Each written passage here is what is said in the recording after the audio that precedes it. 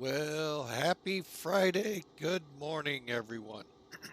Okay, my bad. Good afternoon, everyone, here in the United States. Over there, where we're at in Europe, it would be evening time. So, good day to everyone. Hope you all have had a great week. It is the weekend for most of us, and hope you all get to get out, enjoy it. Hope things are great. As we said on Discord, you only got 2 weekends to Christmas now, so time for that last minute wrap up so you can enjoy nice time here on the Christmas holiday. And why not? We're here with Flying with Mike. We're sitting in Slovenia, prepping a flight from here to Munich, and then hopefully Munich on to Stockholm, the longer half of the run. Oh, my nose has just been running like wildfire here of late. Oh, temperatures have been swinging like ping pong out here, bouncing back and forth. Just unreal. But anyway, that's my troubles. We're going to Munich and then hopefully on to Stockholm. We are doing it in the A319 from Toliss. We'll show off a little bit of it here on the ground. More of it when we get up into the Munich area, because I really want to get this going so we can get up to Stockholm. All right. So currently we are waiting on the passengers. They're gathering and they're about ready to let them down the gangway. They got to sign those NDAs, folks. You know, I'm the only pilot out there that makes them sign. Sorry, you're not going to come back and say it was my problem. Your flight wasn't great. So, anyway, we're having them sign the non-disclosure agreement so they can't give us troubles. All right, so popping up here in the office, and let's see what we've got ahead of us. Besides a lot of problems with my nose. All right, so up here we'll bring in Sim Toolkit, the preferred pre-flight program that I use. I do highly recommend this. Free, very easy to use, and very informative. I don't care if you stream or if you just fly. Folks, it is a great learning platform. Can teach you a lot of what you're doing by showing you like where you land on runways. Can help you flight plan, can help you out so that you improve as a pilot in the flight sim world. Isn't that our goal, to improve at the thing we love to do? So with that in mind, let's get in here and see what we got for a loadout. All right, so we're going to be getting 102 passengers, as you can see here in the middle. We're not going to have any cargo on this run. Payload's going to be 22,440 pounds. Zero fuel weight, 112,388. So they're going to be uplifting 12,454. I think we're going to be a little heavier on that, but only because the loading software doesn't get down to the individual pounds. Down here, you can see the route. Oh, still trying to wake up, folks. Had a little bit of a lengthy night last night, so it comes with the territory, so I'm not going to sit here and moan and groan about it. Just took a little nap, hoping that'll help. All right, but you can see we're going to go from here to LUPIX, to EBITI, to ABISO, to GIMIX, RASTA, REDBU, and come in on NAPSA or the NAPSA 1B. Believe 2.6 left is what we're aiming for. We'll see if that gets changed en route. Cruise index or cost index of 30 today at 30,000 feet. Folks, it's not a long haul from here to there, so that is why. We'll bring up SimBrief real quick. This is what you can get, folks, also free. Very great at flight planning. That's how some of the tools here in Sim Toolkit work in helping you, as they go filter through this program and what you have set up to help you build flight plans. but you can also use its standalone sim brief and you're just fine. You just don't see where your airplane is, where the traffic is, where the weather is easily. Traffic and controllers you won't see. Weather, you got to come down here and select what you want. All right, so we're down here at LJLJ, not LJ35. I know some of you thought that's where we were going. Nope, we're not going LJ35s. LJLJ Slovenia to Munich, up there at EDDM, otherwise some people call München. Not sure why. But anyway, looks like Munich to me. So let's take a little deeper dive into it so you can see how this comes out when you generate the flight plan. And by the way, you can generate it in a number of OFP layouts, operational flight plan layouts. We're using American Airlines. I just find it it gives a lot more information. United was another one I used, the United 20, I think it was. I'd have to look at them again. For the Airbus, because it gave tropopause, which when we get into getting this plane ready to go is nice to have. And it gives that value. This, if it does, I don't know where. But then you can kind of come down, select what you want to see. For instance, let's go and actually see what it looks like on SimBrief. This is what it would look like pulled up. Okay, and then you can go all the way down to see the charts for your route, your significant weathers, 2 pages of it, and then your winds aloft for different levels, and then a vertical, I call it a horizontal. I think this is more vertical. Basically, it shows your airplane like this and how the profile will look, in this case going the other way, and how the winds relate to it. Might be a little easier to figure it out on that chart. But then Virtual American got with SimBrief, added this. And I do apologize for yawning, folks. Oh, what a day.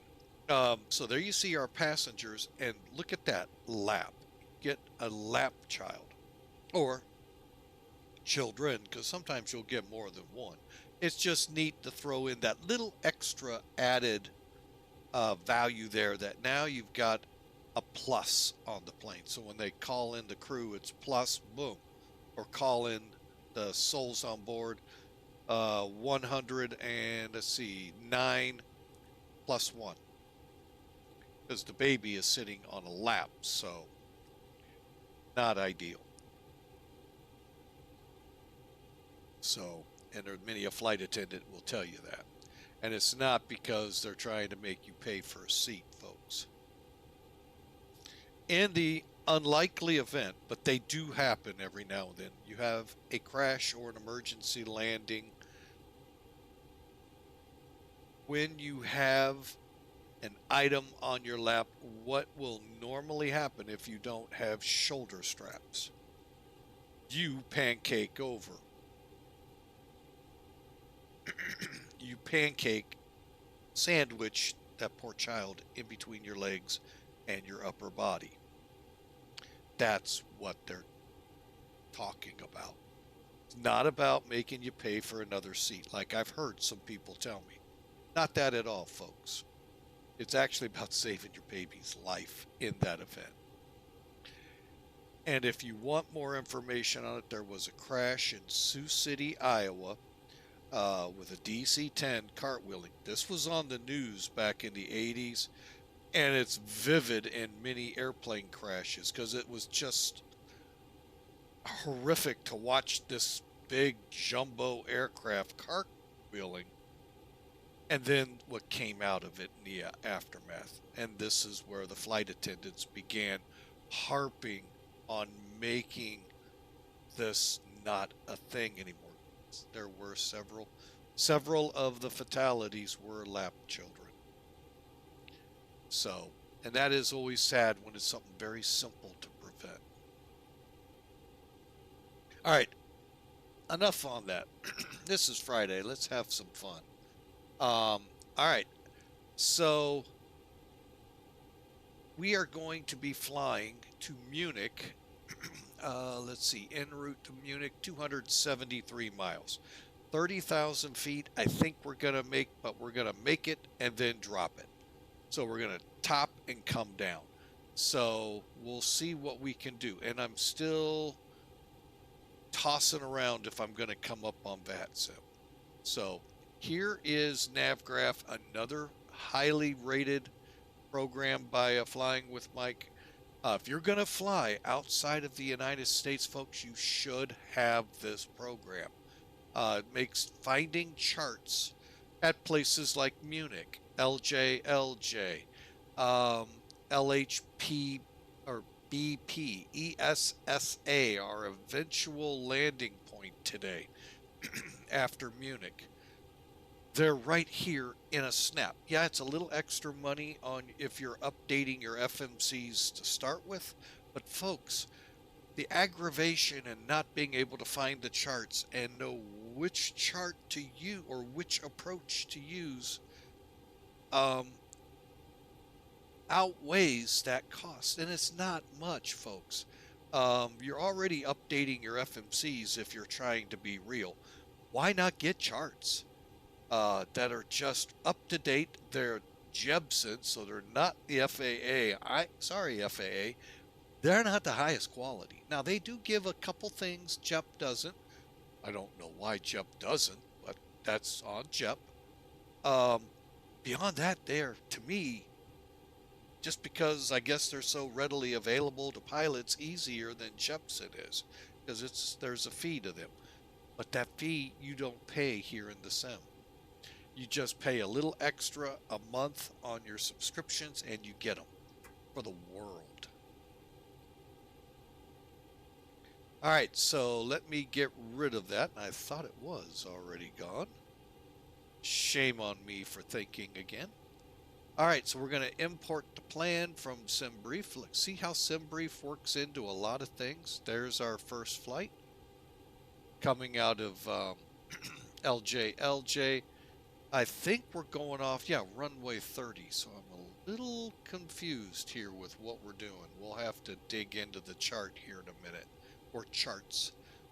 Being there are departures here, I'm not sure why we're going backwards to go forward. So we'll dig into that. All right, so there's your final on the pre-flight. Now, out of here, we'll just go ahead and do the taxi brief. We're going to basically push back face south, taxi out, probably Bravo, what is that, Papa probably, come down Alpha all the way to Bravo and take off. 10,827 foot runway, so we got plenty of room. Altitude here is 1274 on the airport, so everything looks good.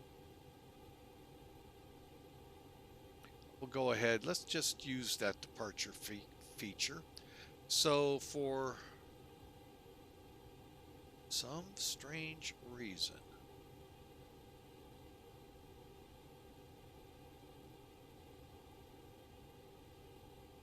hang on, let me look at my flight plan.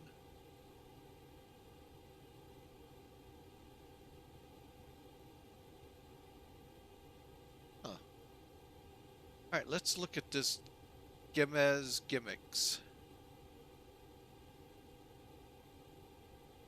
Okay, it's noise abatement. Optimum noise, takeoff, adhere, noise abatement, jet only. Okay, runway 30, out to GIMIX. GIMIX would be...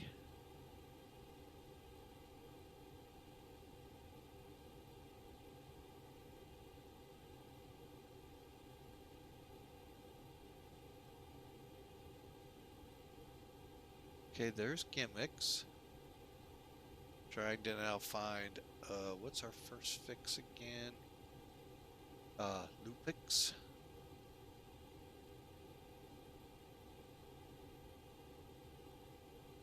It's like it totally missed.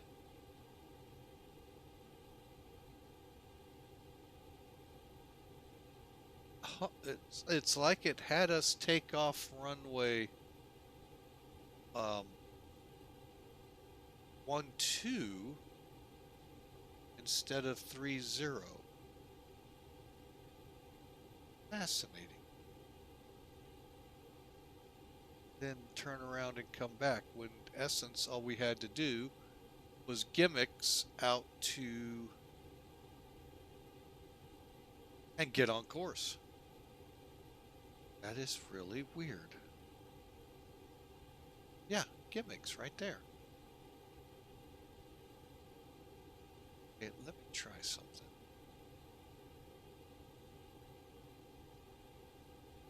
Okay, we're going to do that.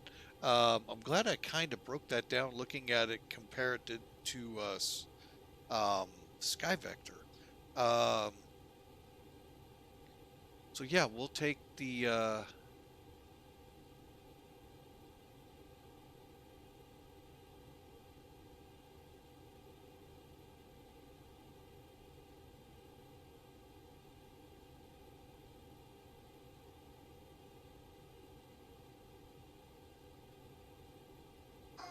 hang on, folks.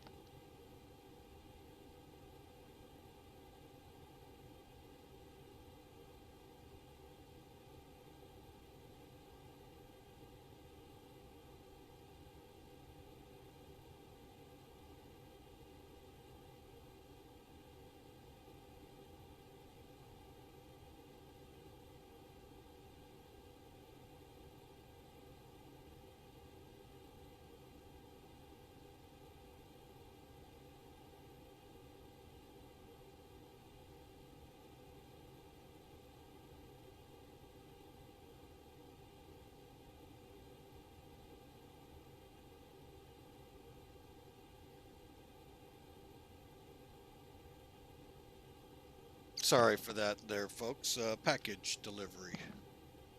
So, got that taken care of. All right, so we'll just add that one to the route. And then when we come back, what I got to do is come up here, edit real quick.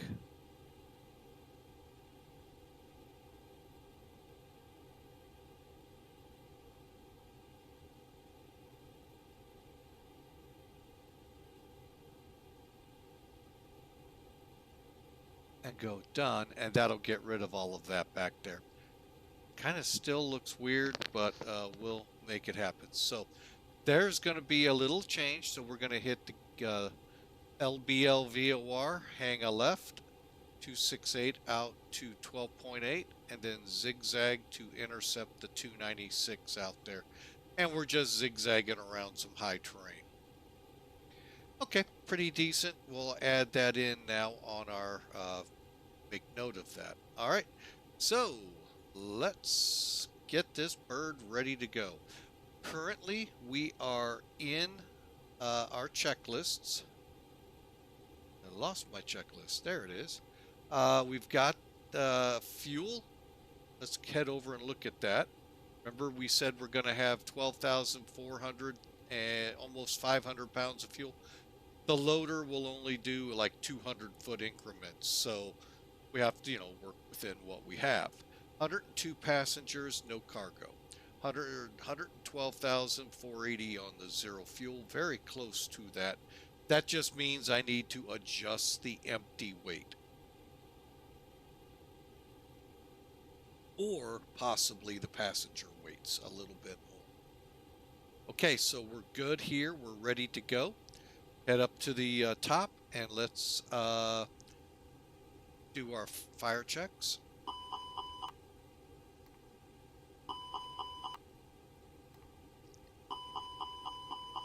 Okay, and then APU master on. Coming down here, it should flip over to your APU panel. Should flip over. Oh wait, may not, because it's... There it goes. It was on one. Okay, flaps open.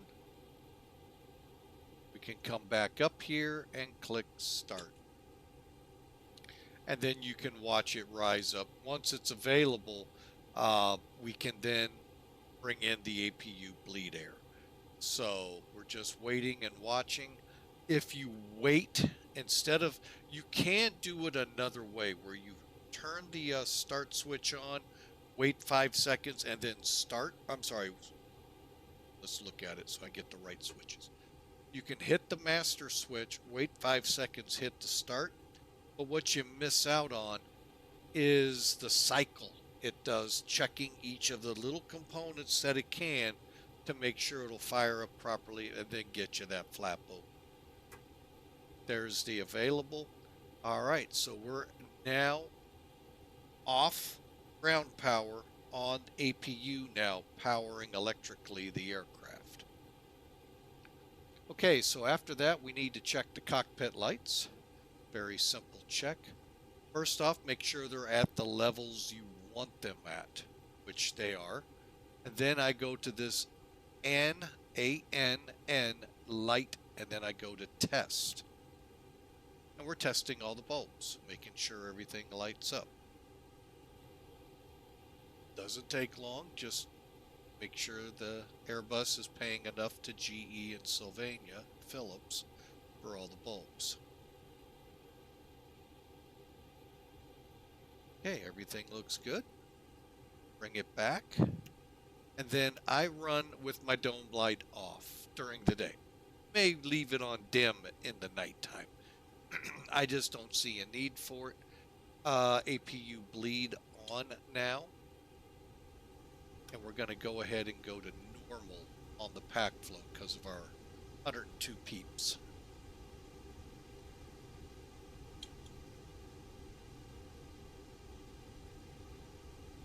All right, so, okay, conditioning panel all white, nothing lit up here. I am actually going to check one thing here.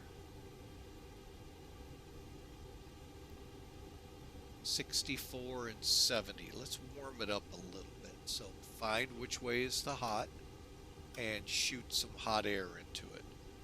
And then the temperatures will come up slowly to warm this up. And I'm going to go ahead and tell them start loading. See how the temperatures are coming up?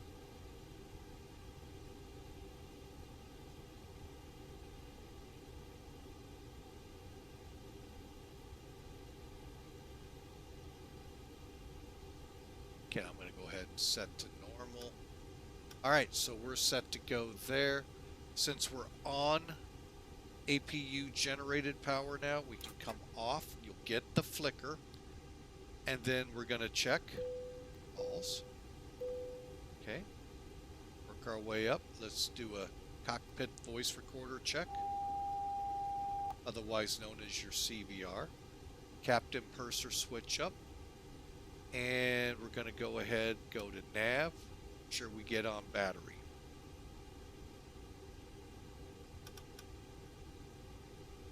Two, on battery. 3. Take the time, folks. It's just all, it's really not all that much time. Okay, we're set to go. I put it on STS, so now down here you'll see you have 7 minutes till it's aligned. How about that?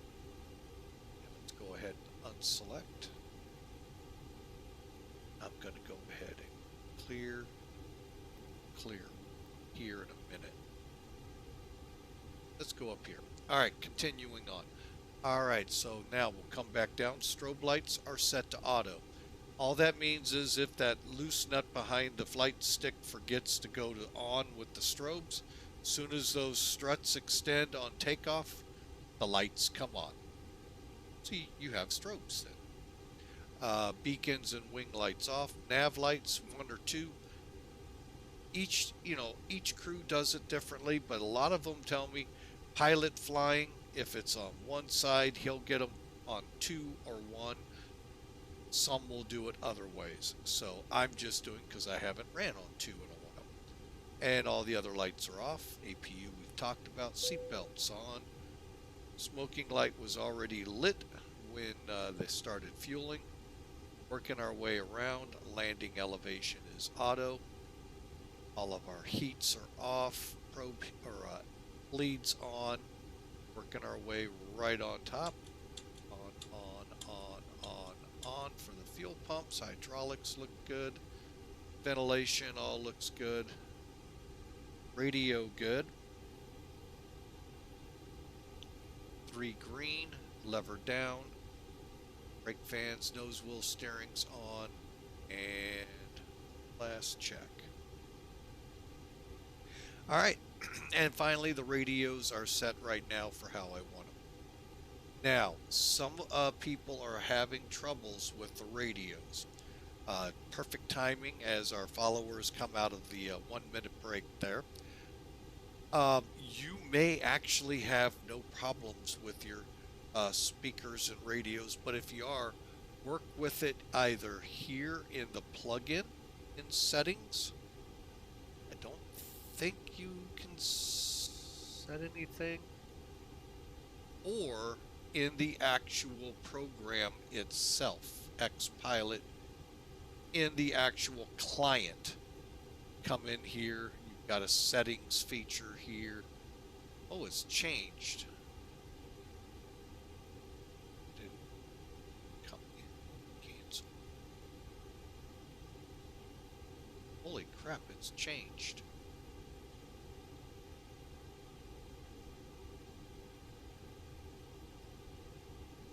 Oh boy, what did they do? There we go. Bring it all the way down, go to your audio, and you should be able to locate your speakers, your mic, your headphones, and what you can see. You can test your mic level, all of that good stuff here. Wow. Huh. I wonder why it does that. It doesn't fill in like it used to.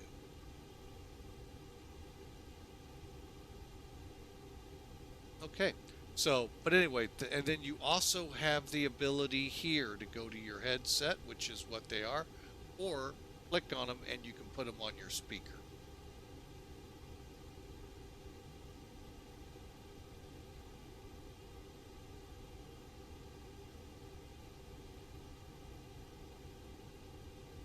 All right, what is our moderator?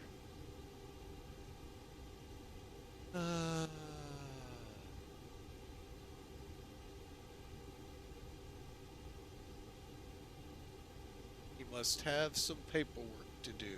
I feel sorry for him. Well, enjoy your lurk there, Hawker. We understand work is work. All right, so with that, we've got our radios. The other thing, folks, make sure you have one of the buttons pushed. That will highlight right next to 122.8. You see how TX is bold? Right below it, it's not. Want it to look like this, and then your speakers are right below. Yeah, your earphone or speakers right below them. Want to make sure that is bold, otherwise you will have troubles. I'm going to go ahead and get rid of that because it's kind of in the way of where we're going. Okay, moving on up, down in this case. And we can see all of our stuff, the transponder.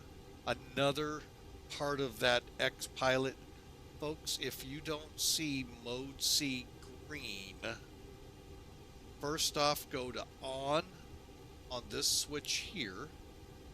It's not highlighted. There we go. Where my cursor is. And then just turn it up to say XPonder till it turns green, and you will put the controller in their happy place.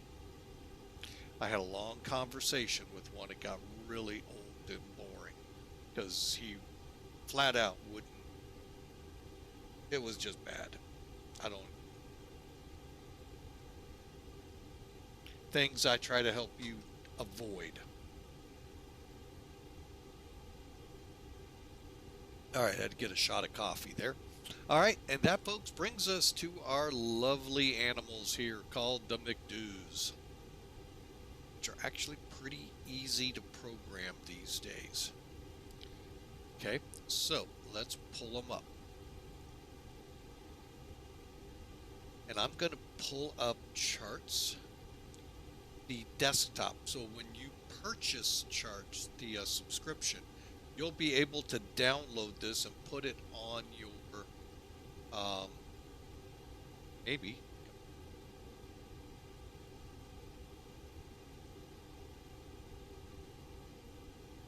Patience is a virtue. There we go. That's what they say, folks. Edit, delete. Click in. All right. And this has already been updated. Okay, so remember, we had it going way out, way back around to do all of this. For some reason, I don't get it. It didn't get the right flight plan. I didn't notice it in pre-brief. Okay, so we need to first verify our data. And it is good. Next up, the init button. Now, in the past, you used to have to fill all of this in. With the advent of Toliss, and I know there's a couple in the other sim, you're able to do this thing called init request. Now, real Airbus pilots, correct me please, because I may speak wrong. I think you can also go in the airplane to data. They may actually use one of these down here, function, click function again, and there it is for you to request. Same with your takeoff data, same with your wind. So there are a couple of places. Now I don't know how the real guys do this. I envision that it looks exactly like our McDo and they do it exactly the way we do it. Yeah, I don't think so. So I'm just going to click init and click init request. Wait for it. Patience is virtue here, folks. Bingo. All right, so now it has loaded your flight plan in here. Now, once you have this, you want to first check your parking spot. Very close to an alignment, so we may not be able to. Hang on. So I'll go here, taxi, parking stand coordinates. And you know what? I have totally forgotten what's, well, hang on. Bear with me. You're going to see the plane moving, or outside moving. Darn it, I was hoping I could see the stand. Okay, I can't, so here's what we're going to do. Click, click, click, align. Now what that's going to do, see, I told you we were already pretty close. It's going to align us really close by. But what you could do, if you know your spot, you can go to your coordinate chart and you can narrow it down to your spot or group a spot. So instead of going from wherever the reference point is for the airport, where your plane is even closer. For those that like it real. I do myself. I just didn't catch it in time what spot I'm on. Okay, and then finally click wind. Do a wind request.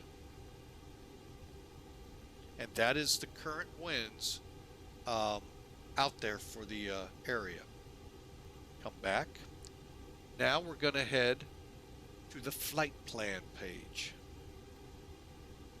All right, remember here's where we're going to be doing some alterations to it. All right, so we're going to be on the GIMIX 1 Juliet off runway 30. Let me point something out here on charts. Right here. Now you've got your METAR. That's what these are for. Give you the METAR at the latest that's out there. And this one 19 minutes ago. Real cool having that. Okay, X out of that. But if you click DEP, that is the current ATIS. If there's one in the real world of a digital nature, it'll pull it. However, when IVAO, Pilot Edge, in this case VATSIM, is up and running, they a lot of times will put an ATIS out too. You know, they want you to tell them, You have information delta in this case here. So you got your winds 36002, 3,000 meters. That can't be 3,000. Anyway, drizzle overcast 300. That's why it's pink, folks. It's low IFR here. And -1. So really, fog is coming in because your temperature differentials are right on top of each other. The good thing is it won't get colder than -1. The bad thing is it's -1. So transition level, VATSIM's telling you is 12,000 and 30 is in use. So just gives you, at least you have that. Now, take that data, come over here, click LJLJ departure, 30, and now we're looking for our departure. GIMIX 1J, GIMIX 1J. No transitions because that's the only one on it. So you can read it here. So we're going off runway 30, GIMIX, GEMI 1J, no transitions, insert. Now, let's pull the other piece up and let's zoom her down as low as we can get. All right, let's check this route out.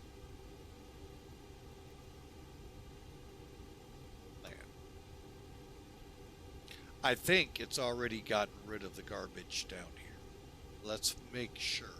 Okay, so we're going to click flight plan. All right, so it centers LJLJ 30, and we go out to 124, 1,800 feet. We make our turn, direct LB 13, which is the radial and distance out there, intercepting to 296. So that's what you're seeing here. Let's look at it. And then out to GIMIX. Looks great, folks.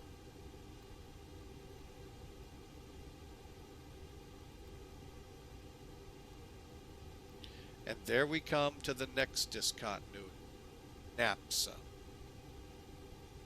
All right, now for this, zoom us up here, it's NAPSA. So we're going to come in on the 1 Bravo 26, hang on a second, let me get back here. So we're planning 26 left. Let's do the exact same thing. Now we have RNAVs, we have ILSs. Now RNAVs are just a series of fixes that, you know, basically point you around. A lot of airports that would have been like an intermediate approach to the runway. In this case, you can see they bring you into the pattern, extended pattern, and work you in. And that's what we're going to do, either the ILS or the RNAV. Before we do this, we know this is here. Let's go, let's cancel for a second. Let's look at the weather here. Okay, so VATSIM guys, thought we might get a real one, but we didn't. Because the real one will give us information like runway surface conditions, and other things pilots need to know for the approach. So we have vectors, let's see, automatic MET report vectors for independent parallel approaches for the 262 left and right in use. Transition level they're running on now is 6,000. They have a formula in Germany because this airport could be one, Stuttgart could be another, and Frankfurt another, and it's just, it gets confusing, so you really got to pay attention. Now look at this, winds 130 at 3, variable. So really coming in with a tailwind. Light rain, drizzle, clouds broken. Here's your weather report. Trending. Trend is to become visibility of 2,000 meters. Moderate drizzle, clouds, 800 feet. So, folks, the trend is more cloudiness. Again, for those of you not qualified to do the Category 2 and 3 approaches, that could be very important information right there. They're expecting the ceilings to come down. But we're in a flight sim, so we're not overly concerned. And again, we're designated X-ray. All right, and then it tells you which runways are in use. Okay, so we know 26 left. All right, so let's go back, select our approaches, and I am going to set us up on the ILS.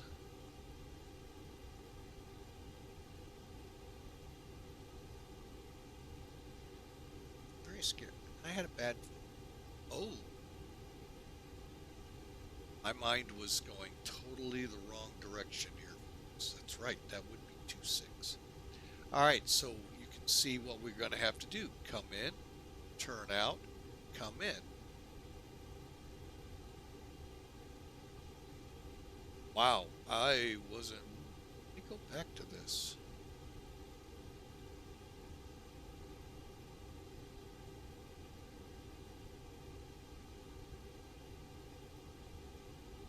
Okay, now to get the other approaches, you have to come here and look at them. So we had NAP 26, which is this one. All it's going to do is just make you zigzag. The other one is just going to kind of direct you straight in. The RNAV works the same way. So we would look for NAP.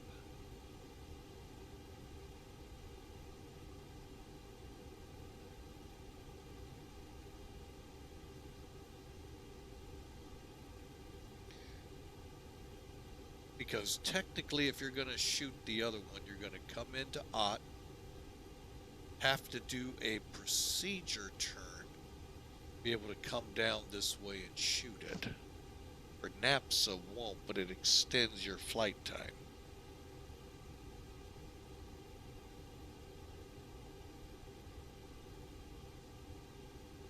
You know what? We'll just do odd. We'll just go ahead. What did I...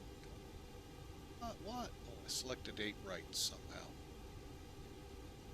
26 left. And approaches. How did...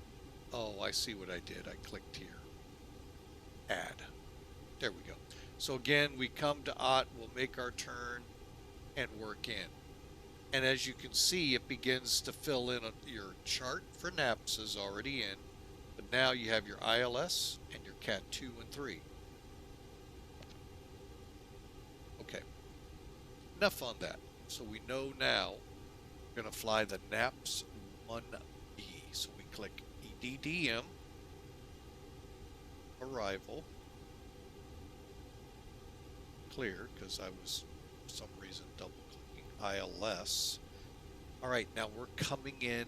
This is your ILS star.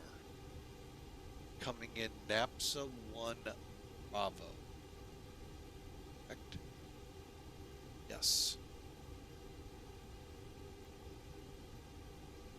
All right, now, so there's your, there is no transition. It's just from NAPSA straight over to Ottsburg. Now, we can go either the NAP 26, which was the racetrack zigzag, or OT.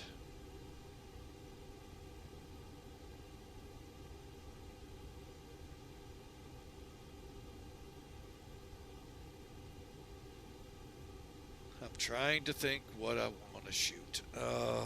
You know what? Screw it. We're just going to do the NAP 26 because I don't think he'll let me do that. All right. And there we go. Yep. watch out. Yeah, see how it's zigzagging in.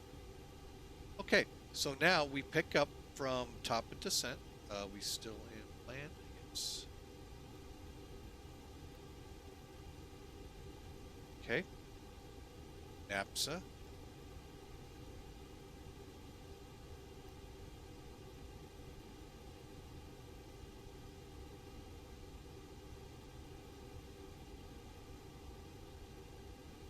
Okay, so what it's showing here, folks, give me 4 seconds here, get those people back.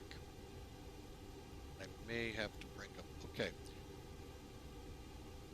All right, so what we're showing here, folks, technically, see the chart from OT. Let me see if the cat too, yeah, that one does too, okay. Basically, when we come back, you'll see NELB right there. That actually is 11 miles out, okay? So 459 is already past it. So basically what they do is they keep you on that heading until they're ready to turn you in, okay? So we'll leave that in there. To get rid of it, you would have to delete or clear, manual, clear, discontinuity, and you'd get it to hook in, okay? In essence, it's saying you're flying by your heading indication in the cockpit. So what you're doing is you're flying where you're setting it here, not by the FMC. And then you'll line up, take your ILS, and come in. All right, so there you have it, folks. There is the flight plan for this run. We go back to ARC. 40 is good. And then if you continue it out, you'll see the arrival onto 26, the missed approach, back out to OT, and then you would fly that procedure in. And then if we have to divert to EDDP, this is the routing. And again, you would start off by clicking EDM departure 26 left and whatever the departure would be. Fly it up that way. Same thing with the arrival. And it's all programmed, ready to go here for you. That's what's so cool. All right, we spent a lot of time here. Let's get going. Moving on, we're going to go to F-plan first. RADNAV. Everything looks in perfect. Now we're going to go back to the init page, and we're going to go to what I call page 2. They call it page B, as in Bravo. We're just going to head over here, check our information against our information here. 112.4 is good. 28.6 is a good zero fuel weight. 12.5. We're looking good. And then finally, the infamous perf page. Okay, so you can see where the center of gravity lined up with that weight. Perfect. You have a couple ways you can kind of do things here, verify and see what it looks like. The only trouble is you got to get the data. Okay, so currently we're 360 at 2. And our winds are wrong.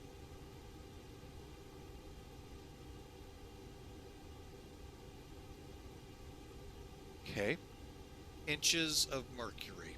We'll go ahead. What is our 1016? Let's see what it does. I don't think it's right.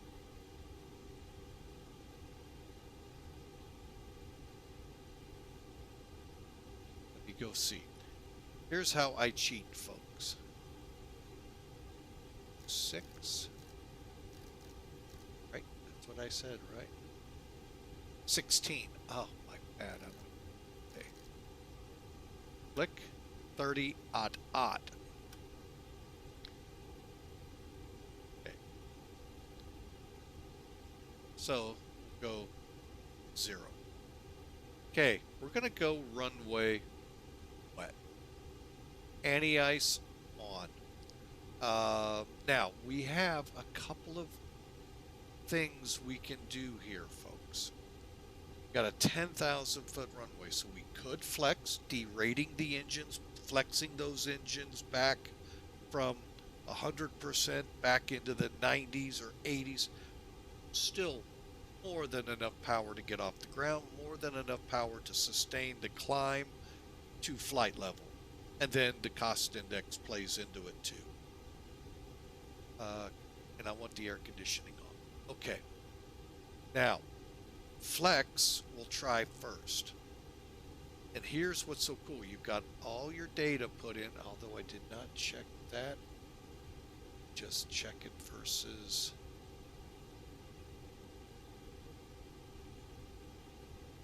(1 degree). 35 minutes old. 1 degree. Okay. Compute. Okay, so here's my minimum V1, maximum V1. So 108, 130. We're on a wet runway, so we're going to already have a lowered V1. All right, so plenty of runway. We could do it. But let's, let's see what a toga does. Takeoff, go around, max power takeoff, if you will. Not much change other than the numbers, as you would expect, pull back on the runway a little. I think we'll go with the toga. Probably at about a 108 V1. Flaps 1, toga, we're looking good.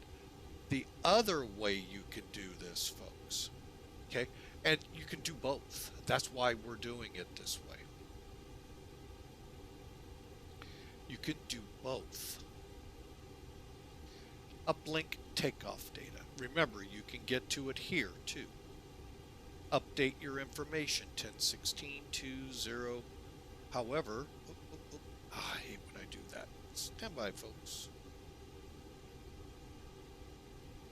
Click. 3. All right. Is put in 0, 0, 0 diagonal. And that's going to get the wind updated. Now, we know it's wet. We have mist in the air, so let's treat it as a wet runway. We'll go wet. Full length. This information will fill in. This will fill in. Okay. Received. Saw how I did this. You click over here first, then you click here. That set in the parameters. Wet runway. And wind, temperature, and your barometric. All right, and our uplink. Now, currently, this is a toga takeoff. So V1 is 128, which technically we could get stopped in 3,600 feet if we had to. Or you could lower it. 128 rotate, that's perfectly fine. 133 is to clear an obstacle, and if we wanted to flex, we would click this button. We decided we're not, so we're just going to insert. There they are. And then you can update this number. I'm going to keep it 128. 10,000 foot runway, we got plenty of room to get that plane stopped.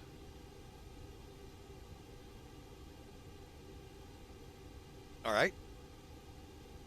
Now, I'm going to go to a website that Black Box 711 put out there.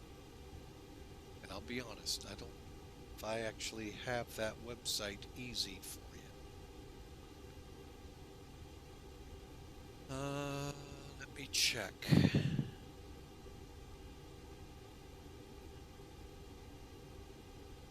You know what? I am going to just go, I don't.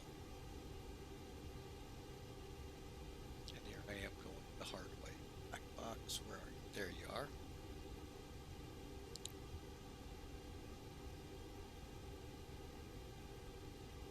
All right. I am just going to bear with me a second. I want to bring this in because it's really a good site to go to. Black Box 711 is a streamer. Flies in your actual Airbus pilot training to be, I forget the new category he's going to, But he came out with this great site that does the calculations for you here, plus gives you transition levels and all of that. Hang on a second. It won't take me long to set this up here.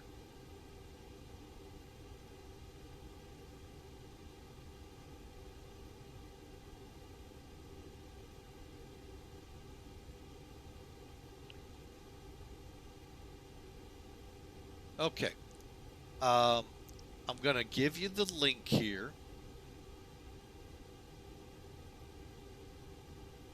You can go look at it. I am going to quickly get over here real quick.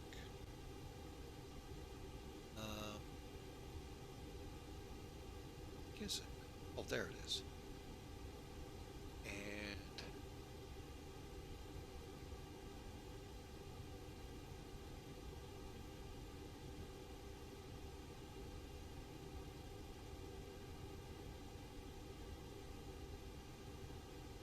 all right. Bear with me here.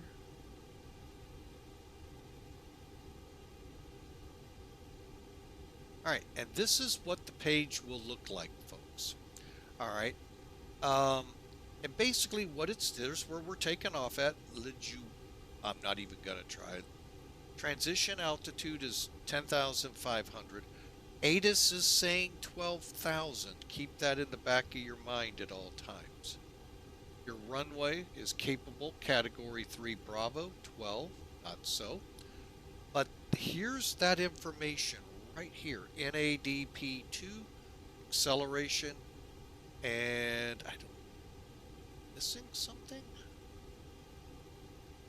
What's the emergency? Oh, this is the, okay, engine out. Okay, my bad. So you got your thrust reduction and acceleration right here. So what you do is take these numbers, 2300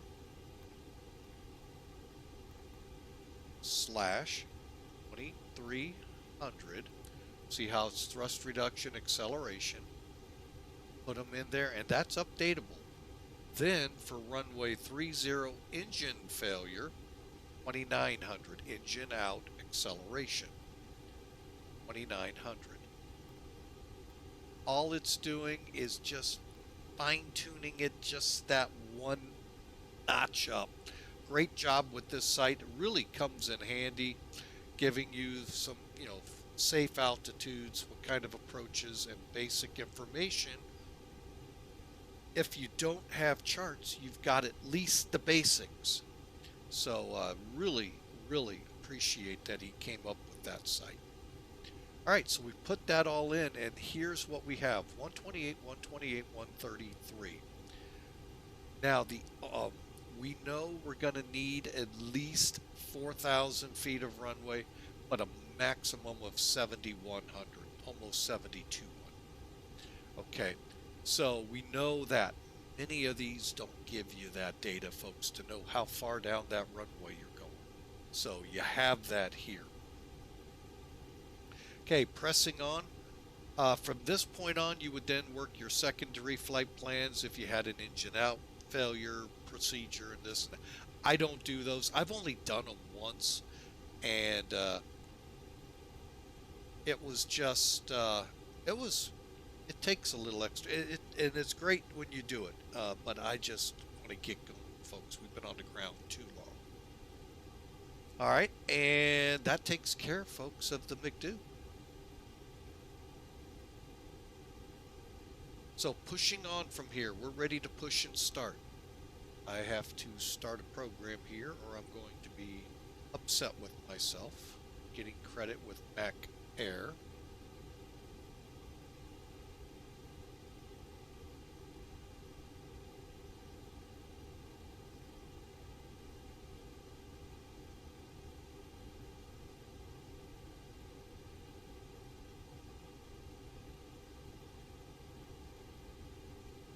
All right, we are connected. All right, and like I alluded to, folks, we are flying for Millennium Aviation. Here is, didn't type out. Oh, there it goes. macairvirtual.com, and they'll get you going. Check them out. They're a really great bunch. Very easy, open. I mean, you can fly literally anything there and get credit for it. Just simple rules, great software. This, oh my goodness, I can't. Smart Cars, thank you. Smart Cars is an amazing program. Now it's in version 3, and it's even more amazing. So they're hooked into it. They were helping them beta test it. So really great software. Check them out, folks, at the link I gave you. Oh, I got something set up here that is incorrect information.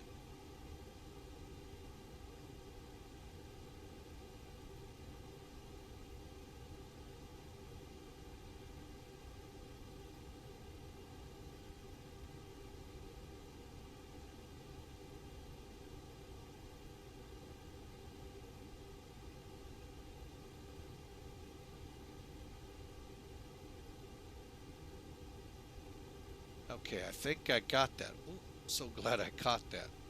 That's another good airline to check out, though, folks, Pan Am.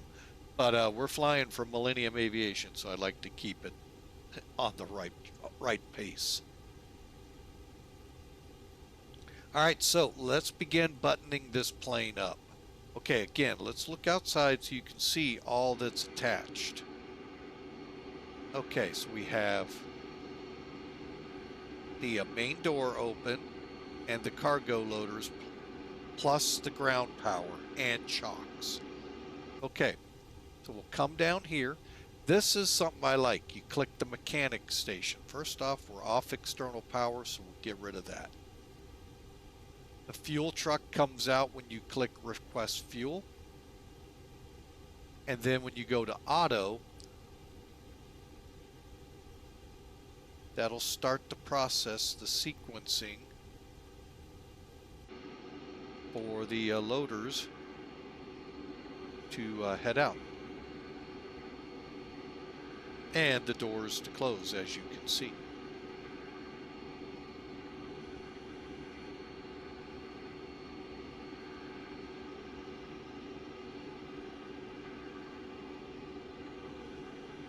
All right, we're all buttoned up. And you can see the only thing now is the main door open. That's going to close here in a minute. We have Mac Air. I just need to do a check. Okay, it does have me boarding. So that is a good thing. There we go. And let's get better pushback on its way. Hey, Captain, let me know where you want this thing.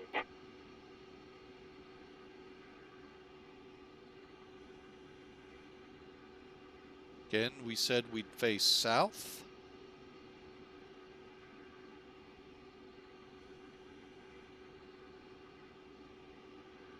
Go just about there. Great news, Captain. Your tow's coming. All right, let's finish up the checklist here and get going. Altimeters are set. Here, I'm just going to squeeze it in. All right, so the altimeters are set, 1016. FCLS constraints are set, VOR, ARC and 40. Speeds are showing dashes and dots, which mean they're in managed mode. So whatever the McDo and the onboard computering systems tell it to do, that's what that's set up for. Initial climb out of here.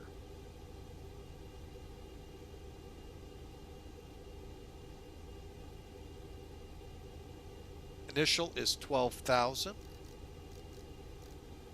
And again, the dot All means right. we're Looks managed. like the doors and hatches are closed and we're ready to connect. Hang on a second. Let me get over there and pull the chocks. Actually, we'll just do it from down here. Okay.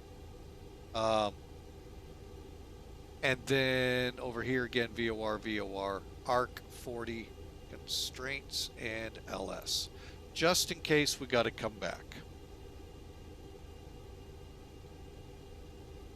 All right, let's get the main door closed.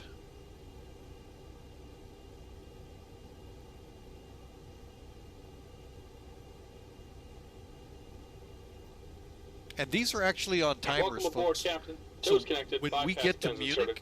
Go and kill the they'll parking brake be and you're ready on to go. a timer. They'll come in, and then after so many minutes, pull away, and hopefully we can turn. So we'll see here. Okay, we're all clear, clearing the jetway.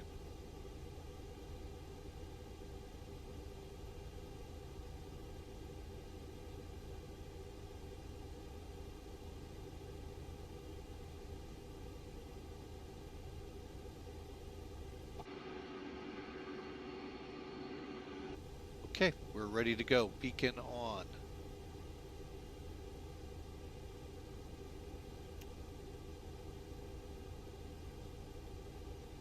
All right, anti-skid. That's the switch here is up and on. Gear, of course, down. And our switching levers here in the middle, all 5 of them, or 4 of them, pointing straight up 12 o'clock. We are ready to go. Transponder transponding. Brakes off. Here comes the pushback. Light them up. Okay, and we are now moving, folks. And because I'm wanting to hurry this a little bit, I'm going to stay off FATSIM. So we'll go on. Number 2 coming up.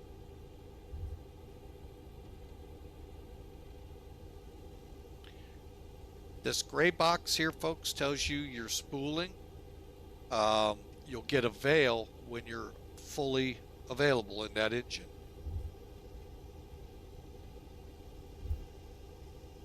Got a light off.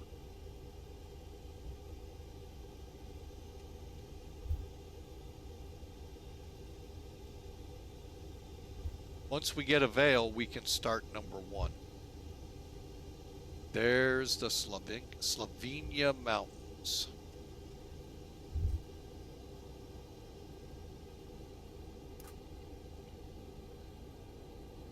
Beautiful scenery here in default. This is default, by the way.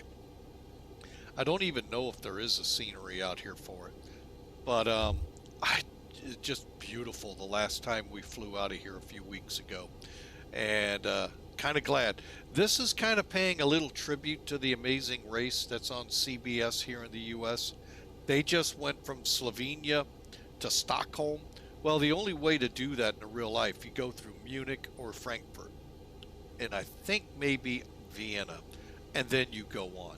So we thought we'd move our racers on up to Slovenia, even though now they're in Ireland. But we'll catch that here soon, too. Just about done here. Go ahead and set your parking brake. Okay, brake is set. Now, we've been jibber-jabbering, right? And we're disconnecting the tow. Give me just a moment. Is it spooled up? Is it not? If this isn't gray, okay, we're done spooling. If you don't see a veil, then we've already passed that point. We can just come down here, start up number 1, or the other engine, depending where you are. Let's get this to F plan. And we're ready to go, folks. We just need to set a couple things here once we're fired up, and we're ready to taxi.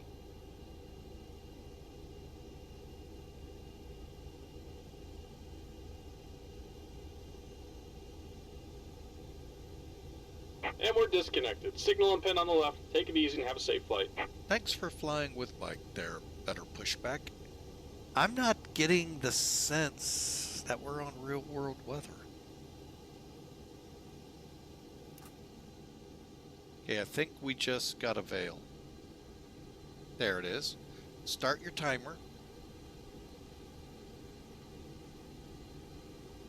There's the pins. And now what I do, I go ahead and hit them with the turn-off lights, letting them know I saw them. Because, you know, you may or may not see the cockpit in daylight hours. Nighttime, even more of a chance you may not see them. You may have to open the window and thumbs up outside.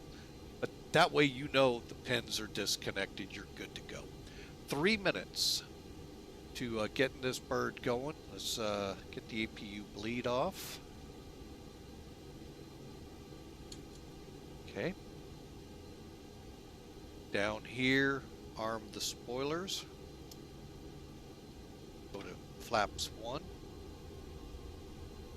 And then we're gonna set our takeoff trim. I use this one, and I'm gonna do one a little out of order here, and you'll see why it works for me. We're gonna be setting the pitch trim to up 04. Well, it already says up, so let's just keep it going that way. There we go, up 4. Up 4 verified. Now I'm going to check my flight controls, make sure they're free. Okay, no warnings. Everything's doing good when I center. Rudder.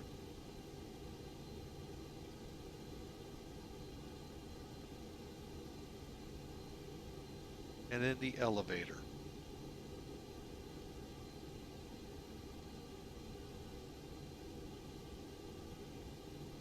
And then I kind of do a freedom, make sure everything works throughout their axis. Okay.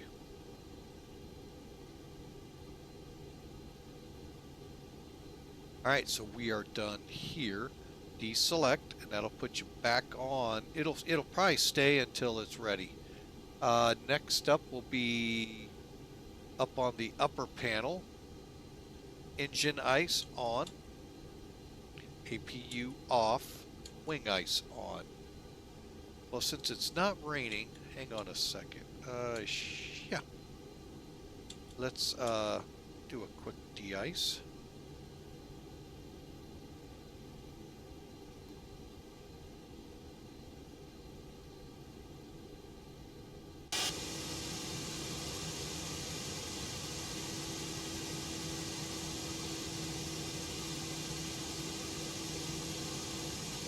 Of course, we would not have the engines on, folks.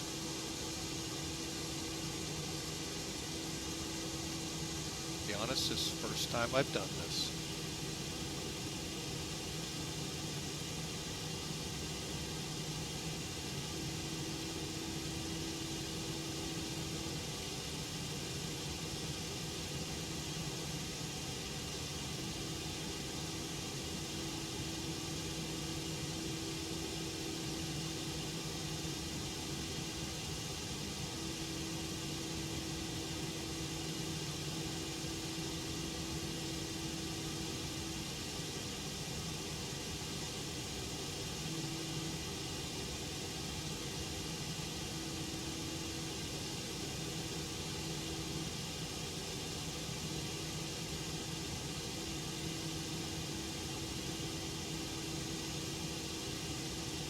And I'll also be honest, I did look at the chart to see if they had it down at 30. Iowa Scotsman, welcome aboard. Hope you're enjoying Friday as we de-ice in Slovenia to head up to Munich.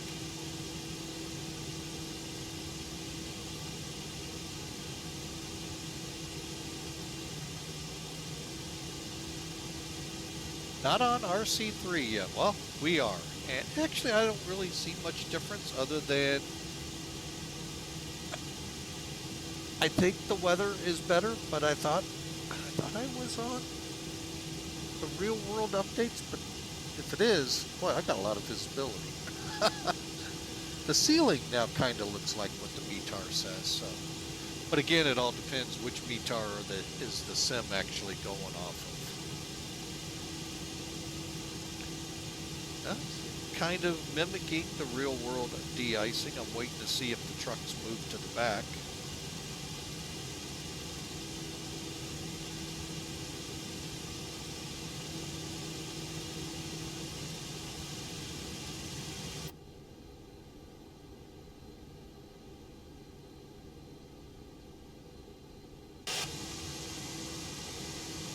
But we got a long taxi down. That's why I didn't think to look. I should have. See if they're done.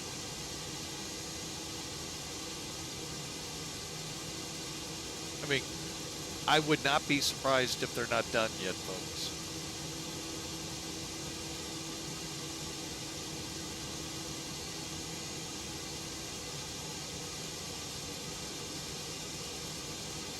Told you, it would not surprise me. The level of detail their animation is here is phenomenal. If I would have pulled the catering trucks up to the plane, folks, you'd see the hydraulic feet come down to stabilize.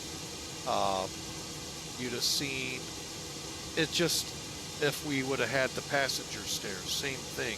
It's just a level of detail that makes that animation actually good instead of just zoom to the plane. They've really done. This is actually pretty good. I really like what I'm seeing here. Seeing how high up on the tail though here.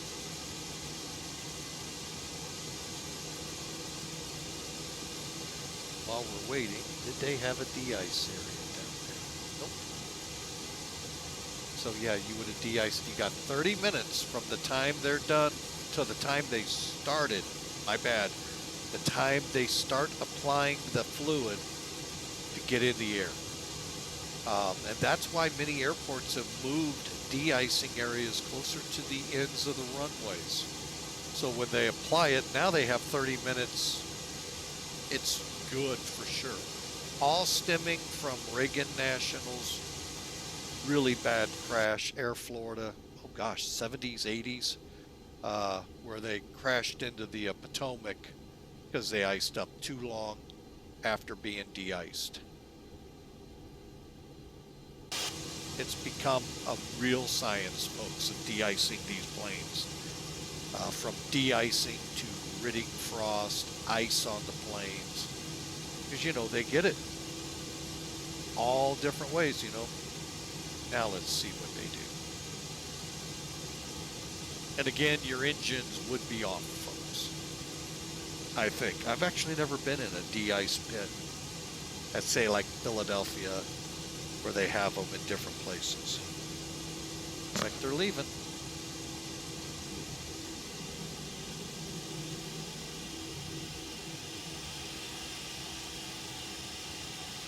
Don't want them to turn around. Nope, they disappeared. Okay, so we're good to go now. All right, I forgot all about that. I could do that. We had a crash last year when we first started flying Toliss into St. Louis. We iced up. And I don't know what it would take to stop it from icing up. All right. Okay, we are set to go. Taxi lights.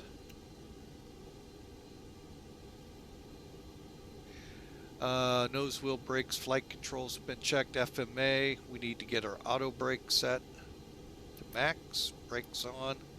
Brake test. Cabin alerted as soon as we get moving. And on the taxiway.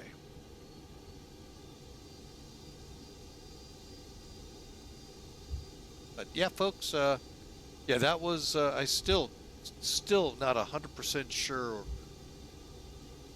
the icing effects, if it was Toliss or if it was laminar. Now we're a year since, so we're going to get a good run of icing here, folks.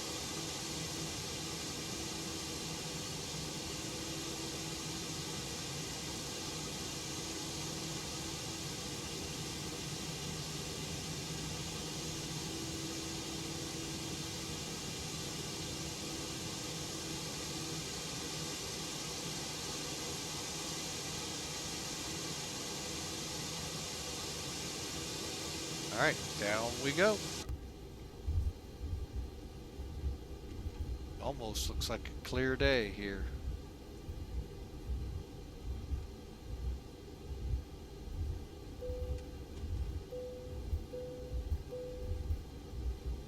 All right. So I hope you all enjoy. Again, my apologies. We will not be up on VATSIM. I want to try to at least get this one going. I'm not even sure how VATSIM's playing out right now. almost early evening over there, so yeah. We don't have ATC here. Pretty much once we're wheels up, we'll be in it. Holy mackerel.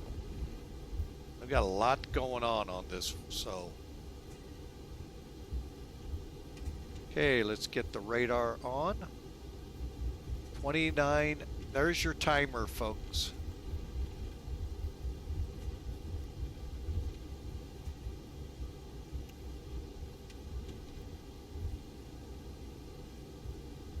Okay, let me get down here, get the radar on.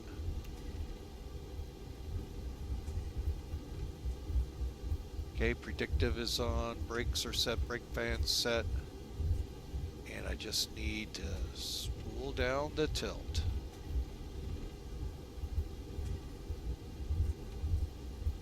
Alright folks, if you're new to the channel, or you've been around, you just come in and come out when you see us up and going, hey, we love having you aboard. But if you want to take it the next level up and know when we're coming on board, besides reading the About Letter, why don't you think about following the channel? And all that'll do is send you an email when we go live, letting you know we're live, if you set it up to notify you that way. Doesn't cost you anything other than an email. But we sure appreciate you having you aboard, and look forward to this nice little 200-300 mile hop to Munich, and then we'll turn our sights on Stockholm.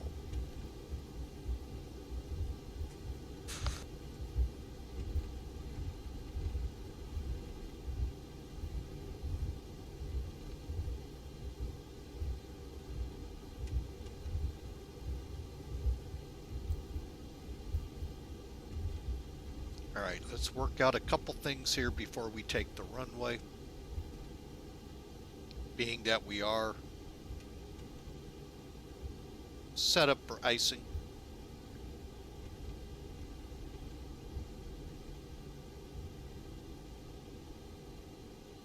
Okay, holding short. Couple of seconds here, we'll be ready to go. Okay, checklist items. Okay, terrain radar on. Purser cabin's ready. Takeoff config. Okay, before takeoff, TARA.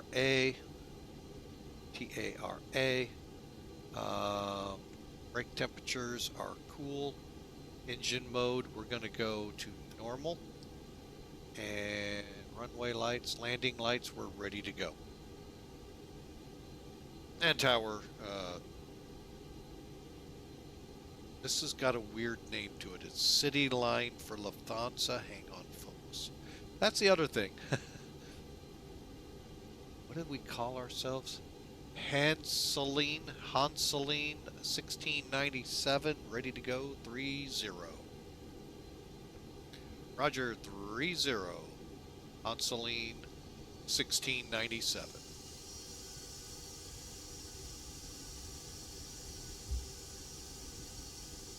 Okay.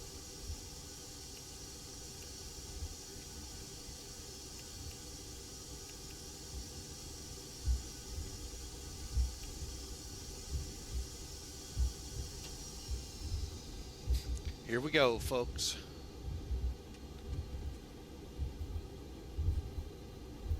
And I'll look a little more at the chat room once we get through this intense little takeoff we have here.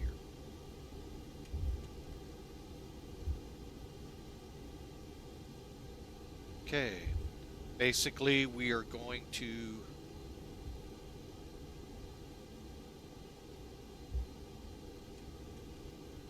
at or above 1,800 feet, make our turn 268. Go ahead and dial this down one more notch, trying to help me out. Here we go. 50%. Stable.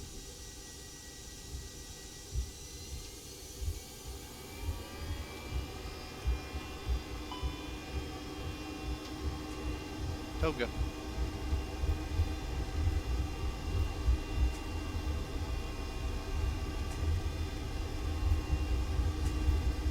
$80, 100 knots, speed, check.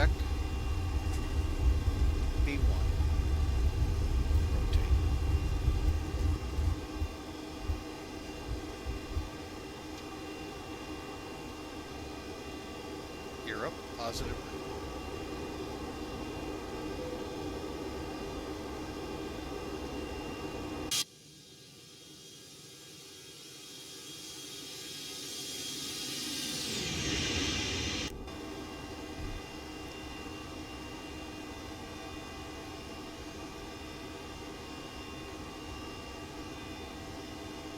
All right, there we go, folks, into our turn.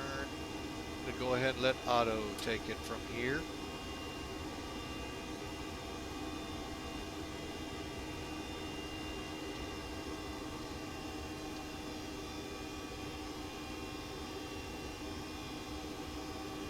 can see the high terrain, and now it's obscured, so now we got to really pay close attention to our altitudes. But we're on our way, folks. I'm going to go ahead now and zoom out a little. You can see what we're working against and around over here. I think we're set at 40. Yeah. So, giving you an idea of what we have out here. Okay, we're airborne. So, let's see, take off, and to gear up. Spoilers disarm. Flaps up. We have no speed restrictions. Flaps up is only so long as there's no speed restrictions, and we are climbing out at 4,700 feet, folks. Definitely think we'll make that 10,500 or above call at 13 miles out.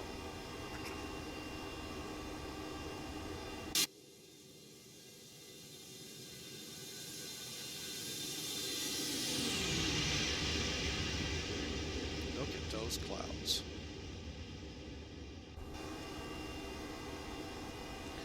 Yep, we got it. Okay, so flaps are up. Engine mode's normal. Anti-ice engines if we're below. Wait a minute, you read that. Less than 10 degrees. We are. Anti-ice on. Altimeter set for standard at 12,000. Actually, we should be getting that call here at 10,500. And you see it flashing. That's when we've crossed. Okay, we're above 10,000. Lights off.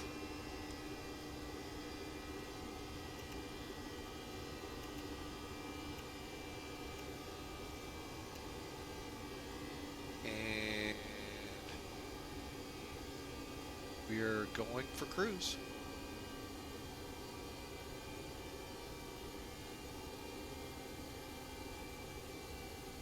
There's 12,000.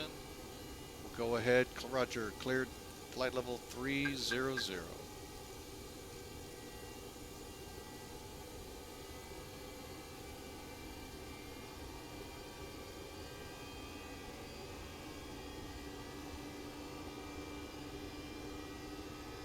We have a speed restriction that I didn't know about?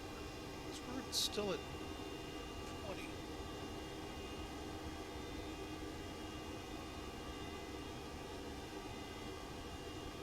Oh, where did that come in at?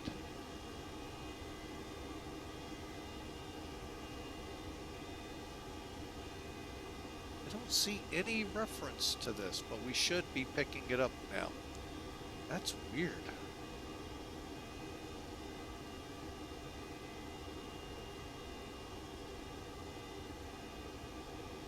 See where the trouble comes in? See the granite cumula out here, folks?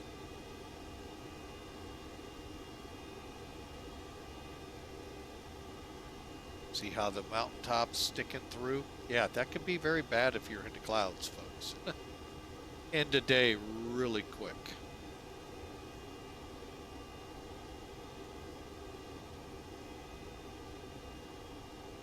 Interesting contrail.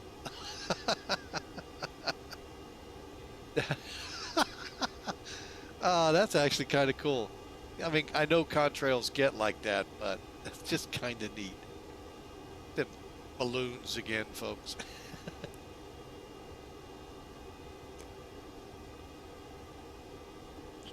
Oh, that is just too funny. All right, folks, we're on our way. Let me put that up there. I didn't put the overlay up for you. There you go. Currently, believe it or not, we're only 20 minutes out of Munich. Like I told you, this is a short haul flight, and then you get to the longer hauls out of Munich. But, you know, we'll be there pretty quick. And I'm going to stay, like I said, off that sim on this leg and maybe come up on the next one. Although I'm a little apprehensive. There's a lot of ATC and a lot of traffic, which means I could have frame rate issues. Let's see how they're doing, by the way. And, you know, that's what's funny. You'll get this kind of frame rate until you get right on the airport and wham, it hits you. So we're doing phenomenal. FatSim would love this. But it's when we get to those airports. Munich, I may start flying to more and more. So we'll see.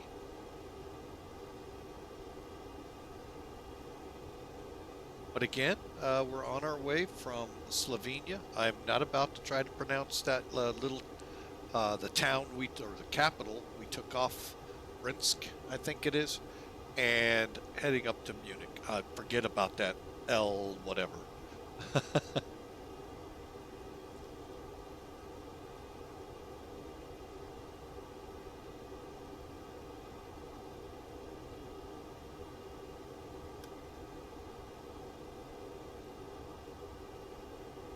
Okay, so ice is not detected. We can turn off the brake fan. The wheels are safely in. And we're on our way, folks, to 30,000. Top of climb should be about right here on the display. Let me just go to 80. So we got a little bit of room till we go to top of descent. But we're going to make sure the FMCs are set up properly, or as Airbus pilots like to call them, McDoos.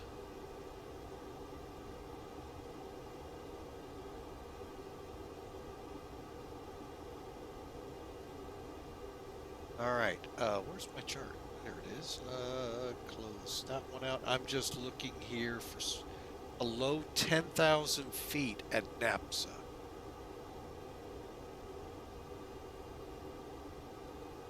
Ah, see, top of descent's after it. At or below. You know what? 10,000. And if we're entering...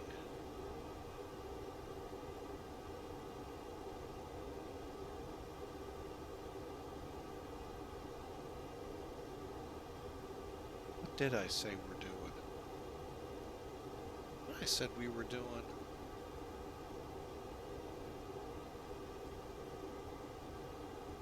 Yeah. Okay. Hang on. I gotta figure out why I've got to transition.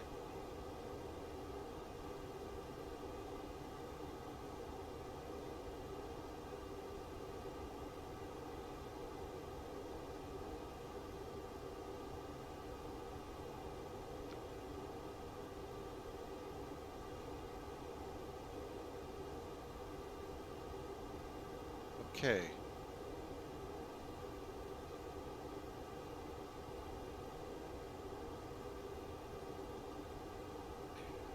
I need to find this intermediate. Why didn't it pull it up?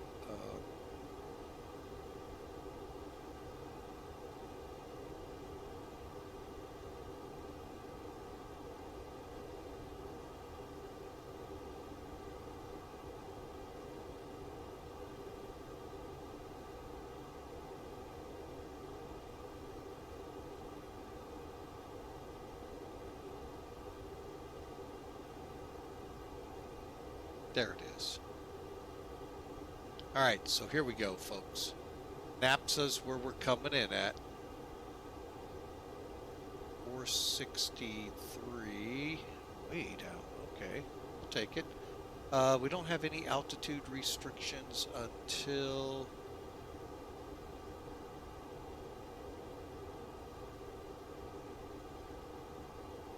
10,000 would be good. Okay. All right. Right side, speed, and altitude.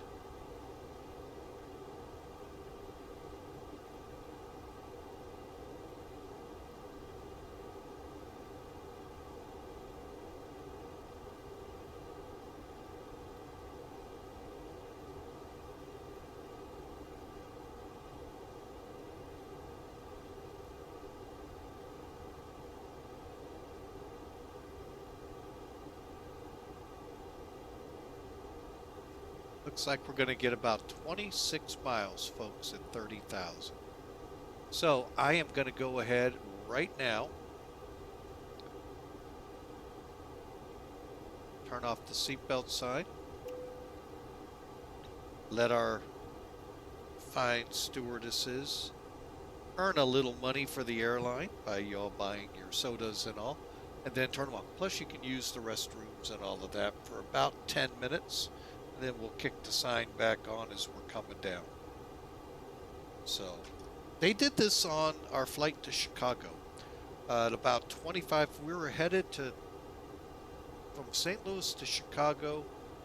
I think our top altitude was like 27 or 8,000 feet, and at about 21,000 they kicked the lights off, the seatbelt light off. They served us. And then coming down through 25 or 21, turned it back on for O'Hare. Because, folks, it was an up-down flight, just like this is. So, not like Stockholm, which is like 800 miles, I believe. So, and that's just off the top of my head, folks. I really don't remember. Okay, put that in there. All right. Okay, so let's brief this out, folks, since we don't have a lot of time. I'm going to go ahead and bring the charts in. We're just going to work off charts and work off the arrival. Okay, so we're going to be coming in. Second. NAPSA, 10,000 feet, and we'll work our way down through the racetrack here. 459 will turn in for the runway. Okay, at this point I can turn constraints, go airports, just in case I need to find one, and same thing over here. Alright, so you can see how this is going to work. This is the transitions. Munich is 123.130. It is a D-ATIS, so that's why I'm kind of shocked it's not picking it up. Director, this is where I get a little confused. I don't know who that is. Is that approach? 1487 is the airfield. We are coming in 26 left. RNAV transition. 250 below 10,000. Or if ATC says keep your speed up, you can. Transition we'll get in a minute, and once you fly this track, if they have not told you to turn, keep going. Initial contact with the director, state call sign only, below 10,000 feet. Transition level may be issued, and recommended rate of descent 1,300 feet or greater. So, all right, so that's our instructions for this.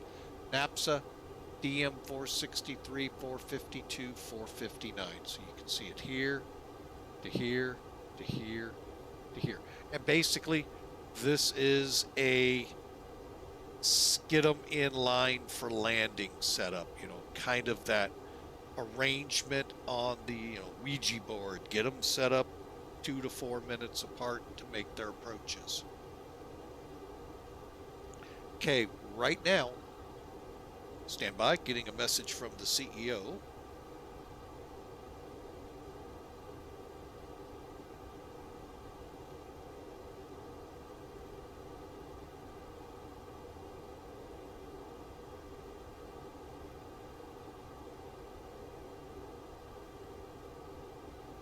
All right. She is on her way. All right, so let's go and look at the ILS. So again, we're going to swing around and intercept this localizer. Now, Nelby is 11 miles out, 12 miles from DMS, which is the VOR from Munich.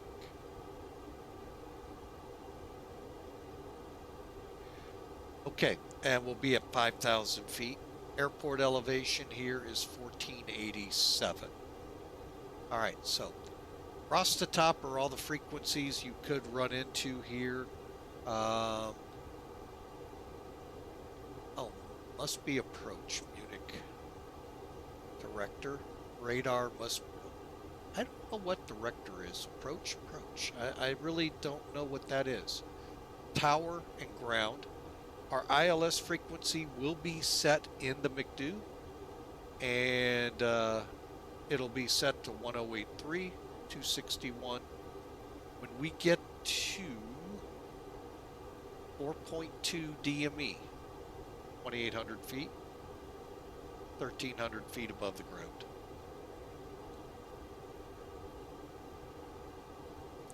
Nice chart here to tell you recommended altitudes to be at. Just in case you lost the glide slope, you have that as a backup. Okay, this chart we'll come back to as soon as we know our approach speed. We're going to have a full load of approach lights, ALSIF 2s. This is the missed approach. Missed approach is straight ahead, 1 mile west of DMS VOR, or 1,900 feet, whichever is later. Then make a left turn direct OT and climb to 5,000 feet. Most likely you'll hold here and then be resequenced for landing. And it tells you that here again. Minimums for this approach, 200 feet above the ground. 1,670 altimeter. So your altimeter will read 1,670 when it says minimums. If it's set up, I think it is. 200 feet, I think your radar altimeter is right here. That's when it will tell you minimums. You also have to have 550 meters for landing. I still find that's weird. HUD autopilot can bring you down. If you don't have them, takes you up to 750 on no touchdown or center line lights. All right, so there's your charting, folks. Once we get on the ground, I really don't know where we're going to park. I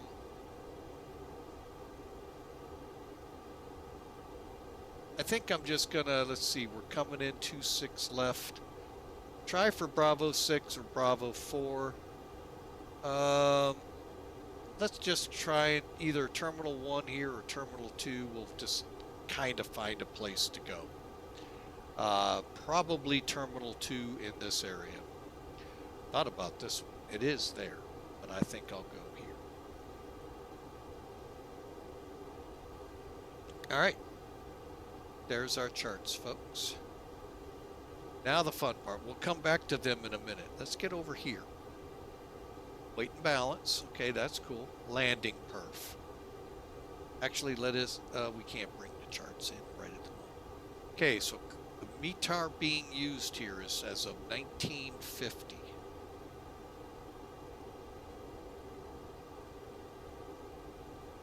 Okay, I have one from 2020 Zulu. So,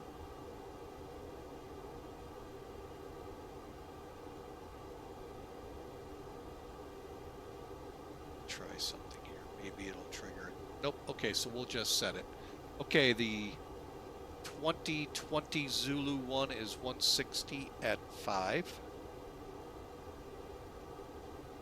Outside air temperature 2. 1014.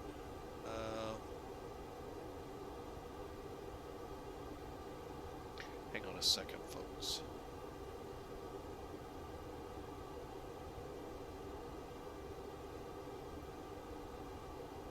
We may be okay because this one says that too.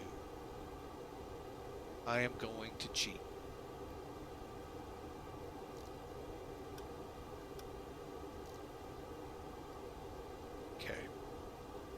saw it close. We'll go ahead, make it right. 5, okay. Expecting a wet runway, anti-ice, full anti-ice package on. Air conditioning on, pilot, brake mode, medium, and reversers, yes, compute. All right, so we're expecting a distance of just under 5,000 or 4,500 feet. We need, again, just under 4,800 feet, plenty of room to get stopped. All right, so our approach will be 126. Now, let's go back to that chart. Now that we know our approach speed, where this chart comes in handy is letting you know approximately the, you're going to have to interpolate. What that means is guess. You already know that 120 knots is 637, 140 knots is 743. In the middle is 130. So what I do here is going to make it about 710. 710 feet a minute will give us a 3-degree slope. Now the good thing is we should be on the ILS. Okay, let's be real. Should be. Hang on a second. I'm going to check something here. We just passed top. Thought so. All right, we're needing to descend. All right, hang on, folks. I had a feeling we'd crossed it. Okay, enter destination data. We will. Let's get this thing down to 10,000. May have to do. Oh Lord, we're almost on NAPSA. We may have to go down to 5.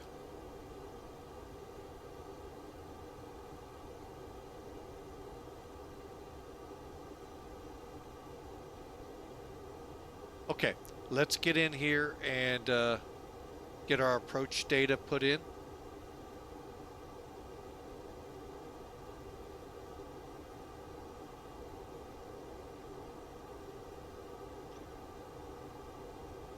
Okay, bear with me, folks. I got 160. Oh, let's go to the next phase. QNH 1014.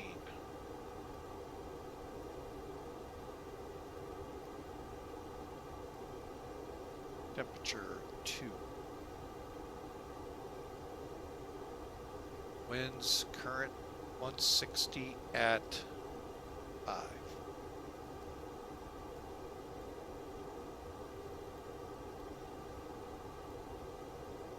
Transition level. Okay, hang on.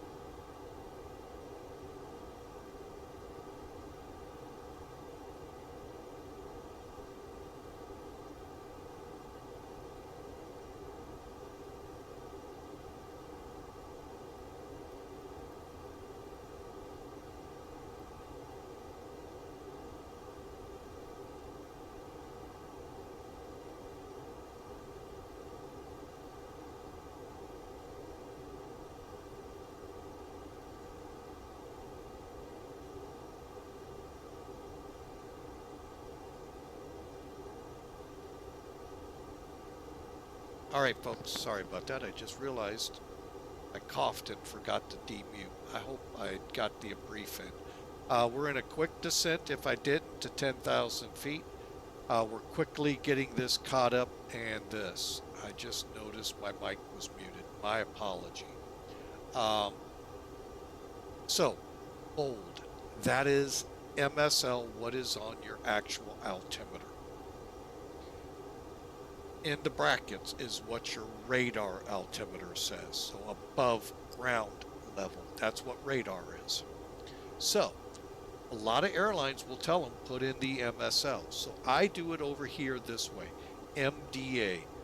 I take the M as mean sea level or and I put in 1670. Now, mind you, folks, you can't now put in 200 because you're at that right here.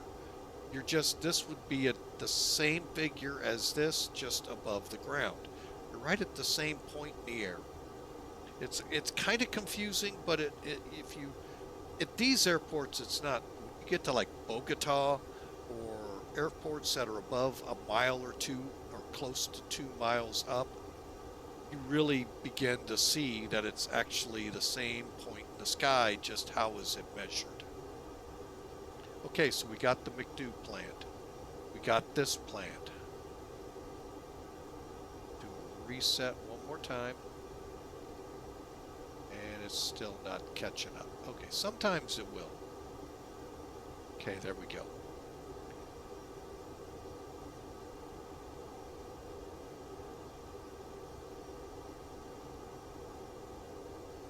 All right, so 126 we need. We're predicting 6,700 feet of distance plus the braking, 4,700 feet to land. And we're coming down through 18,000 feet. We are going into, we're going to have to steepen this up because we are not going to, we will. Let's just keep a positive outlook. Speed brakes, though, are needed.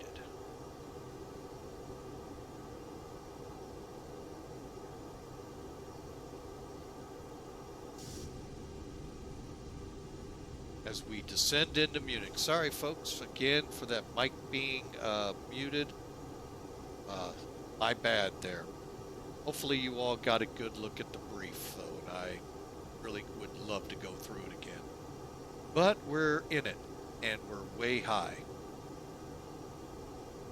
Again, another great reason I'm not on Vatsen.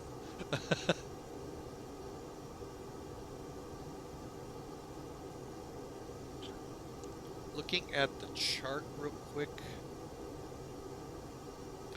If that would have happened, folks, in the real world, you would go into a racetrack hold and get yourself down to 10,000 feet at NAPSA and under 250.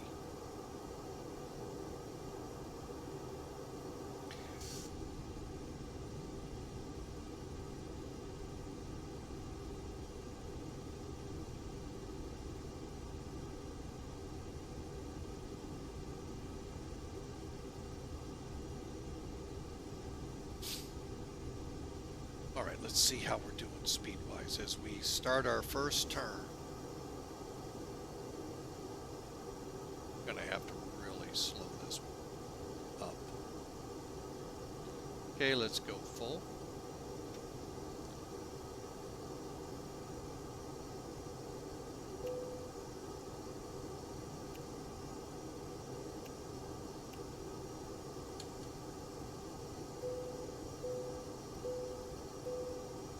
Okay. Into the soup we go.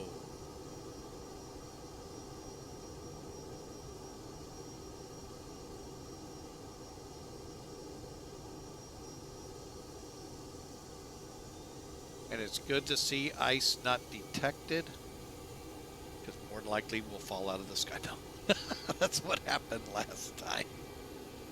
Took a lot to figure out it was ice. All right, speed brake. I'm going to go ahead and take over speed.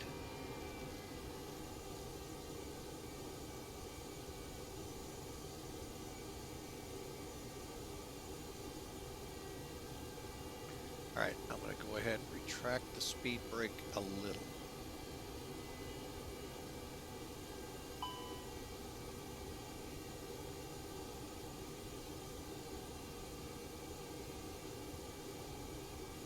Wants it in.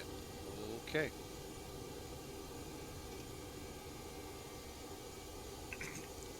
Follow the commands. Oh, no longer in a descent.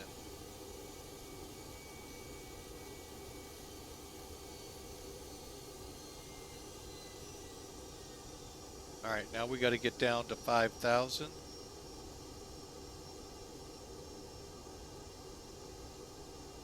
Right now, it looks like it'll be right about here. We'll see if we can't knock that 4,000 feet off in this 4, 8, 16, 2, 2, 2, 3. Yeah, we got about 20 miles. See what we can do. Speed brakes are definitely coming back up.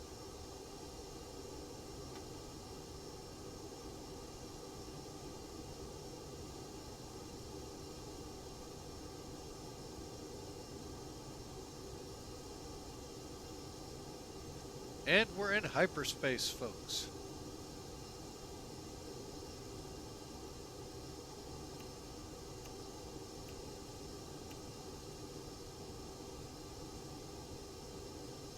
Uh-oh. Thinking we're getting some ice on the windshield. Let's get up here and get pitot heat on.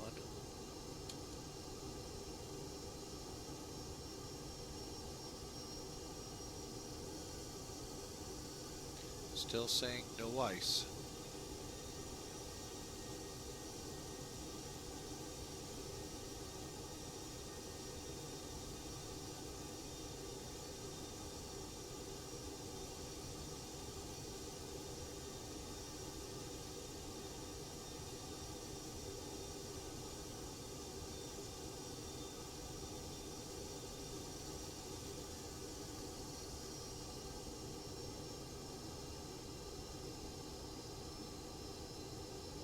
Hey, we're making 5,000. All right. Go ahead and pull the brakes. Okay, let's get our landing system on. IMSW 180-108-3, 5 miles. Okay, cool. Okay, constraints on. We may be doing an auto land. Let's get those on. And transition level 1014. All right, folks, landing checks. Okay, McDo's perf. Let's just for the fun of it, we'll put in the winds. Data, function, update.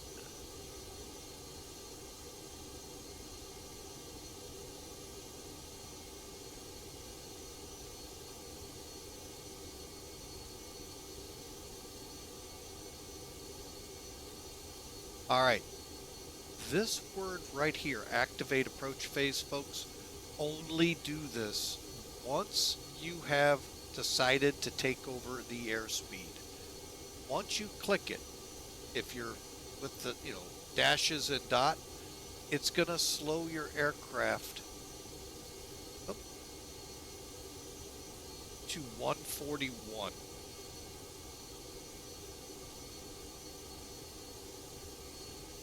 Okay. If you've got it under control, then you've got it under control. So what I'm going to do, since I'm controlling it, I am going to go ahead and just activate approach. And I am preparing to, out here at about 15, begin to make my turn in on the ILS. Watching, okay, ILS, everything looks good. Landing light, ignition. Okay. So far, so good. Temperature 7 degrees. So technically, we shouldn't have any icing out there, but we're below 10. Let's keep it safe.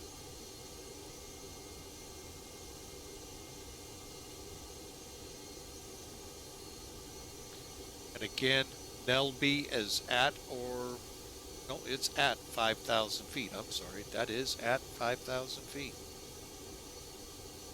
I kind of misread it a little bit. So as soon as we cross it, we'll start hooking our turn in for the localizer.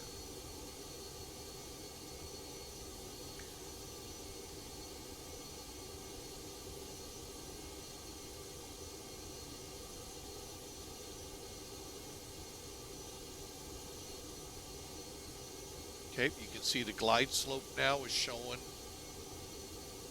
We're getting it's getting above us so we can appropriately intercept it. And we just went abreast Nelby. Go a little bit further. Again, no ice, landing lights, everything's good. Seatbelts are on. Auto brakes, medium. Go ahead and turn the brake fans on. All right, I'm going to take over the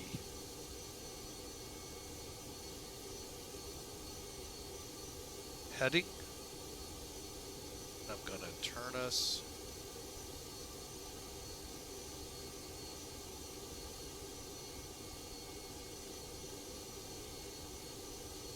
to make that intercept. And let's go ahead, get on the localizer.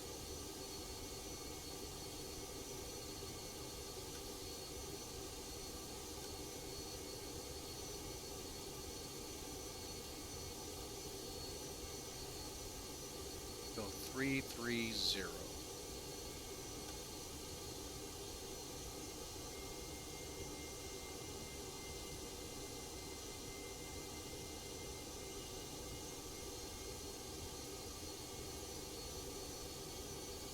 Now they did have freezing rain earlier, so that's why I'm very, very cautious on this flight.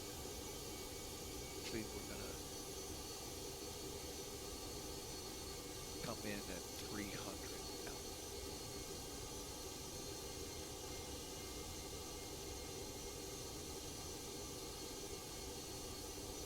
Once we're on the localizer, we'll click approach and then probably go into auto land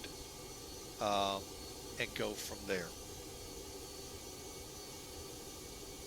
But again, hope you enjoyed this real short run from LJLJ to EDDM. Localizer established. Approach activated and going Cat 3.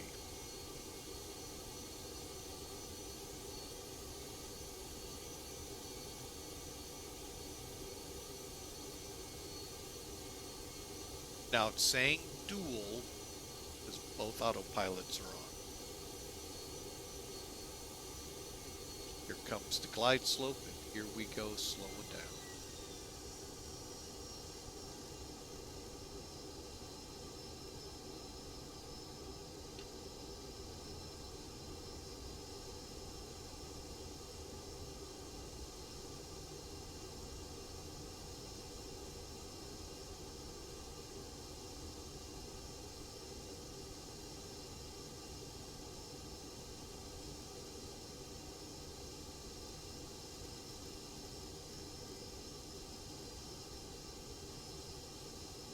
And glide slope capture.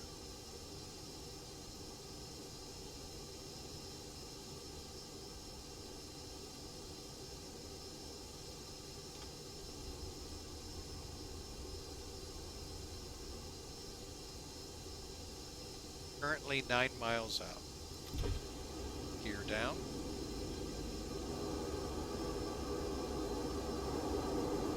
I'll be honest, folks, I've not auto landed this plane. I'm pretty sure. I think we did the 320 Neo, but I don't think I've done this aircraft yet. Still no ice detected.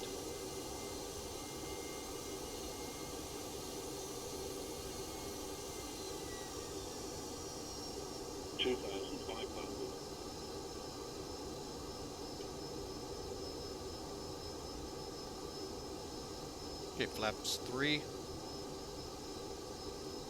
Get under 160. Go call for flaps full.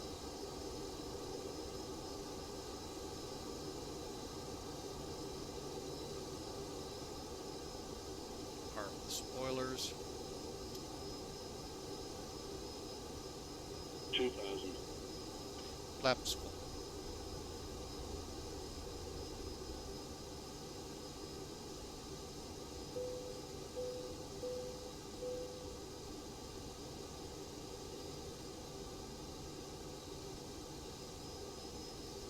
Okay, folks, welcome back. We are stand by 5 mile final. Still in the soup. Approximately 1,500 feet above the ground.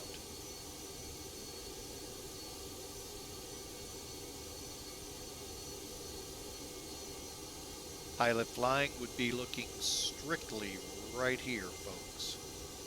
Glancing here, there, but the pilot not flying is watching for runway. And calling out altitudes. Again, see if we were not on glide slope, how it's hanging right around 700, 800, kind of up and down a little bit.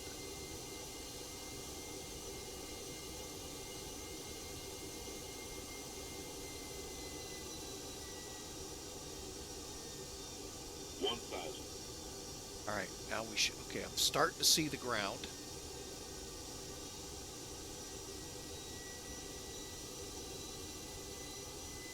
$200 is minimums on here.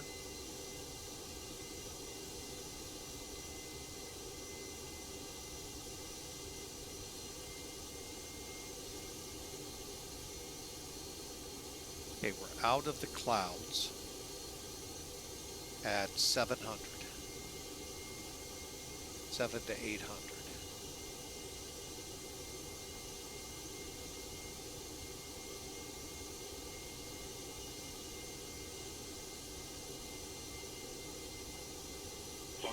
Runway environment.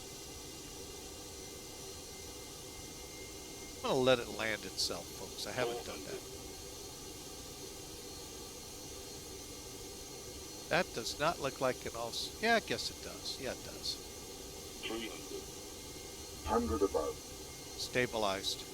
Auto land. 200. Minimum.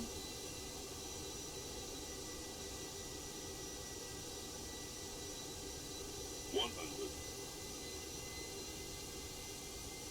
50. 40. 30. 20. 10. Retard. 5.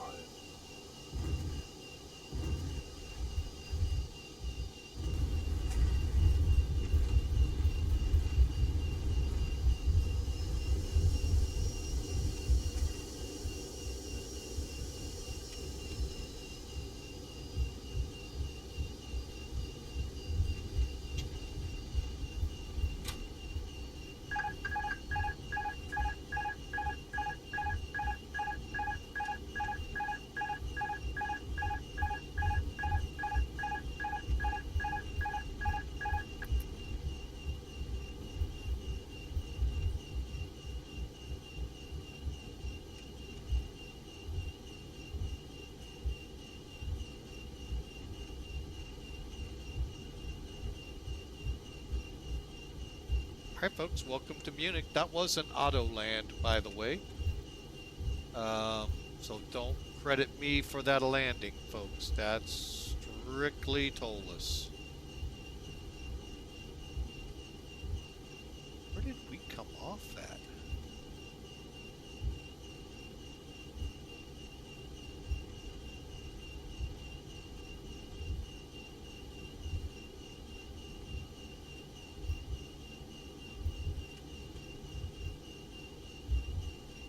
Okay, we're going to go down to Bravo 12, start cleaning up.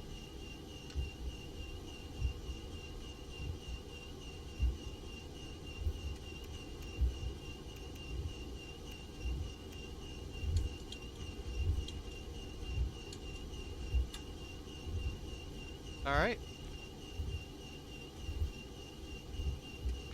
Get down here, get the radar off. Even though I sure didn't see anything on it. Bravo 10.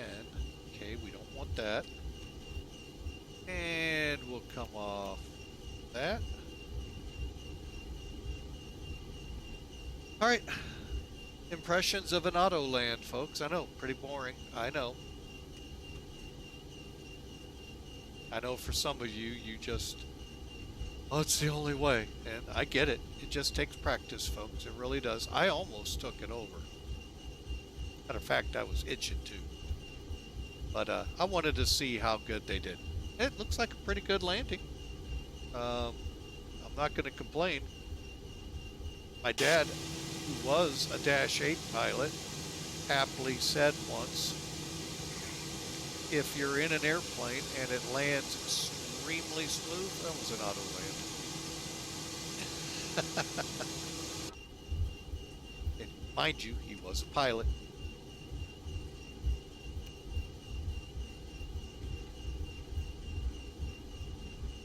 We are on. Okay, APU coming on.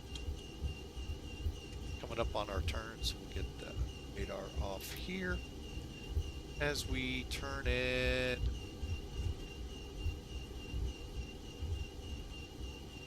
Bravo 12.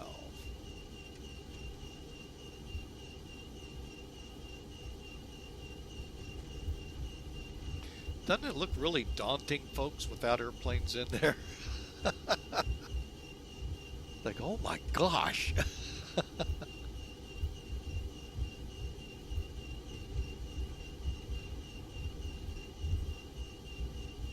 And the wipers are pretty useless.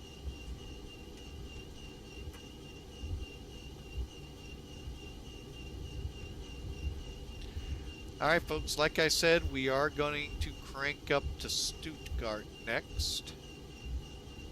Up Stuttgart. Let me get myself on the right program here.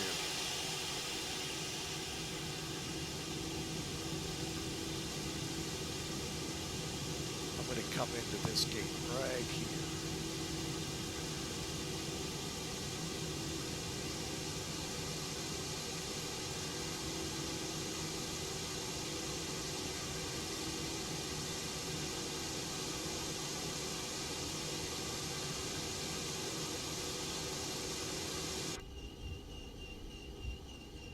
Looks like the rain is starting to let up.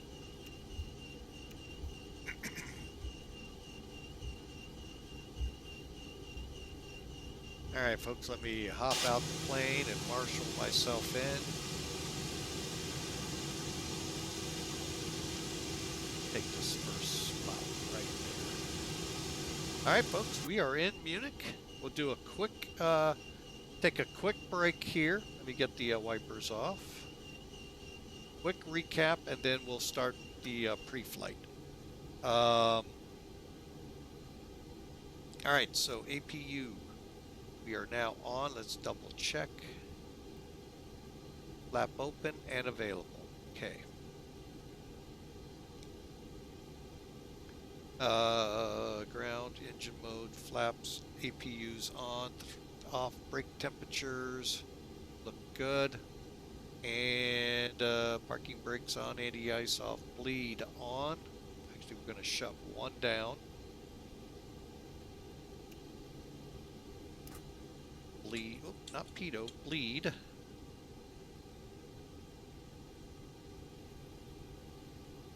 We'll get number one shut down.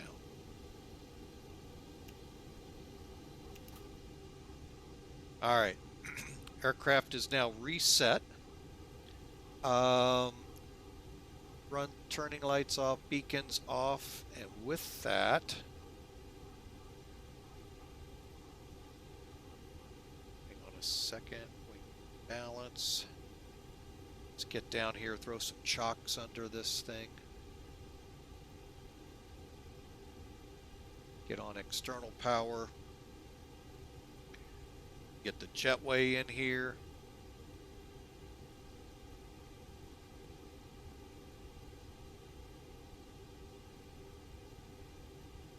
All right, let's throw everything to auto. Next, next, next.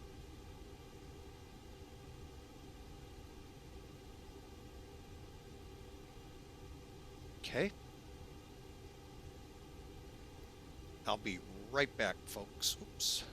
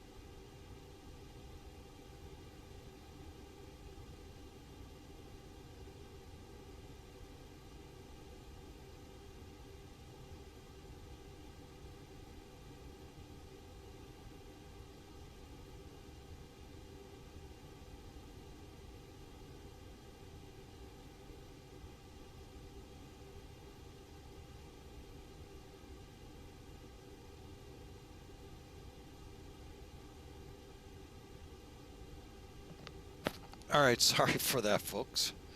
Ooh, you just, wow, that came right on me quick. All right. Unloading the peoples. All right, so we're in. The timer is actually running now. So we may put it back into open here in a minute just so we can get through it. What I do want to do, though, first things first. Okay, this I don't like with this. Okay, there we go. Okay, the PIREP's already filed with Millennium, 42 feet a minute. Now, that's what you would want with an auto land. And so, okay, I like it. That's pretty cool feature. We're going to go ahead and minimize that because we got another flight coming. All right. While they're deboarding, let's pull Sim Toolkit. Sim Toolkit. And maybe. Here it comes. It's getting a little slow, and I know it's because of the rain and all. All right, so it's already logged it. So let's take a look. There's our routing. Okay. Get some details now. Okay, it was a 55-minute flight, 168 miles, call it 2,000 kilograms of fuel, 1.5 G's on the landing at 214 feet a minute. Mind you, Millennium Aviation, 42 feet a minute. Folks, it was a really good landing. 123 knots, I think we were a little slow. All right. How did the computer do? Look at that. 1,328 feet down the runway. It was 2 feet off the center line. Again, I did not take over, folks. So this is not me. We're evaluating the auto land, and that was really good. Pitch was 5.7. Ideal.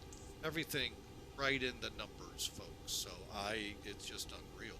Very good job. All right, and I get a feeling. Are you all getting an echo? Shouldn't. Checked everything before. It sure sounds like it. Oh, maybe it's just my paranoia. All right. Here's what we're going to do for flight number 2. Do you all need a break? No echo? Thank you, Original Godspeed. Thank you. It just seems, I'm going to check my stuff again with OBS. But anyway, it just seems like it sounds maybe I'm over-modulating or something. We're going to plan this flight in Sim Toolkit now. Tell you all about it. Tried to show you once and blew that. So we're going to actually do it this time. All right. First thing we got to do after we see our logbook, go over here to flight planning. Twiddle our thumbs till it comes up. There we go. And then we're going to go to Advanced Planner. Oh, wait a minute.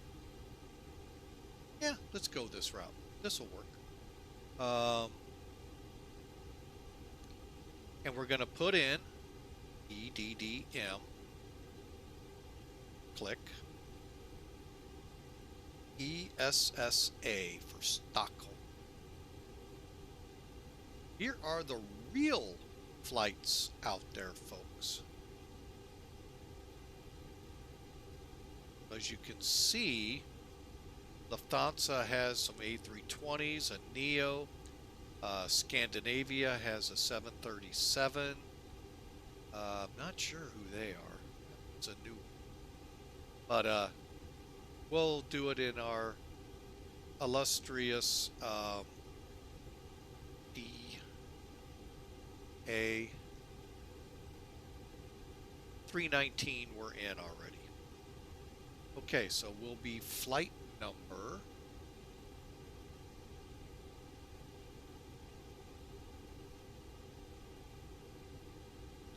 2418. Is that up there? Right there. Should have been a 321. We just didn't get enough passengers today, so we tail swap to a 319. Ooh, that's a drastic swap. LH 2418-2418. Okay, now here's where I was talking about. If you remember in the beginning, American Airlines, United. There is one for Lufthansa. I have never used it. I'd like to use it off stream before trying it here. Okay, that's just me, folks. I'm going to go with American. We're in pounds. Takeoff time. I don't know if we can. Well, we'll try. We're going to shoot for it. 21:55. Whoop. Okay, I'm going to go with a 5% and a reserve of 45. Taxi out 20. Taxi in 10. Leave it up to the sim to come up with.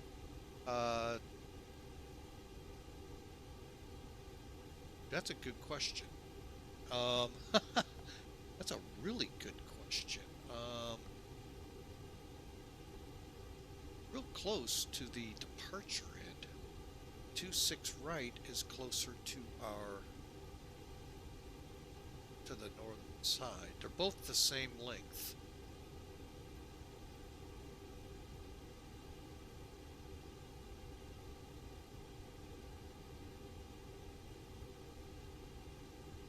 I know this airport has a de-ice area. Where did they de-ice? If I was a gambling person, I'd say Bravo 13, 14, 15-ish. Sure what it's DA 15. De-icing area. Okay, so there we go. Right here in the legend. These weird looking lines, DA 15. Max wingspan 213. I think we're on that, but we'll do this one. Up here.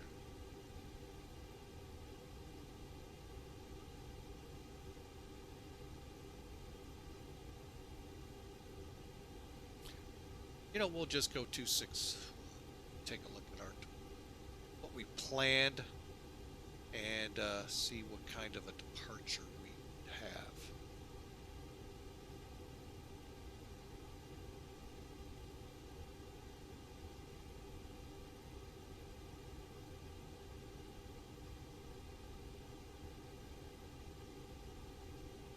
Let's just get this deleted.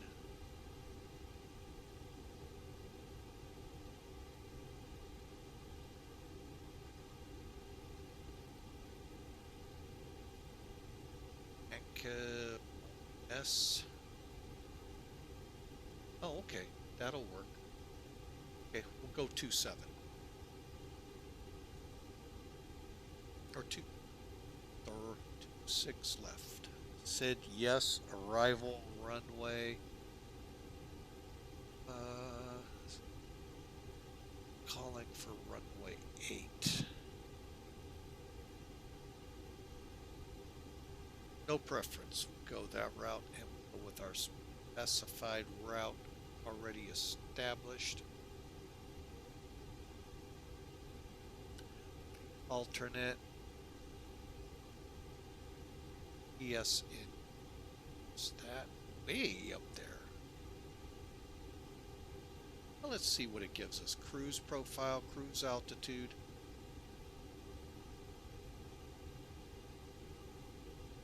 Why not? May or may not give it to us. And then so that's all you do, folks. This is almost identical to what you would do in SimBrief, except you're doing it here, and we're not using my SimBrief tab. We're doing it right from flight planning. Generate. Going to SimBrief, pulling all that data up.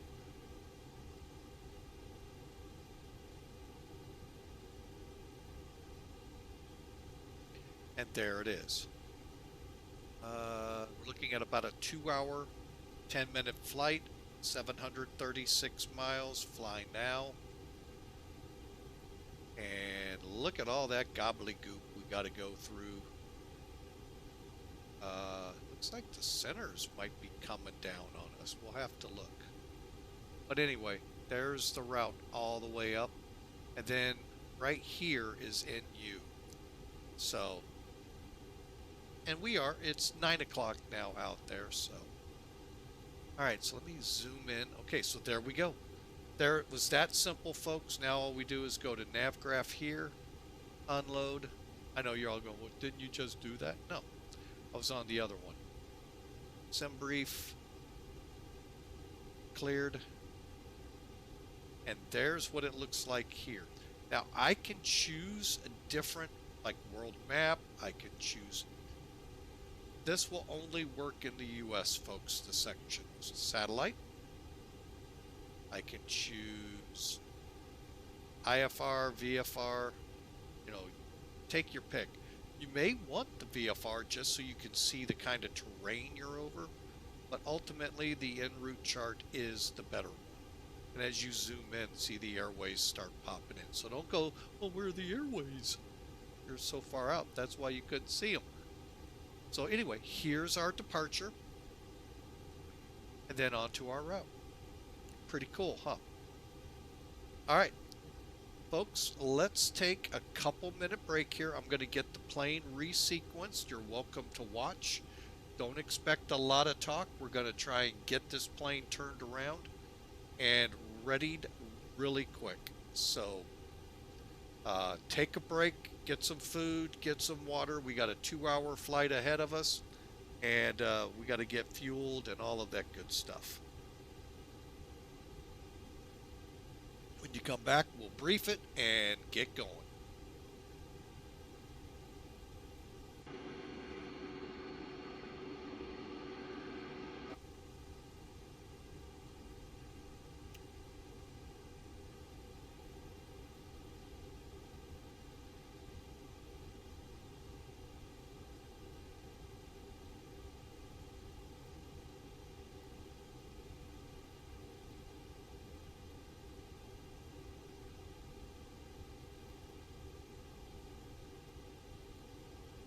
All right, folks, for those of you sticking around, we'll just walk the checklist through and get her going. All right. Now, if this would be a turnaround flight, okay, that this crew is now going to a different flight, we would put it on external power, take it off the bleed, and shut down the APU. We're going to go ahead and do that anyway.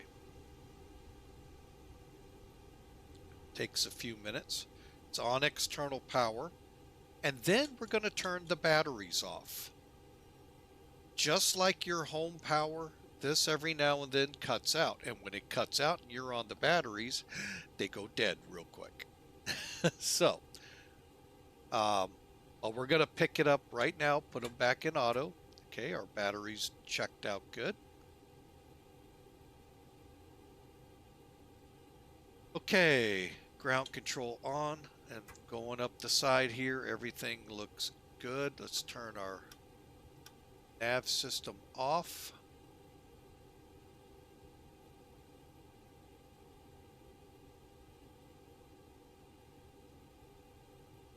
And I think we're ready to start loading.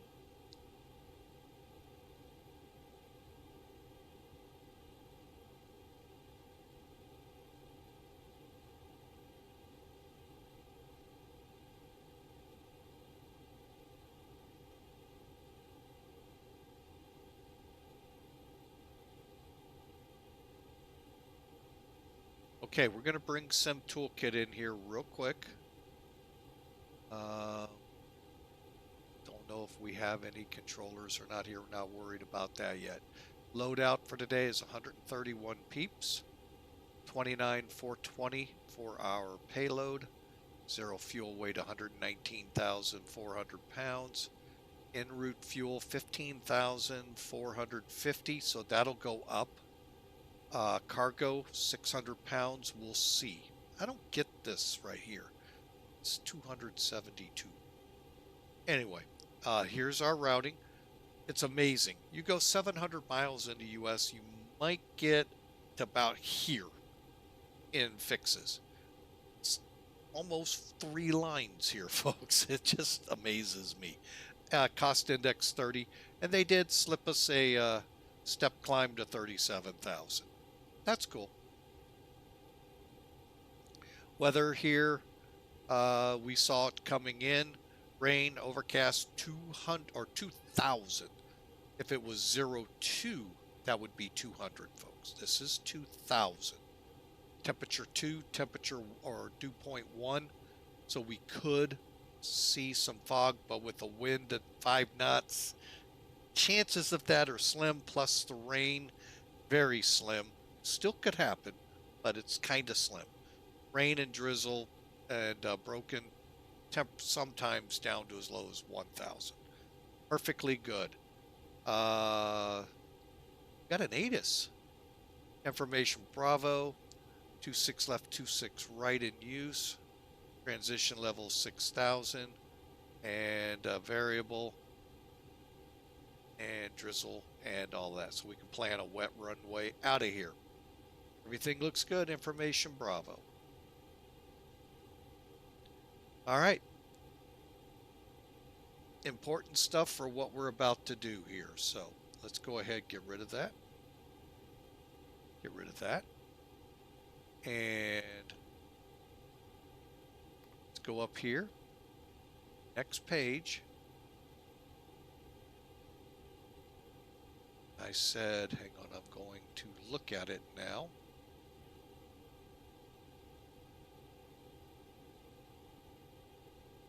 Okay, we're looking at 131.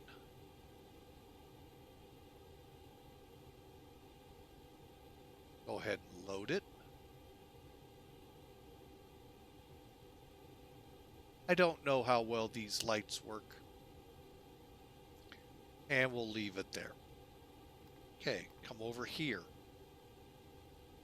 Next. Next. We need to come up to 15,447 or greater. We'll use the 2+ signs.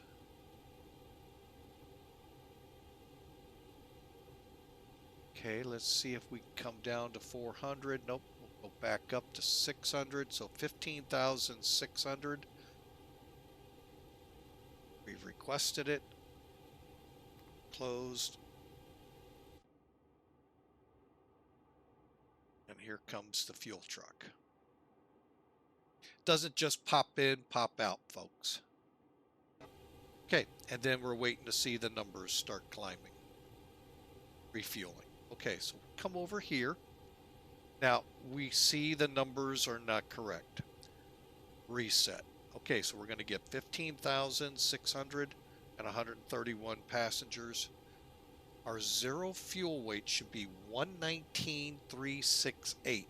You're off by about 500 pounds.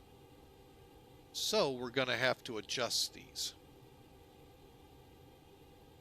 Maintenance.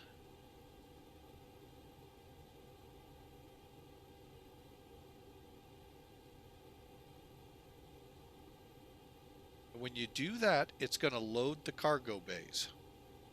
Come back. You set the current. 19273, 19368. I wish we could fine-tune this more. Bring this up to 300 or something like that, but we can't. We'll go with this. That's perfectly fine. Everything looks good. CG. The aircraft is currently loading fuel. Okay. And to verify, all you got to do is see the numbers are going up. It's going to take a little, folks. We got 6,000 pounds of fuel to uplift. So that gives us plenty of time to get going here. So back up top. Okay, the fuel pumps are indeed off. We're not going to start the APU, but we are going to.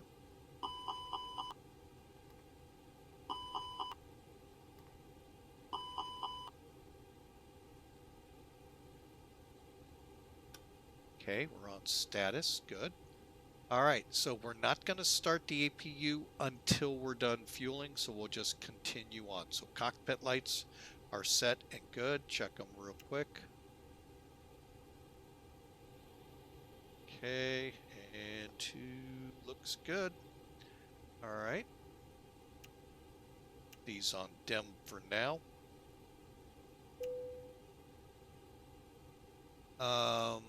Flap levers, okay. Oh, we can do that from here because we need to make sure they match. So flap shows 0 and 0. Spoilers are down, no white band, so they're not armed. Okay. Probe heat, let's check because we did have it on approach. It is off. Air conditioning panel all white except for the packs because we're not on those yet. Crossbleed auto, and Gen 1, Gen 2 should be in fault because the engines aren't running yet, so they're good. And the electrical panel and other lights are off. Ventilations are good. That's right here. So we're going to go ahead and start the alignment. On bat worked. On bat, just make sure it turns off. Just making sure you have some way of knowing where you are if you lose both your engine generators and your APU generator. And we're good.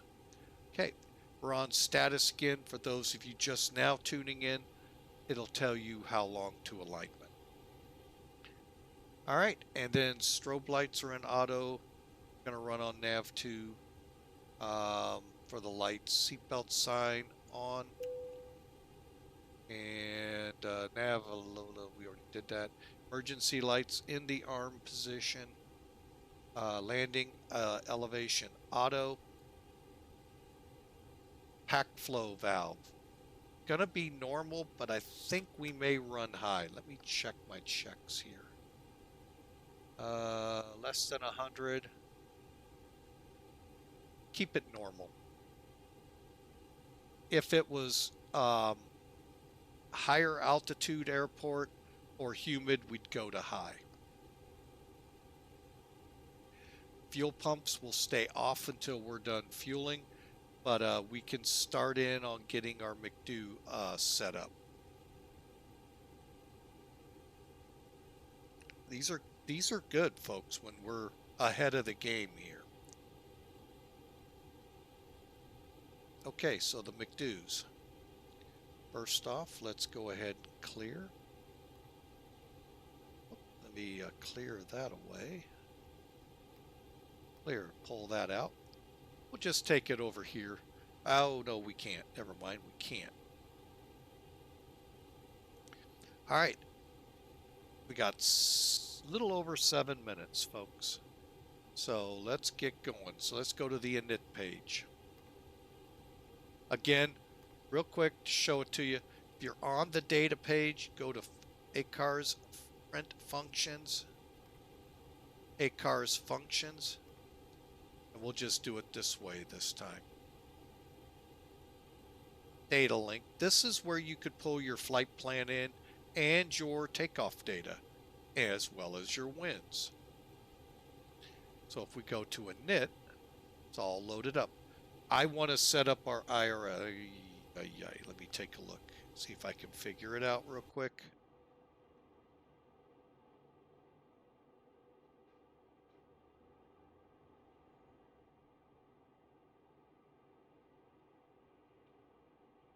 $221. Okay. So what we're going to do is pull up the chart.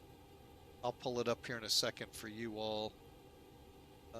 Parking stand, which one is that? Up other side, we want east. 221. Okay, cool. Coordinates. Okay. I'm going to bring up the other chart program, folks. Okay, these are the charts for the stands. We're in 221. So you look for it. Here's the closest. So we need it to say November 4821.1 north. Okay, so we need the down arrow. Click the key next to it over here for the other one. East 11 Okay, E11, 47.6. Okay, and again, the up downs. Just double check before we send it on its way. Okay, 48.21.1, 48.21.1, 47.6, 47.6. Align on IRS. Clear, clear, clear. Winds. You could have done that from data, or just do it from here to make it simple. Request. There you go. And you could do that anytime, folks. Just go to data, ACARS, ACARS, click it right here. Okay. We'll be back to that chart in a second. I just need to look at something here. So 30. I will keep it 39. Cruise is 36.62. I don't know how accurate this data comes in. We'll go to the F plan page, EDDM, departure. Get our, don't have it yet. We still have 5 minutes. So,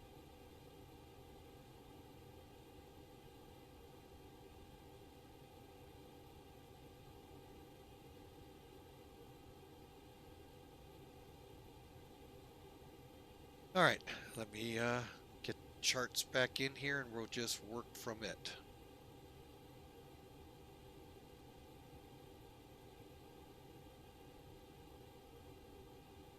Okay, so we said 2.6 left we're going to aim for. Okay. Across the top and down below you see Akins 1N, 1S. We are 1S because we're coming off the left runway. It's right across like you need it and insert.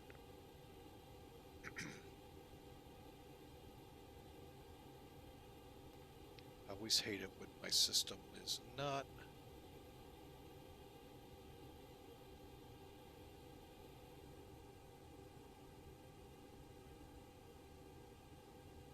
Okay.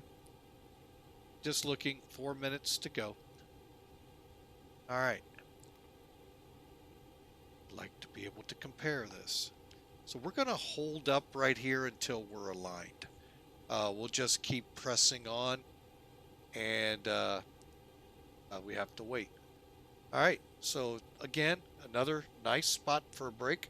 But as you can see, we're going to go 30, 31, 43, 44.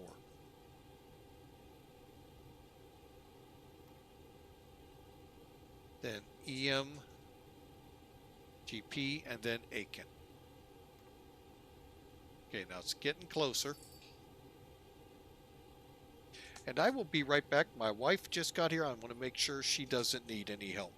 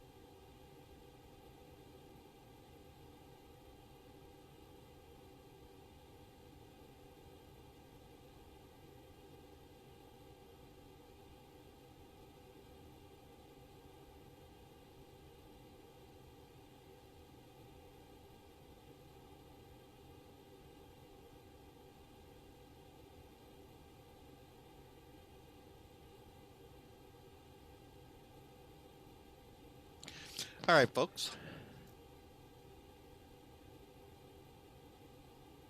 All right, folks, we're back with you, and we have aligned, or wait a minute. Should be aligned. Oh, here it comes. Boom, and boom. All right, so now we'll pull this out. Scoot it over so you all can see. All right, so we can now time through it. So we're here, working through the flight plan. If I put it on plan, there we go. Now we work it up. Okay. Whoa, we went too far. NILUG is our next point we got to contend with. All right. Let's go ahead and get rid of the AKIN. AKIN is real easy, as you can see. We got radar, the altitude. It's an RNIP approach, GPS required. Remain on tower frequency when advised to contact Munich radar. SID, all of that good stuff. Down here, it's telling us our initial climb is 7,000 unless told otherwise. And 26 left tells you 261 to 30, right to 31, to 43, to 44, GEP to AKINI. All right, across the top here, looking like we're doing the 2 Sierra. Let's take a look at the airport. Remember, it said 8. Aha, it's putting us on this one. Well, actually, what did it actually put us on? Because that was 1. Let me see what we actually got routed to. Runway 8. Okay. Well, we'll take it. They may route us to a different one. We'll see. Actually, how long is 8? 8,200 feet's fine. It's just a long taxi where you could come off here and doink. You know, just go doink. So, been a while since I've been in this airport. I like this airport. So, all right, close that off. Let's get into this. So we're going to be coming in.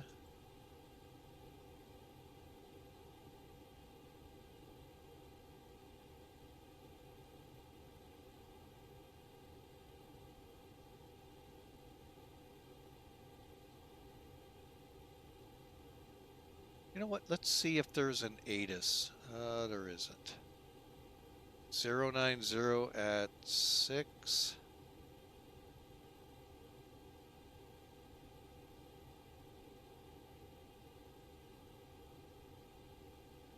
Wow.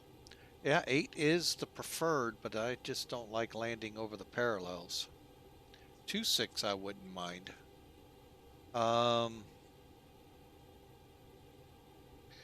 We'll stick with 8 for now. So 1 Sierra. I'm sorry, 2 Sierra. 2. Okay, so we'll go from NILUG to 630 to TEB VOR. Okay, that'll work.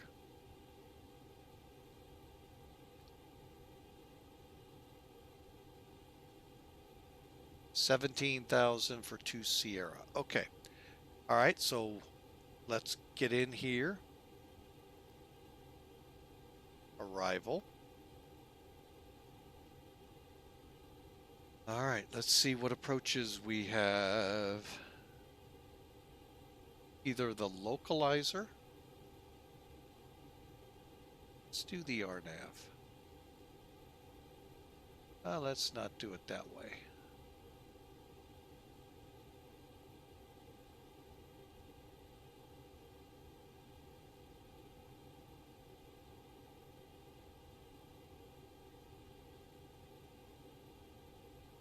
I'll do it. RNAV 8. Okay, so up.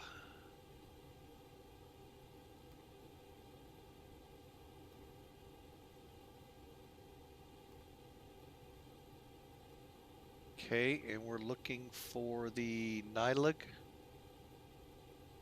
to Sierra.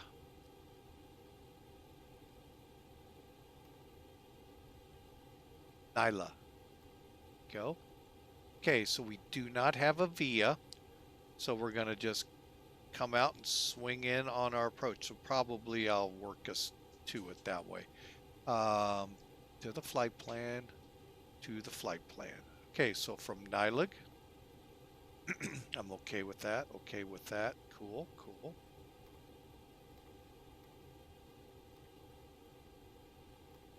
There you go, folks. And again, same thing, there's the missed approach. And there's our, if we have to go to, what is it, EFTU. All right, back to plan, there we go. All right, so pretty simple stuff there, folks. Next up is the RADNAV. Again, everything looks good. Init, page 2, or the page Bravo.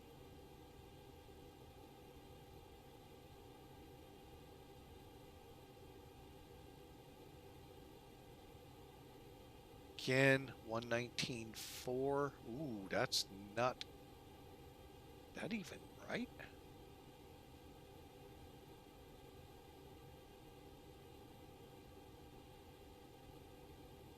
There we go. I just didn't reset. Okay, now we're good. 19.4, 28.6, and we're good. All right, 15.4, 15.4, all good. Perf page. Takeoff data. Takeoff performance. Sky vector.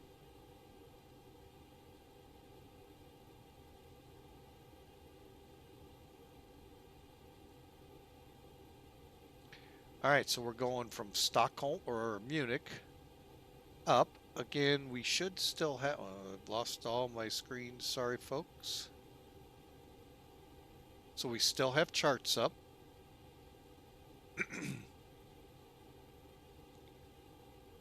Okay, METAR as of 20 minutes ago, winds are variable.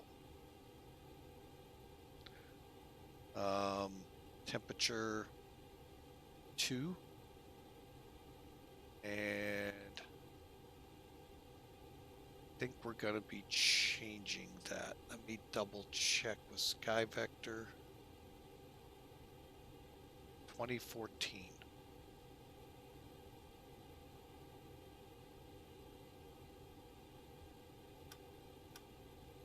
Yep, we are. Okay.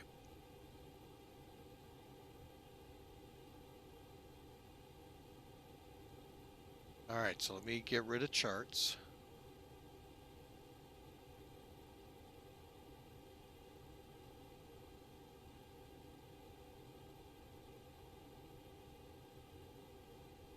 There we go. It's being a little sly here, folks. All right, so 2994. 994. Wet. We'll use engine ice on takeoff. We're not sure yet of this, so we'll start with flex. Auto on the flaps, air conditioning. Okay, so 2 degrees, right? 2 degrees. Okay, come on. There we go. All right, so let's check flex.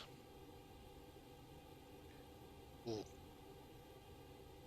Getting a little iffy up here. So let's go toga. Much better. We'll be going toga. All right. West.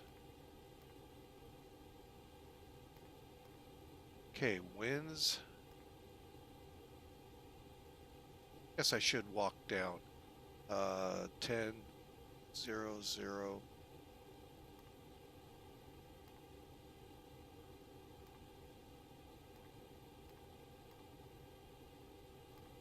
2,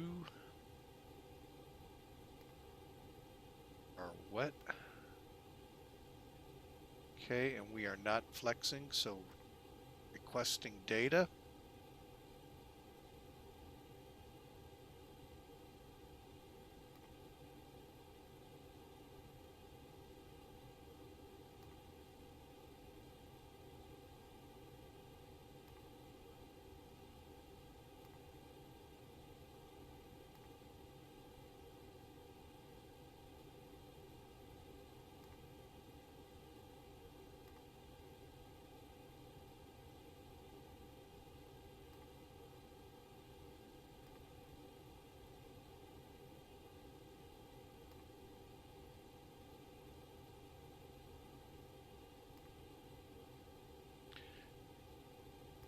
I think I'm doing it backwards here, folks. Okay, do this. There we go. All right, so 134.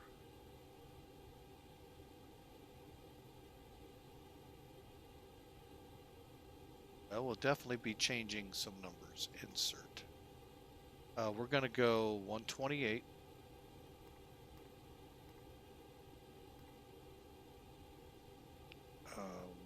128.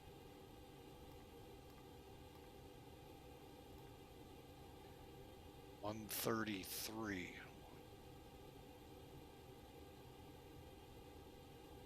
Why is it off so bad?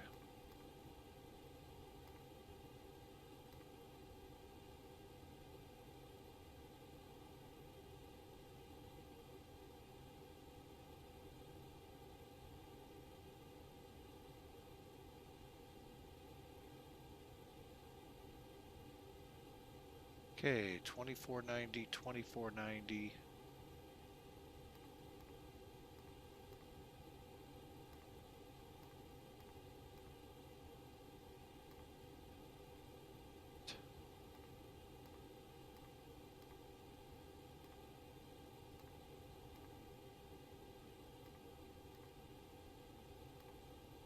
Okay, and if we lose the engine, 3,000.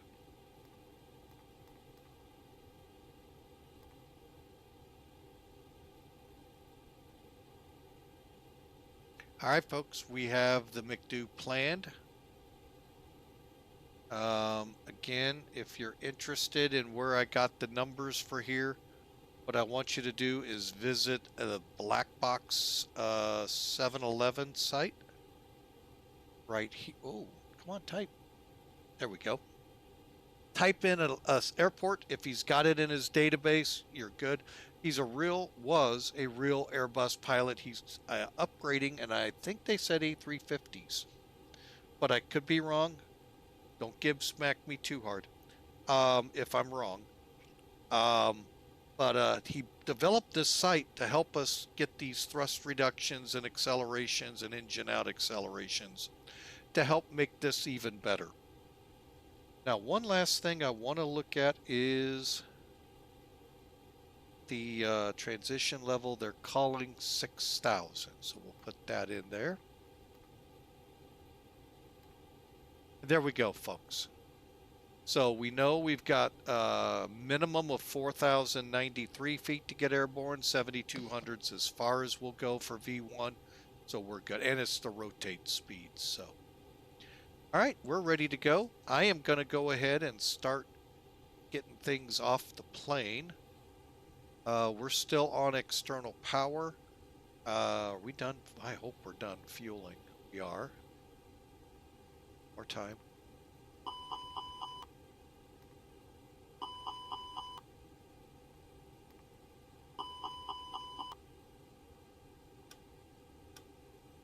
Okay. All right, and CVR check. CVR stands for Cockpit Voice Recorder.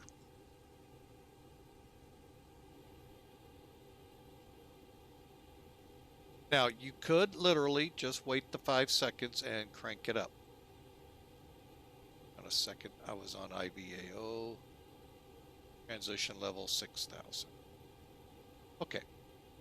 Or wait for flap open and it does a few more checks.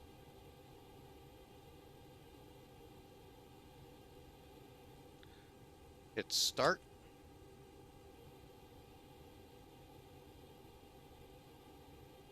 and then you can watch it fire up. We're about ready to go, folks. I'm going to go ahead and crank up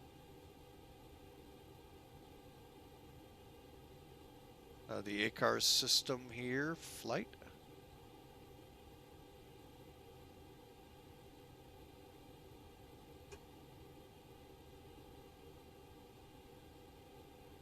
Started successfully. Back air.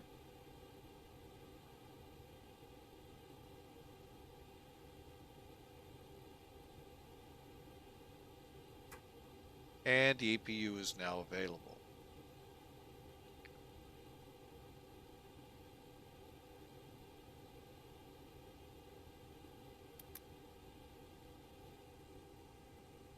Lead on. Fuel pumps. And we're ready to go, folks. Let's get down here. First off, let's get the pushback on its way. Hey, Captain, let me know where you want this thing.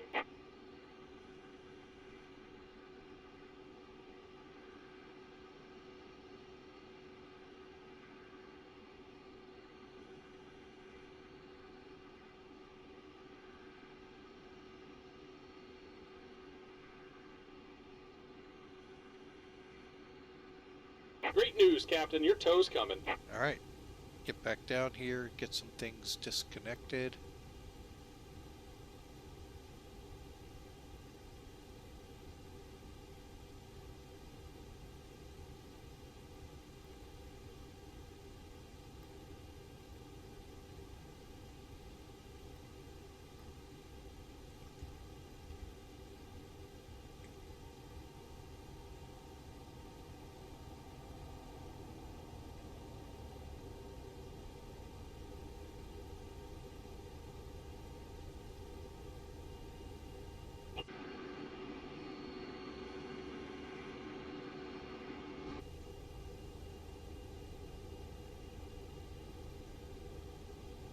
All right. Looks like the doors and hatches are closed and we're ready to connect. All right, bring it on.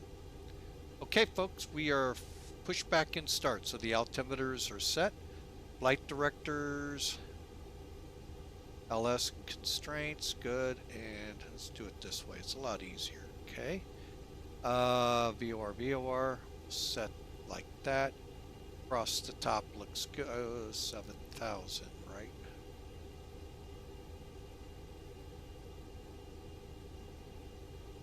$7,000. Okay. And get this back where it belongs.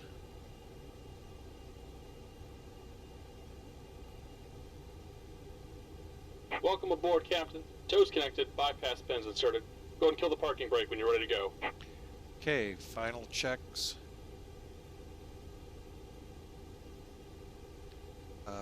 Altitude 7,000. VOR, set. Brake fan on. Nose wheel steering set. 3 green, gear lever down.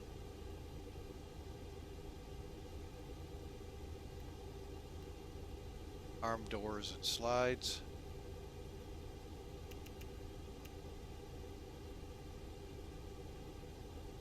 And the beacon.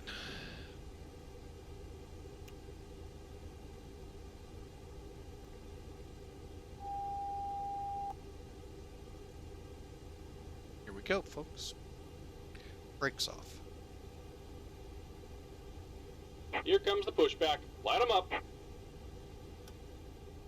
Okay. Got a little bit of a pushback here, folks, so enjoy. Welcome and thank you for being a part, catching our second flight here. We're headed to Stockholm, about 700 miles away.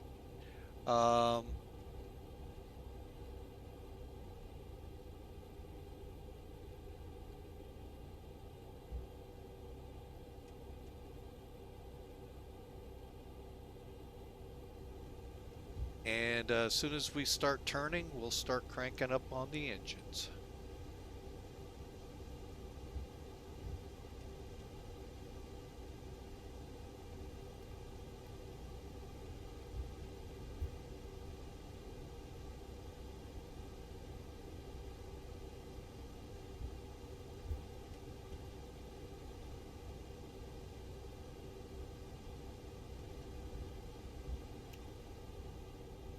Okay, I'm going to go ahead and start cranking up number 2.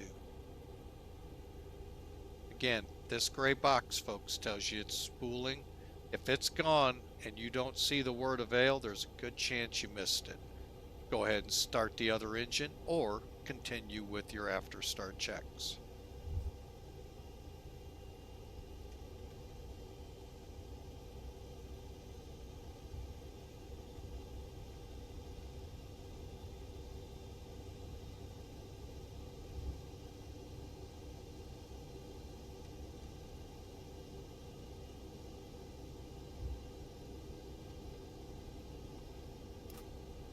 Okay, just about there, folks. See the word avail? If you miss that and you don't see the gray box, guess what? You're fine. Crank up number 1 or the other engine. Okay, and there it goes, starting to crank. Sometimes it'll say cool down, warm up, whatever. It'll do it. Takes it a little bit sometimes.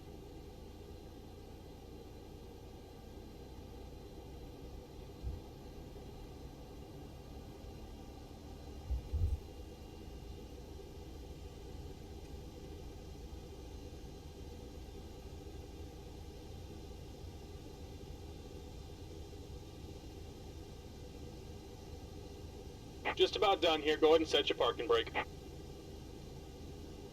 Brake set. And we're disconnecting the tow. Give me just a moment. Avail. Click your chrono. 3 minutes to let the engines warm up. I know, they just landed. They're already warm, but hey, what the checklist calls for.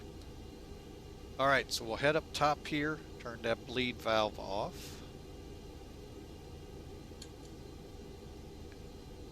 And release him.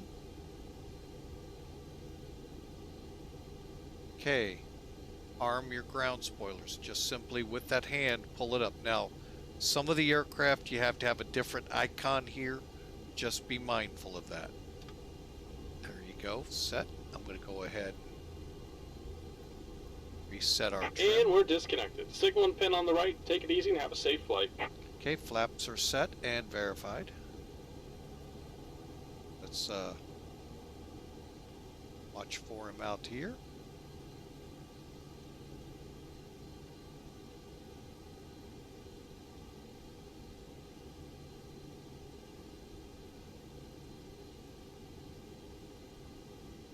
Okay, there's the pin. And what I do again, runway lights. Just to let them know we got it. Alright, into the middle. Alright, we got to set our takeoff trim.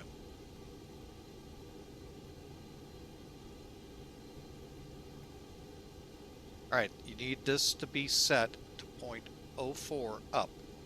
So 0.4 up.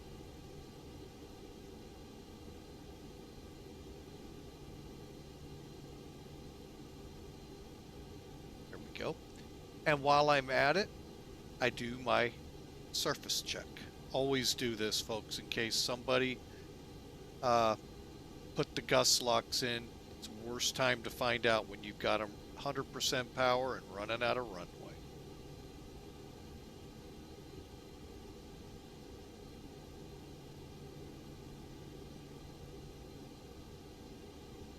And it has happened in the real world.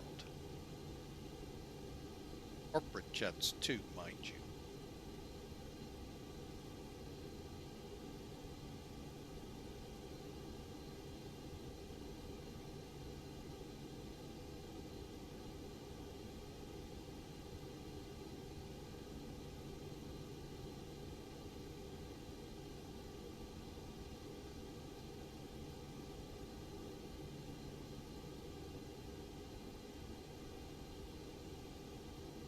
Okay.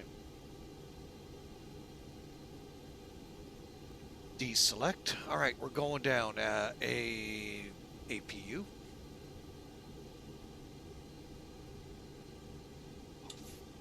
Okay. Auto brakes.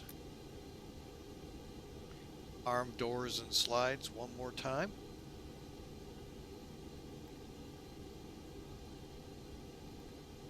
Okay, and folks, it's time to taxi. Turn our clock on, which we didn't do last time. Get up here, turn this one off. Past 3 minutes.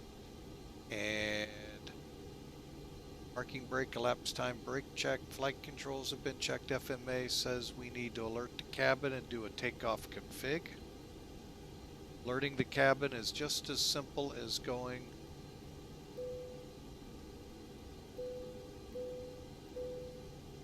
and takeoff config right there. Here we go. And then radar on.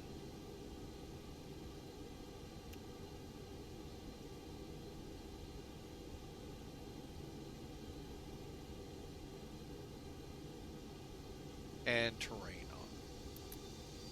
Alright, here we go, folks. Flight number 2. Looks like the sun's trying to bust through here.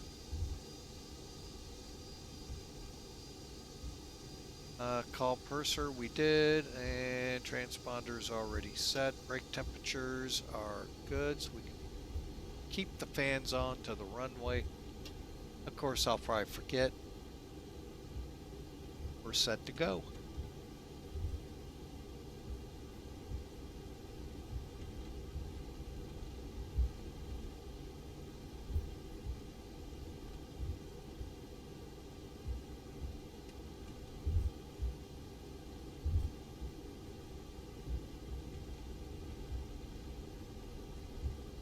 Alright, we're going to turn on Sierra, head down to the de-ice area and de-ice.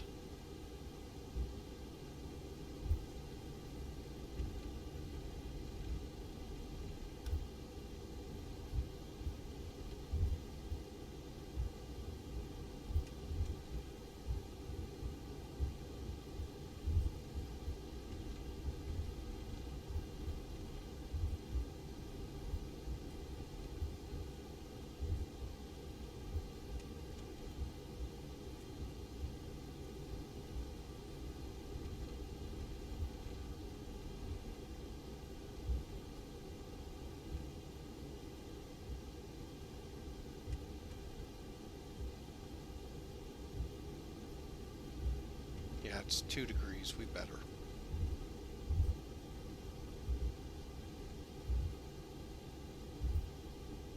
We'll take 15.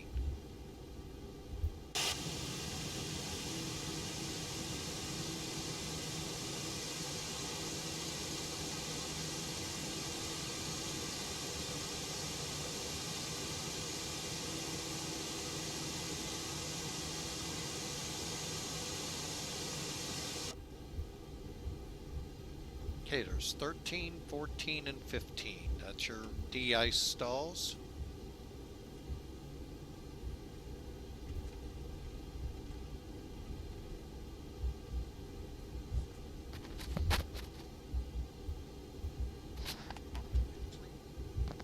We'll take 14.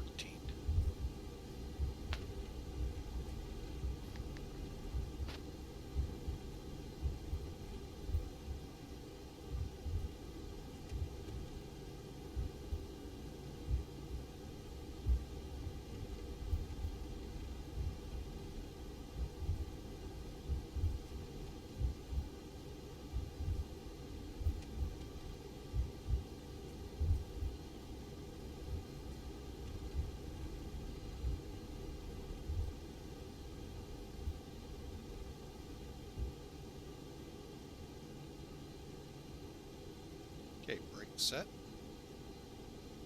And like we did in our last airport, LJLJ, we're going to request de-ice. Yes, you would shut your engines off. Although, I am kind of curious, would you do that?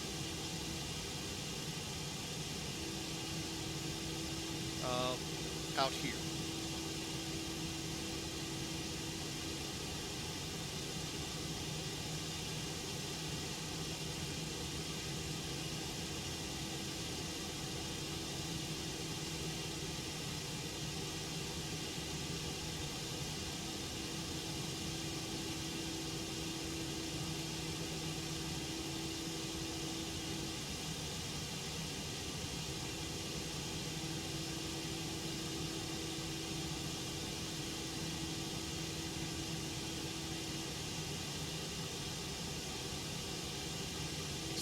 be de-icing here for a couple minutes, folks, and then we'll be on our way to Stockholm.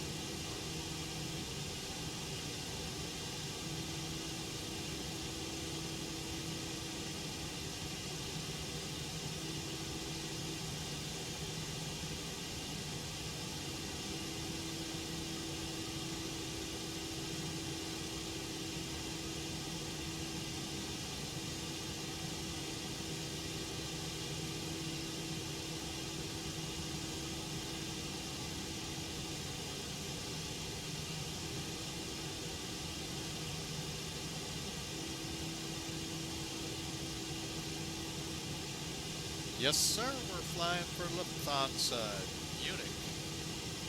Actually, I didn't check. My bad. I should. Get airborne. I may come on that. So I know y'all would like to hear me on with them.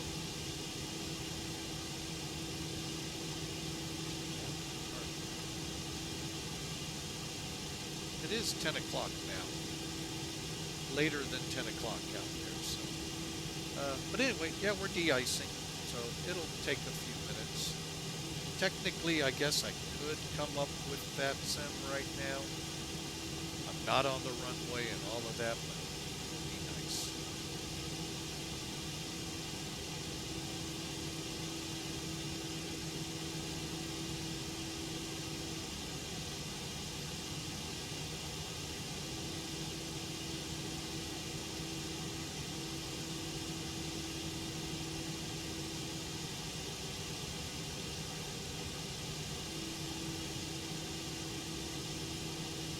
All right, and yes, folks, they will go back into the back of the airport.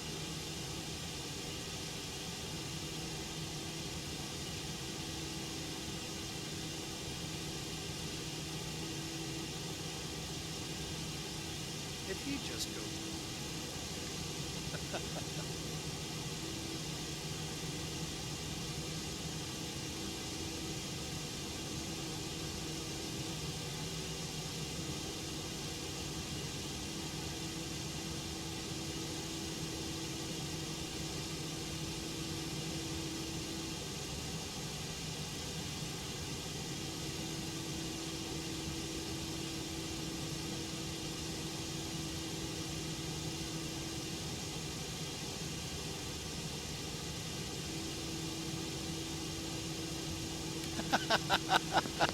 Yeah, that's fine, Matt. Take your time. I'm on X-Plane 12. We're now release candidate, version 8, release candidate 3. But yeah, I'm on 12. And I really don't use the orthos veterans. Don't know how to. I know it's probably pretty simple. I kind of like the default scenery, except for when they put high tension power lines. That was crazy.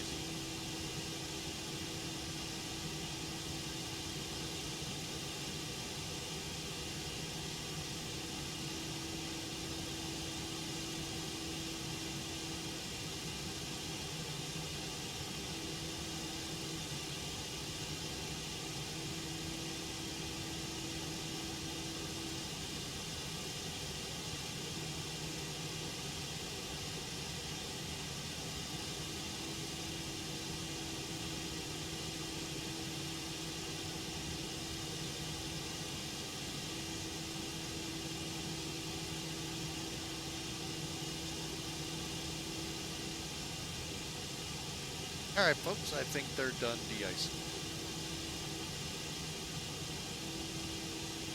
They are done. We'll let them clear the scene here. And then we'll take to the runway.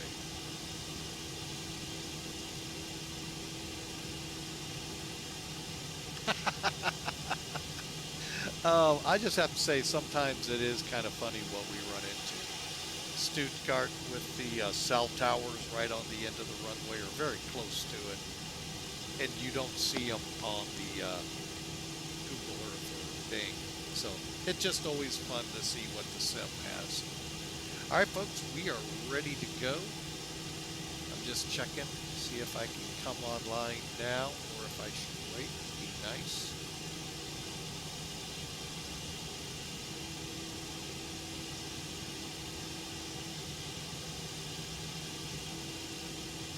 I'm gonna wait. There's a guy coming in on final. All right, so here we go, folks. Final checks complete. Flaps, takeoff config normal. No ice, and let's get the engine and pitot heats on.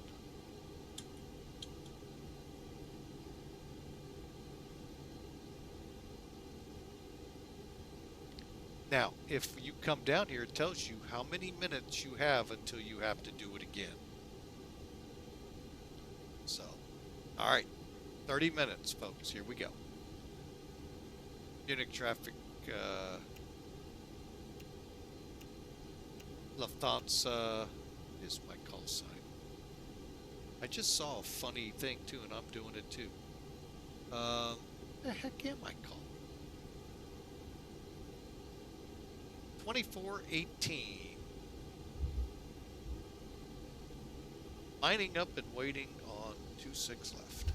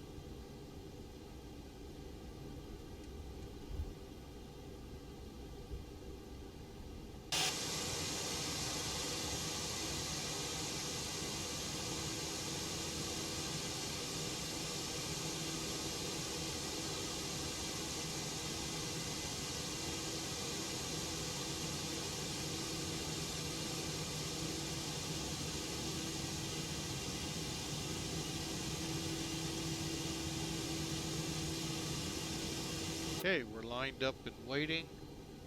Clear for takeoff. Roger, clear for takeoff, the Lufthansa 2418. Brakes off. Auto brake set. Lap set. Do have those deselected. Okay, here we go. 50%. Again, this is a TOGA takeoff.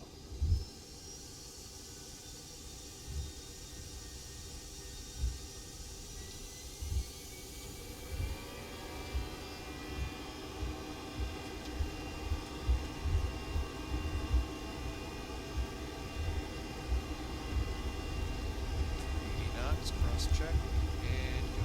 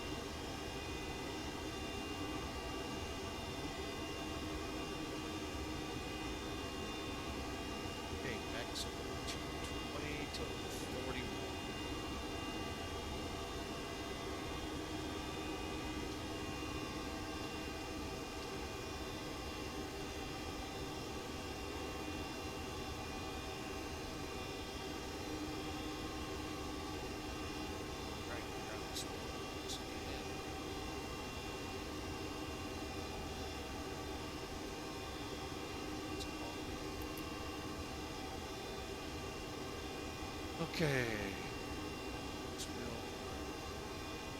They're fine.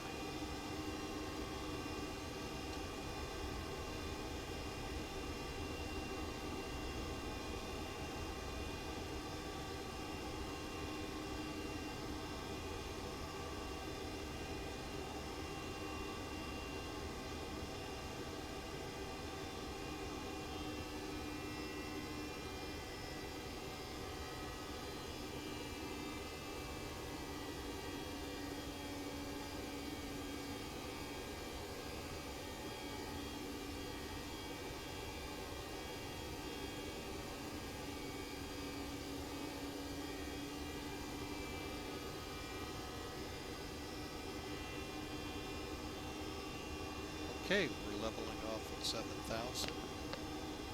Accelerating now up to 250.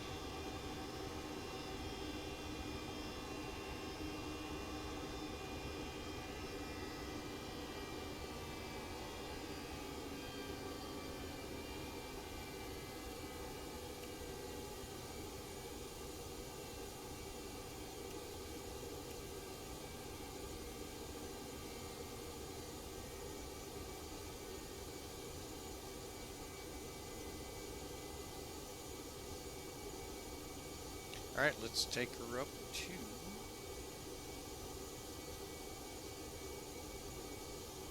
36,000.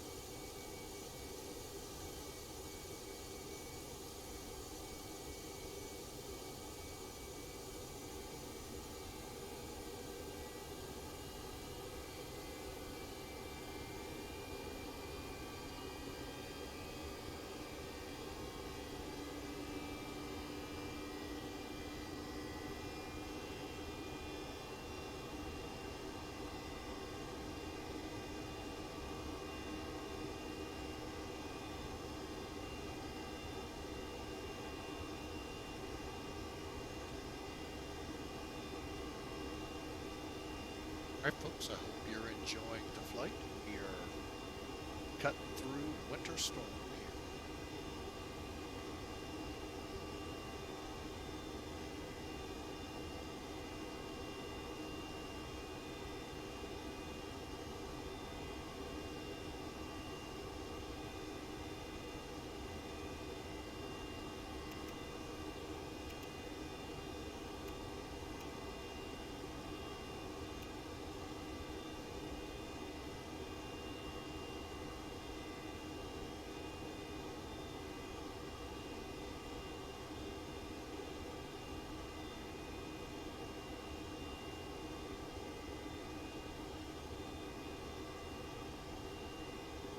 Alright, we're on soon.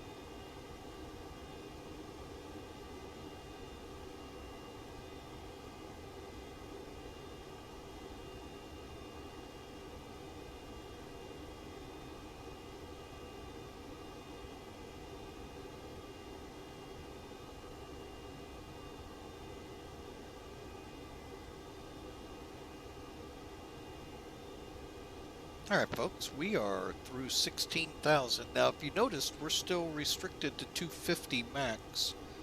And that is per the chart. If you look up here, AKINI is 250. We don't have any kind of, you know, altitude restrictions, but we're just in a speed restriction right now. Going through some very heavily traveled areas of Europe here, between Munich and Frankfurt. So that's probably why the speeds are held back for the good old sequence.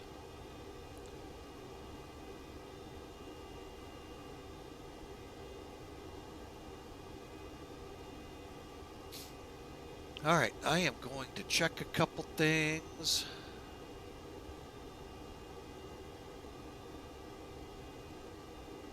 I think I will come online now. Sorry, folks, that it took so long. I'm glad we didn't come online on the first flight. A lot of mistakes made on it. 2418. This one, I'm glad we didn't on the ground because I don't think we would have held the frame rates up high enough. Alright, so we'll at least fly on this as long as we can and come into Arlanda. Who knows, they may route us to a different runway if they come up.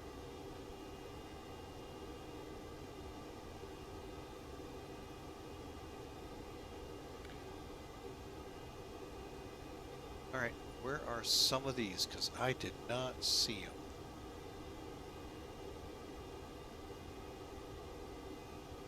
Ah, up here. Okay.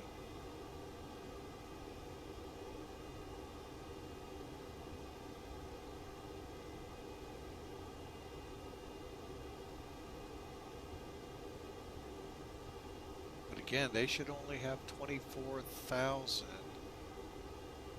Not anything else.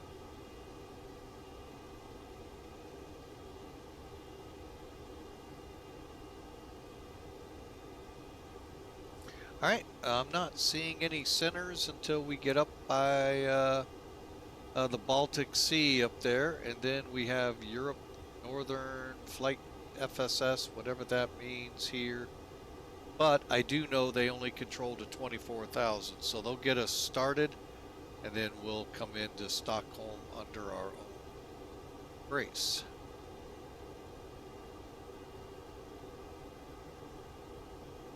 Alright, so I hope you enjoyed that coming out of Munich, a little de-ice action again, and we are on our way.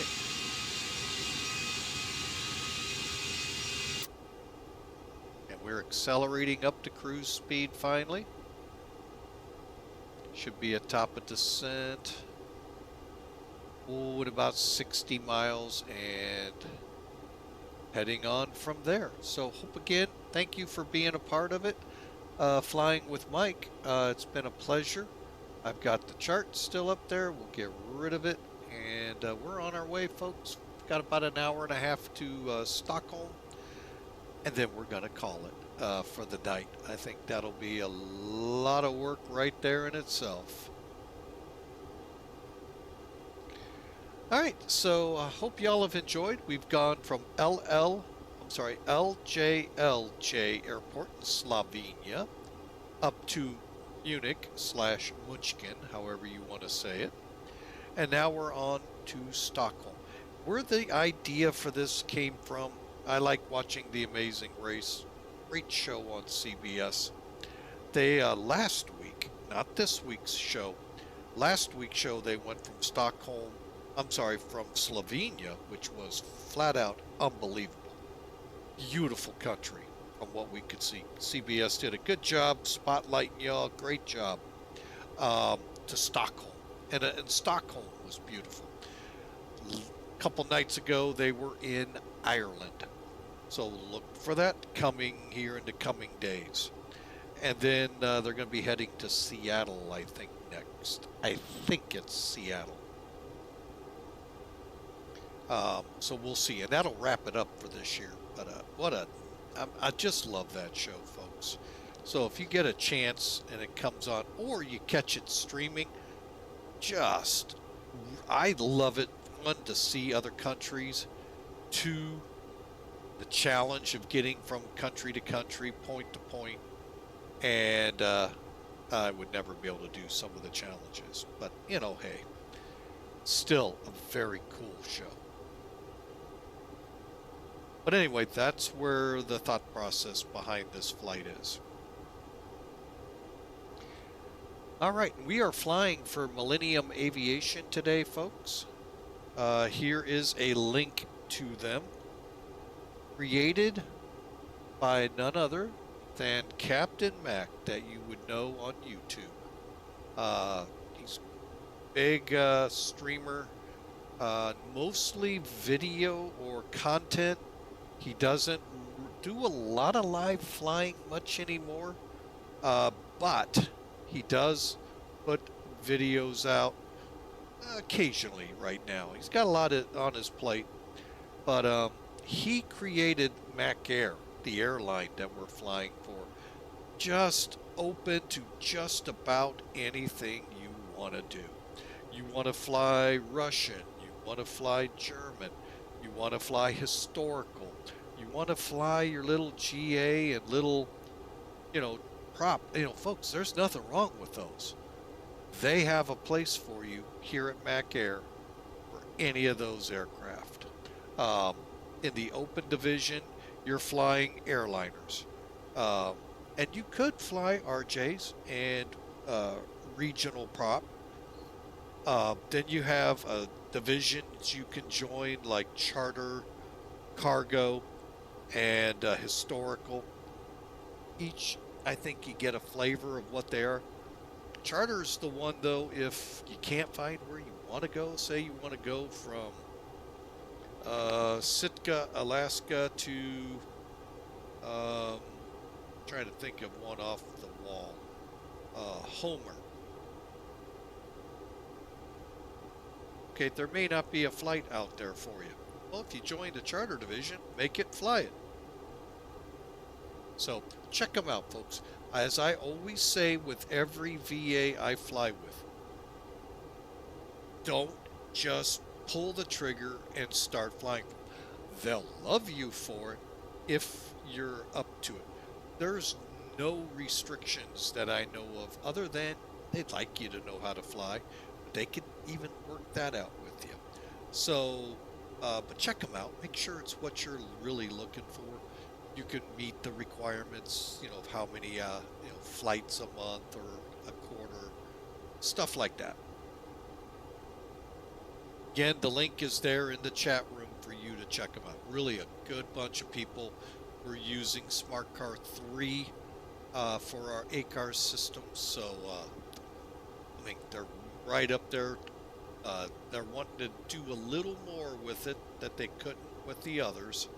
So I'm looking forward to seeing where they're going to go.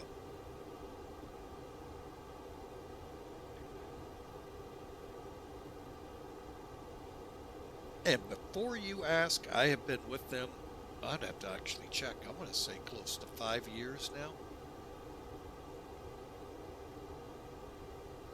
Let's find out. Oh, I'm sorry, 3 years. I started back in August of 2020. So, and you're not required, by the way, to fly from where you left off last. So, my goodness, if that's the case, every one of my flights would probably get canceled. And if it is, I just ratted myself out.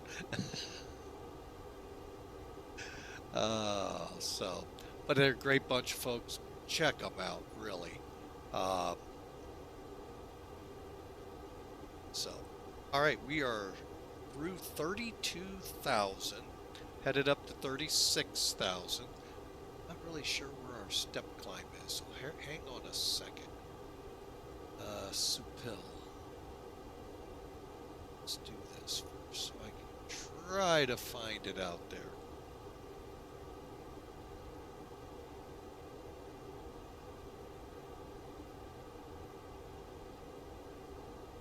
Oh man, we're probably, one just cut right. Hey, quit cutting me off.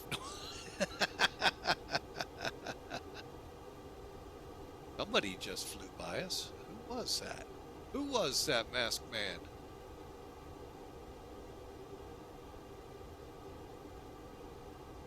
I gotta find me on here first. That me? The heck am I? Ah, here we go.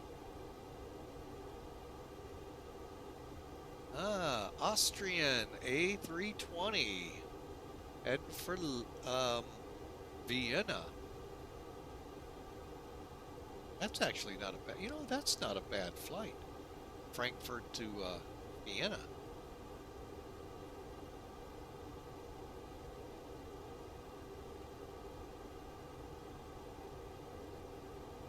Wow.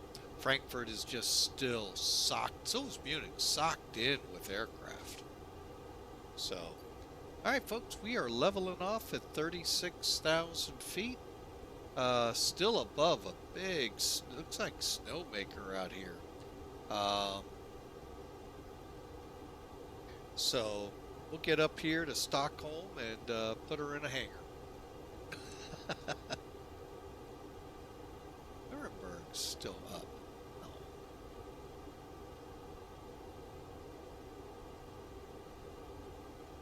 Now, sometimes with Mac Air, I will fly from point to point. It just depends on the flights. This, I think, was a charter flight. Yeah, these are charter flights, both of them. So we'll look and see what we can do out of Stockholm. And I know what I want to fly, but I don't want to. Well, I'm not going to say what I don't want to, because it may actually turn in like this one. This actually turned pretty cool, coming out of Slovenia to Munich. While flying into Frankfurt would have cut down some flight time, coming out of Frankfurt could be rough. So I'm kind of glad we took Munich. So, all right, we're coming up to the step climb here in a moment. Still haven't learned how to do that. It says to step now.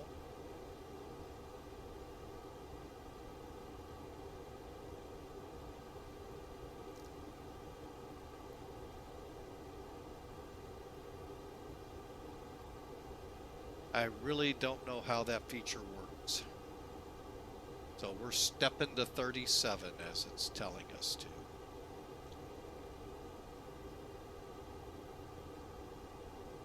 All right, we're in cruise, so let's take the seatbelt sign off.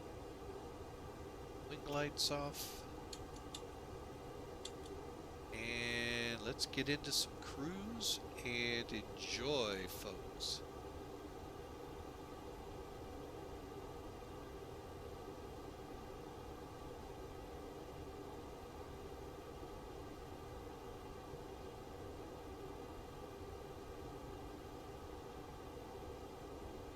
We are looking at an hour, 12 minutes away.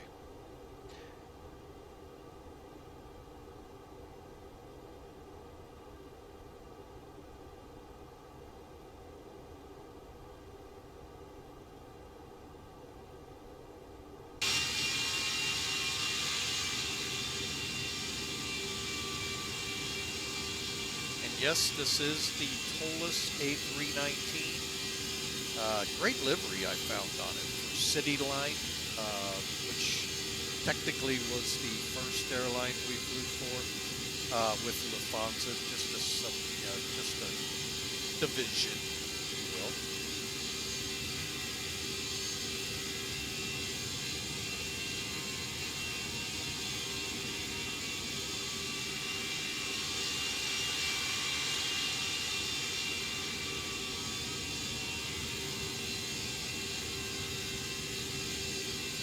Getting some screenshots here because I don't have many.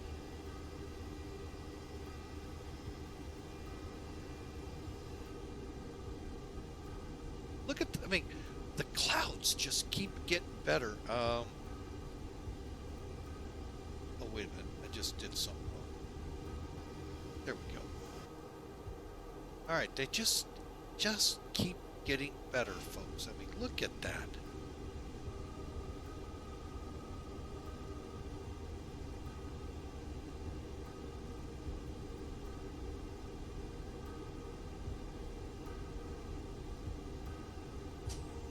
Hang on, I'm going to turn my laptop on. See how this sounds.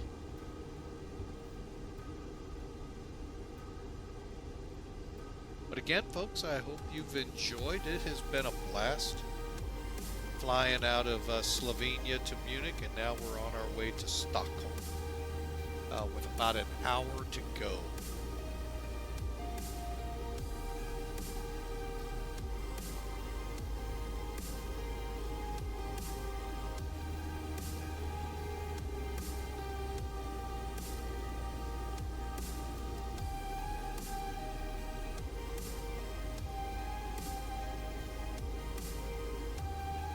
And I do know most of my music starts low, builds, so I get it. Sometimes I struggle to think I've got a good mix going, and then, yeah. So, you know what? We're going to also open up Discord for those of you that like to chat in the stream and get that working better here. Hang on a second. Let me get up here.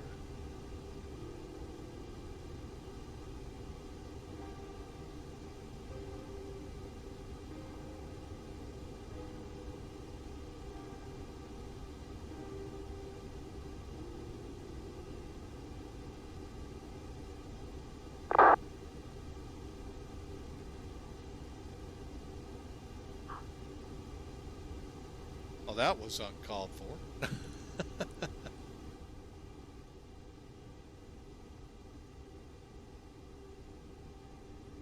Turn that sound down there. I think we're okay.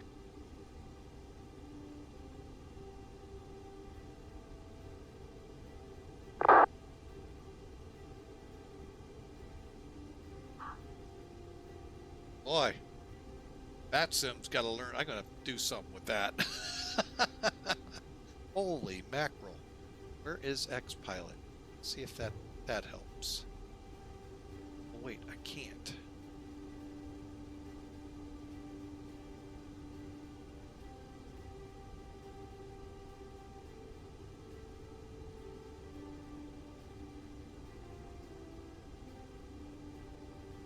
Be right back, folks.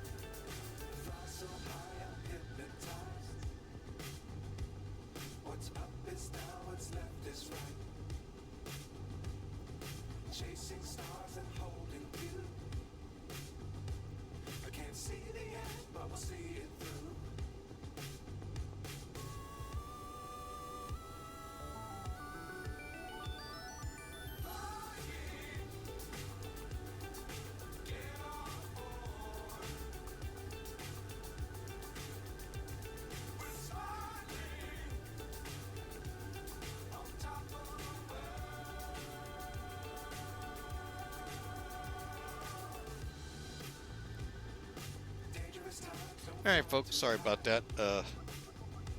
Trying to figure out I'd done a chore and all of a sudden my wife is doing them again. I'm like, wait a minute, I did those. So, in laundry, that is. Alright, so we are on our way. We are right at the 1 hour mark to Stockholm, Arlanda. Again, I hope y'all have enjoyed. Welcome aboard. We are now finally comfortably on VATSIM. Boy, I'm so glad we didn't get on VATSIM from Slovenia. Not because of the traffic and all of that. It was, boy, we blew that top of descent big time. We almost had to go into a hold. So, man, you know, ATC may have said, hey, you might want to think about coming down. But, those of you that fly in Europe, especially Germany, I think Germany is the, and London, UK. When a chart, let me see, bear with me a second here, folks, I can't find it.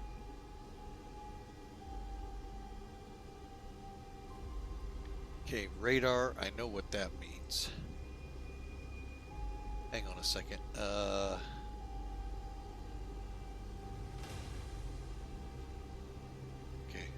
I know where I saw it. Stand by. Approach.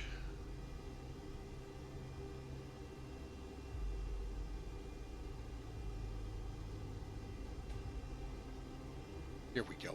Classic example. Those of you who frequent the European skies, I also would have been confused.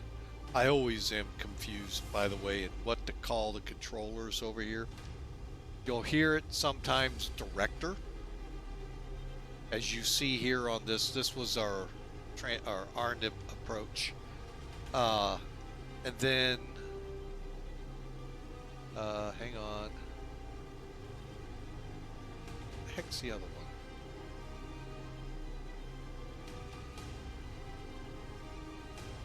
Oh, here it is. Oh no, that wasn't it.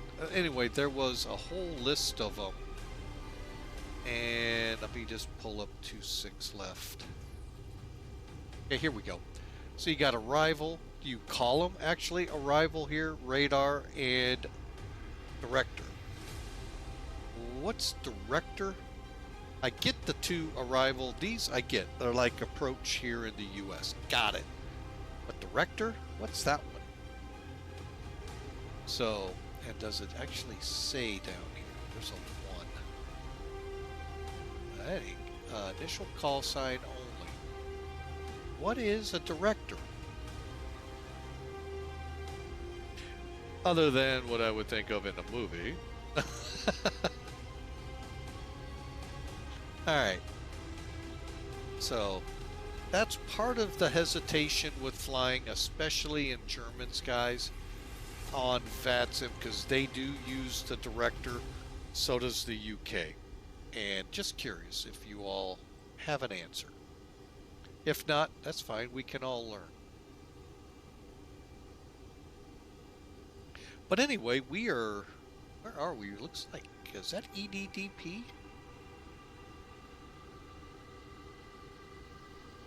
We're getting ready to go over Berlin. EDDP, I think, is right here. But yeah, that's Berlin right there, folks.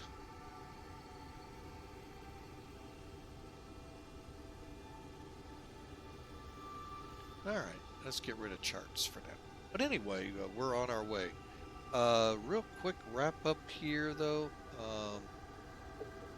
And if you, again, let me invite you in if you're interested in voice versus texting. We do have the Discord channel open.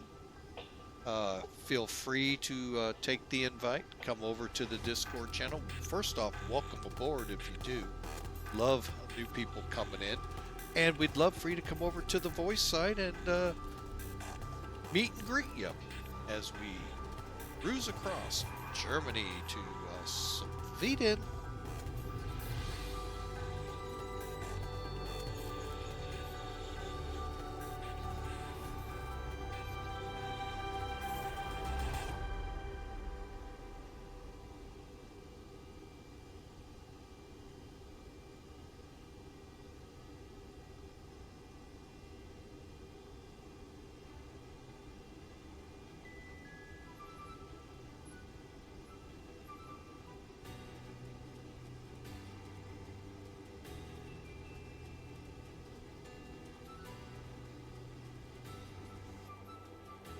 All right, so we're level at 37,000, folks. We got 55 minutes. You know what? We ran out of time last time. Let's do this arrival brief, shall we?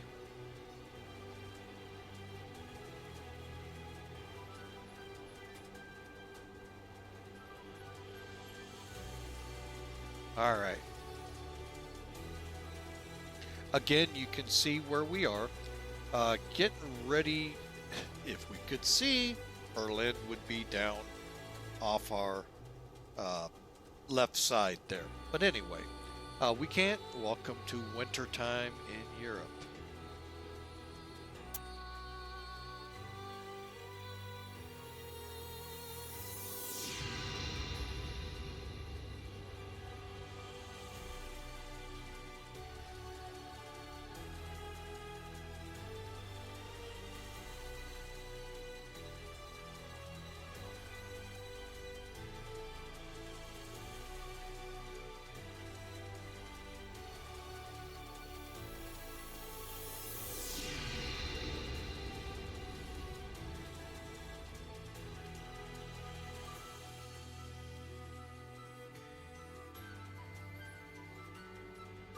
Trying to, something's wrong with the music and I don't know what it is.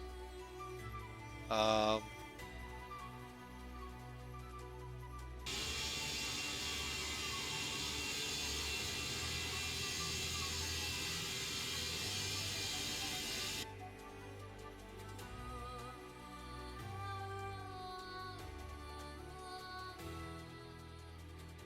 right, we'll turn it down a little. All right, so let's do this brief, shall we? Let's get up in the airplane. All right, in the cockpit. Here we go, folks. All right, so with about 53 minutes to go, we're over Berlin, getting ready to... Oh, we'll wait 50 seconds here for our followers and viewers to chime in and see what's going on. So, and it gives me a second for those of you who subscribe to the channel to say thank you. I hope we are providing you the best that we can.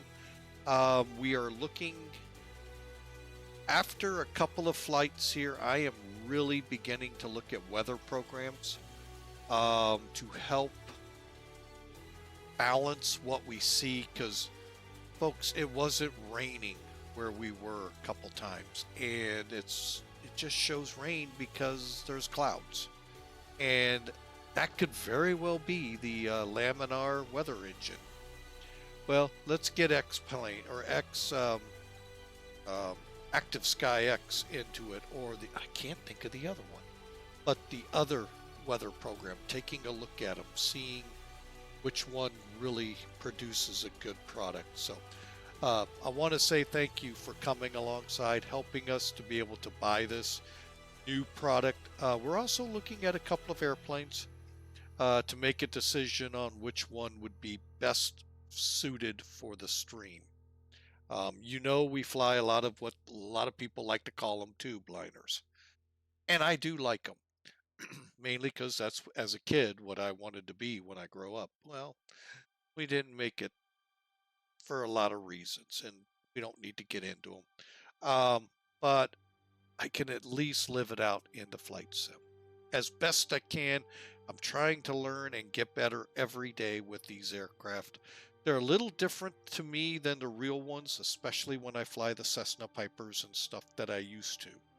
So, but anyway, all of that aside, yes, I'm blocking your view with charts. Let's talk about it. The arrival brief.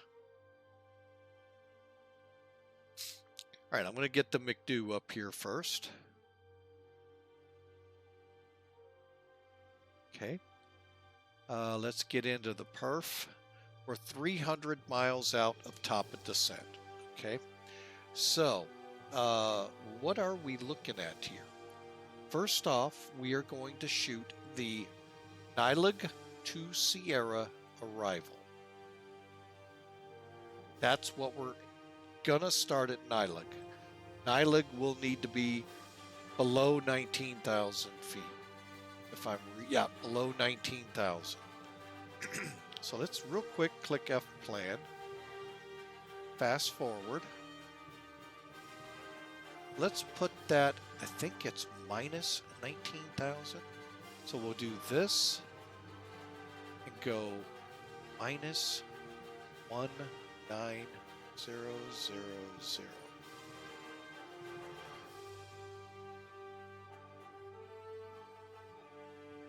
Did I do it right?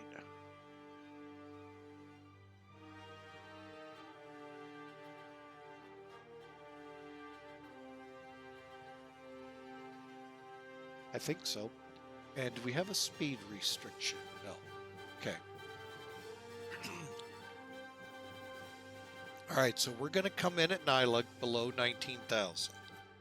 Then we're going to go to SA 630. And then up to TB. Okay. Tango Echo Bravo. CH. Is it meant for anything? Maybe the hold? If we need to hold, here's the instructions. That's all I can figure the H is for. I don't see any other demarcation. All right. At TB, we are going to vector over to the aisle or RNAV for runway 8. Unless ATC says, you're going to runway 1 left or right. Or maybe the other end, 19s, who knows? And in that case, then we're going to be high. Because for those, you need to, where do we break away for those? I think it's a whole different approach. Doesn't say it here. Anyway, we'll go with whatever they tell us to do. Actually, if they're just at FSS, they're 24.5 and we'll be below them and on our own. Okay. So, restrictions here. It's an RNAV approach. If you're unable to fly the RNAV, inform ATC. Unable, RNAV stars. RNAV star to 1. So are identical. Runway to be used will be assigned by ATC. From the initial approach feet will be radar vectored onto final. So our initial approach fix is TB. Well, that's okay. So TB is also for the ones. Holy, what? Wait. So we'll cut over from here for the ones. I'm sorry, 19s will be coming down. Okay, so there's where we go for the 19s. Failure of one DME will not affect the approach. Pilots are requested to plan descent before to perform a continuous descent. If the airborne RNAV fails, okay, you got all of that. 250 below 10,000, I think we're pretty fit. Expect speed restrictions before entering the TMA.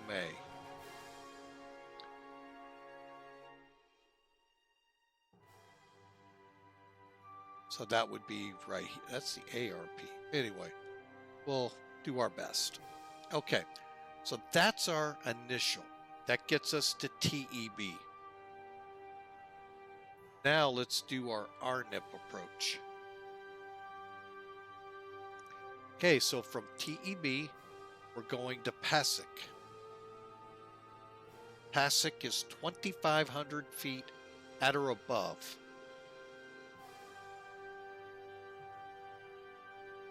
And then we're going to come in. They're having us come in at 210. That's a good speed. I'll take that.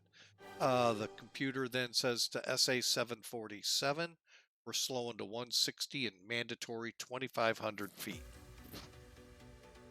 Let's just see if it's put in there. Is that right? Yes. Oh. Okay, and then from there we hit the runway. Arlanda is 116.0. Okay, so across the top here, got our D-ATIS, which we're not showing a real one. Stockholm approach, Arlanda Tower, and ground frequencies. Minimum safe altitude 2,200 feet around the airport. Being an RNIP approach. It's an RNAV approach, folks. There's your channel automatically programmed. 070 is our approach course. At SA 747, mandatory 2,500 feet. Okay, our decision altitudes will get down below. If we have to go missed, it looks like we're just going straight to 1,500 feet and expect vectoring to a new approach. Lost approach or missed approach with lost comm, straight ahead to 2,500 feet at distance 5. Whichever is later, turn left to the ARL VOR for a new approach. Okay, again, RNIP approach. Transition 5,000 feet, and really looking nothing too bad here. Again, here's our angles and altitudes to be at. 7 miles out, SA 747. 65432 shows you the descent path. My guess 130 will be it again, so figure about 700 to 730 on our descent glide slope. All right, we are a C aircraft, 417 MDA 309 DA, and we need 1,000 meters. That just doesn't seem right. Oh well. Now, the ones they're talking about.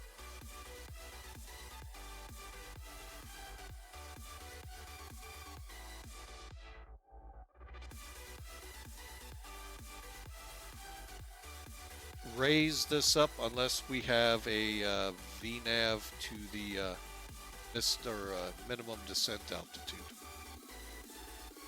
All right, so we'll be working here. So 1,000, and we'll call it 400, I guess.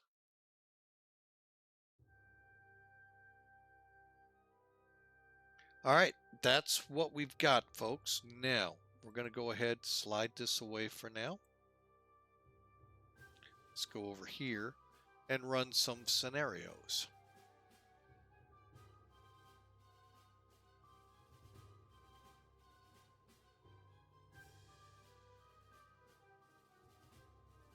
Okay, 11 minutes ago, it was 090 at 7.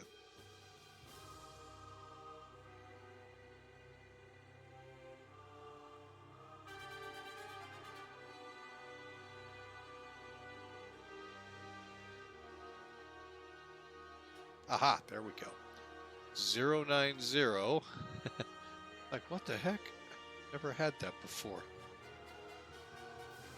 At, what did I say? 7. Okay, our temperature up here is -1.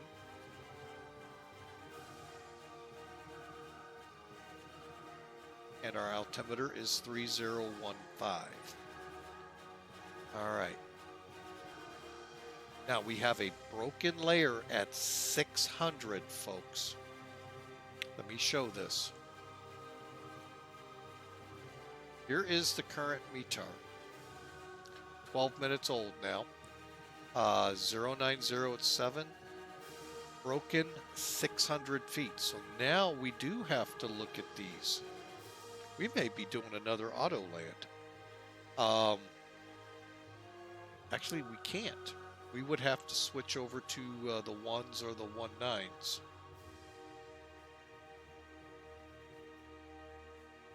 Because right now we're looking at 309. So we're good.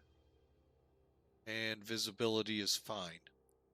So, gonna be fun. Let's go to medium.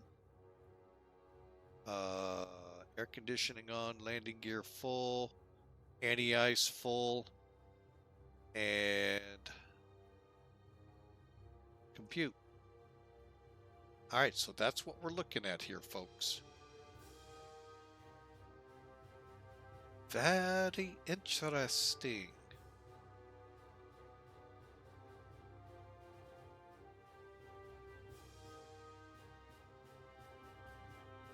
See, they got it 1300, but temporary coming in at 900, so we're at 6. So this could be quite interesting.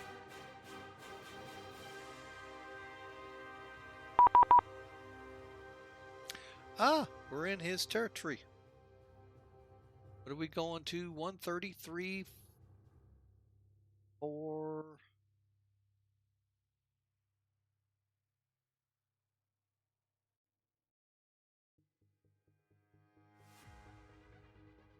450.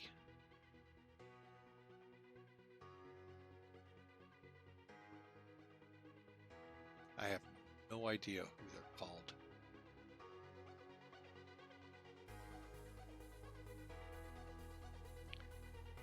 Europe North Center, Lufthansa 2418's with you. We're level at flight level 370. Lufthansa 2418, Eurocontrol, good evening, squawk 0403. 0403 is in the box for Lufthansa 2418.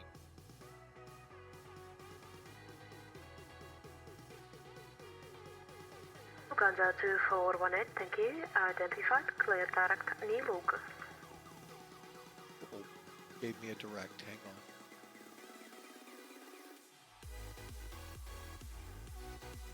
Understand that was NILUG, November India Lima Uniform Golf, direct for Lufthansa 3418.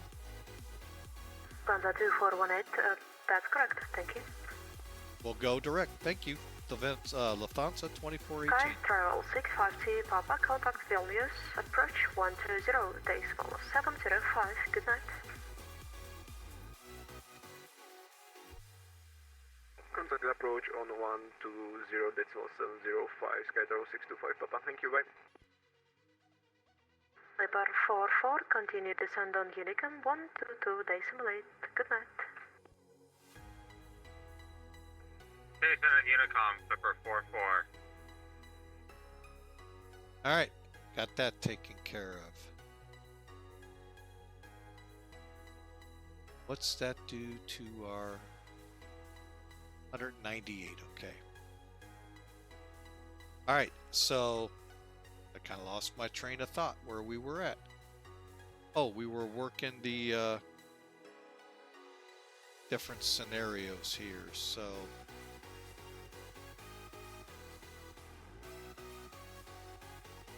yeah, we've got to definitely pay attention to ceilings. We may have to switch off to one of the ILSs. All right, folks, that takes care of our speed at 130. 7716 Hotel, Eurocontrol, hello, identified, climb to flight level 390. And that'll be it, like I said, about 700 to 715 feet a minute if we don't get a glide slope. Yeah.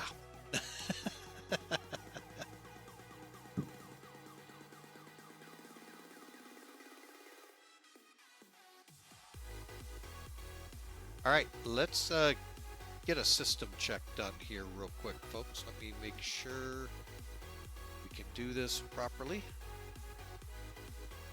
All right. All. Okay, so the engines look good. Lead system all looks good. Pressurization, electrical, hydraulics are good. Fuel, actually not bad. I'm gonna leave it. APU's off, okay. Internally, we're good with the temperatures. Back up. 1850, okay. Surfaces look good, status is good. Okay, we got a good ship. She's ready to go. All right, so we're just working our way to top of descent now, folks.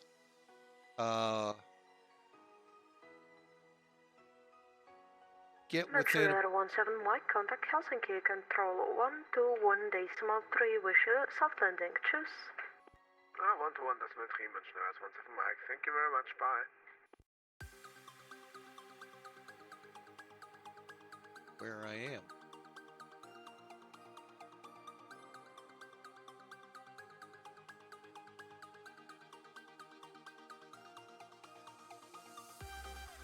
There I am. Oh, just entering.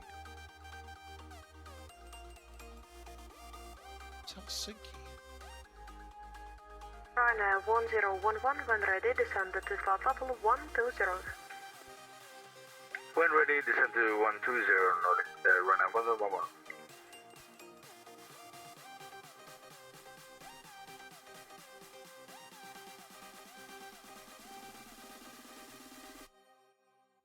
I don't know where Helsinki control is. I know I'm in the area.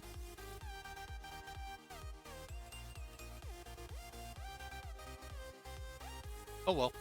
So Stockholm has quite a bit. Looks like we might be landing south. May have to do a runway change.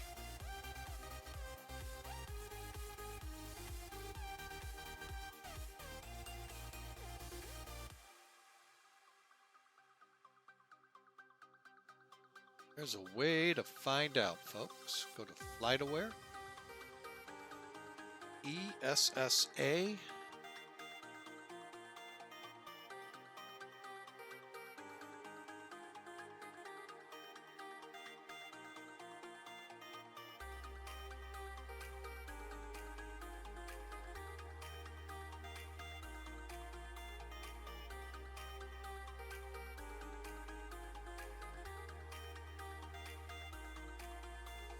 Okay, that didn't work as much as I wanted it to.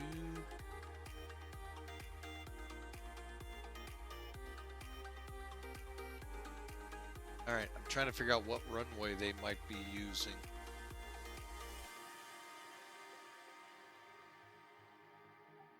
With a 090 wind. That would favor slightly. Let's see, maybe?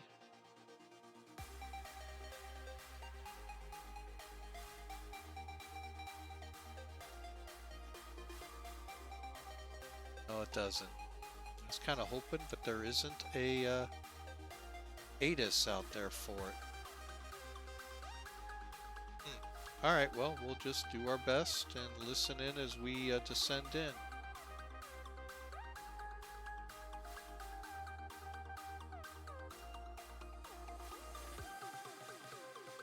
Alright, folks. Again, thanks for being a part of Flying with Mike. We sure appreciate having you on board this trifecta. We are in the final leg, approximately 30 minutes out, and looking at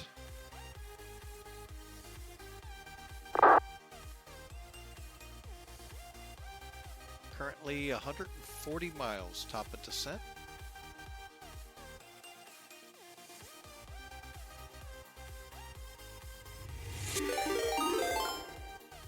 Megabit, welcome in, Raiders from the Megabit channel. Hope you enjoy. We're getting ready to come into Stockholm. Welcome in. Hope you grab the follow button and follow us along. Hey, welcome in, Megabit. Thank you. 29294, Euro control, hello, squawk 0471. We're just about to top a descent to head into our Stockholm. Welcome in, Rage 6X. Thank you for coming in with the raid. So we'll be starting our descent here. I have a feeling I chose the right runway, but it may have to get changed because of ceiling requirements.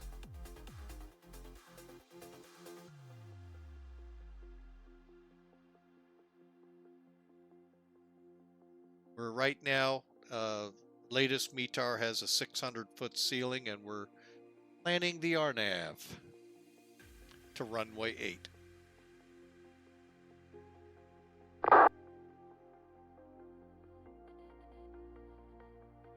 All right, so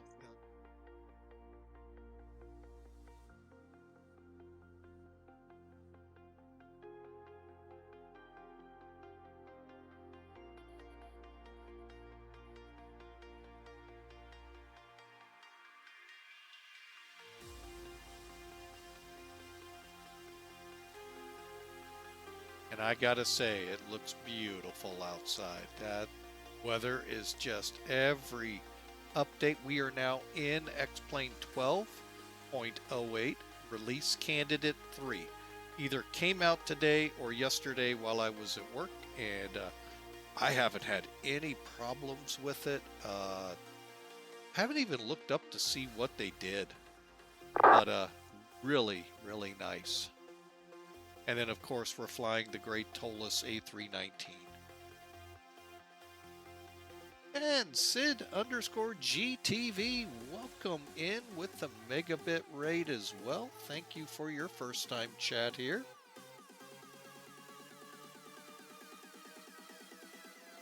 I mean, when you look out here, that is just, that's what I remember looking out airplane windows in wintertime. Just amazing the way the cloud texturing has come along.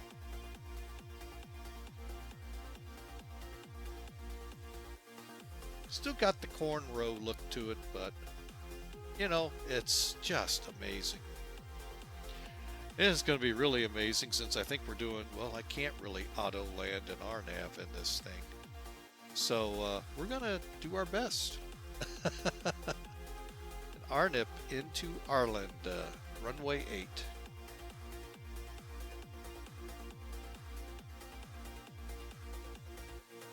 And speaking of that, I better look to see how far out we are. 128 miles to top of this, or 119, sorry, my bad, misread my own writing on it.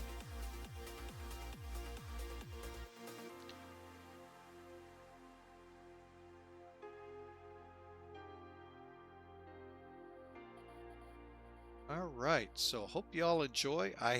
One of these days, I am going to hook on and learn how to use the ACARS system, internal ACARS system. I don't think we have a controller I can do that with today.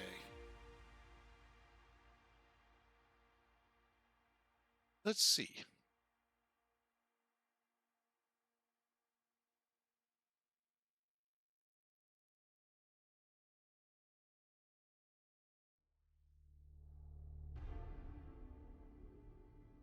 Nope, not this one.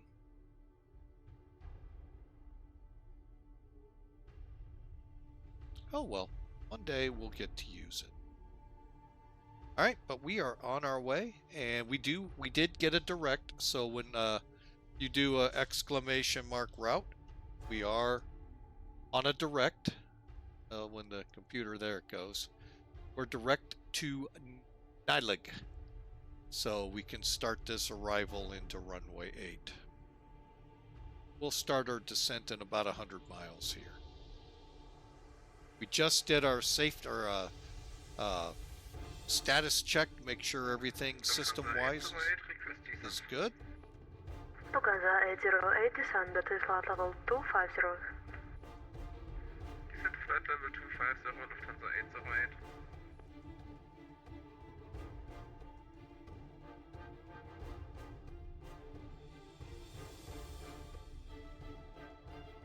But welcome in again the raiders from the Megabitic channel.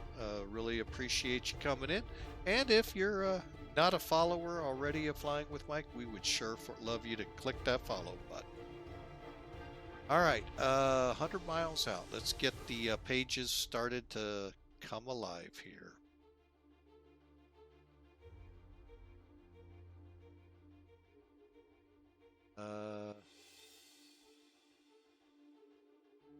Didn't update. Okay. Let's get it on charts here. Okay, 2250. Yep, we didn't get the update. So it's 090 at 7.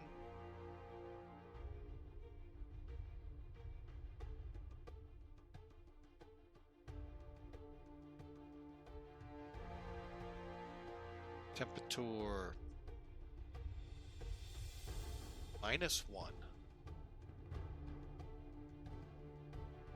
Little chilly on the tail feathers up here. 1021 for the barometer.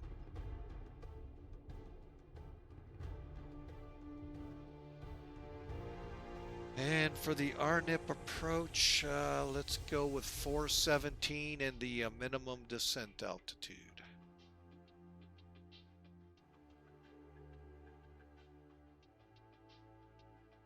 Do a quick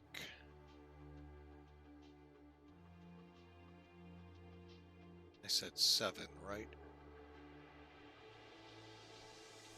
Yeah. Nothing like pushing minimums. Runway. I'm going to go with try. Anti-ice will come in with everything running. We'll go with medium brakes. Compute. Okay.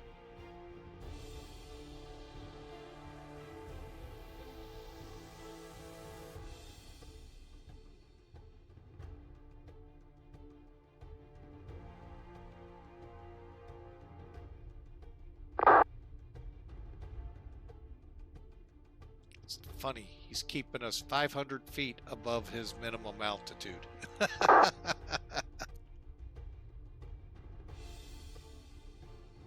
That's kind of funny. Oh well.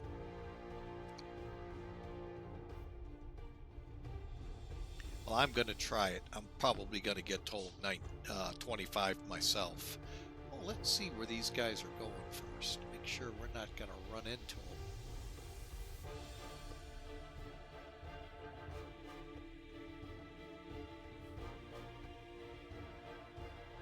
Lufthansa 808 for the descent on Unicum 122.0.8, wish you soft landing, choose.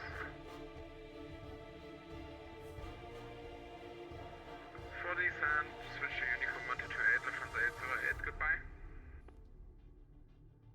Friday 1011, unfortunately Helsinki is closing shortly, so continue descent on Unicum 122.0.8, wish you soft landing, good night. 122.8, runner 111, bye bye.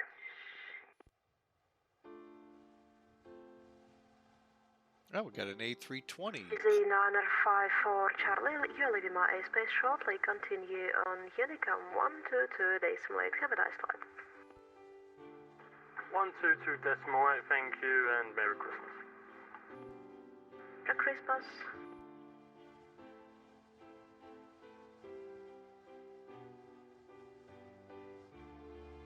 All right, we get through first flight here, folks. This song that's playing by Approaching Nirvana. We'll kill the music and get into a more sterile cockpit for the landing, because it's going to take a lot out of me. 318 Eurocontrol North, very good evening to you. You are identified, but unfortunately I'm closing shortly, so you can continue your flight on Unicum 122.8. Wish you good night. 122.8, Hildebrow, ICER.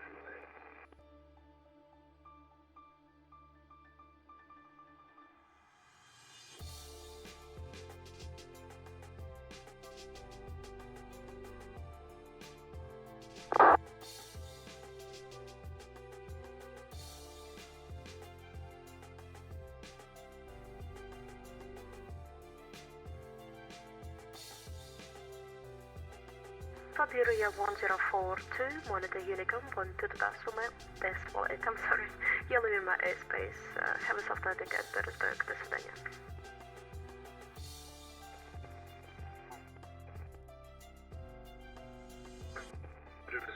Thank you for your amazing service, и хорошей ночи, пока-пока. Okay.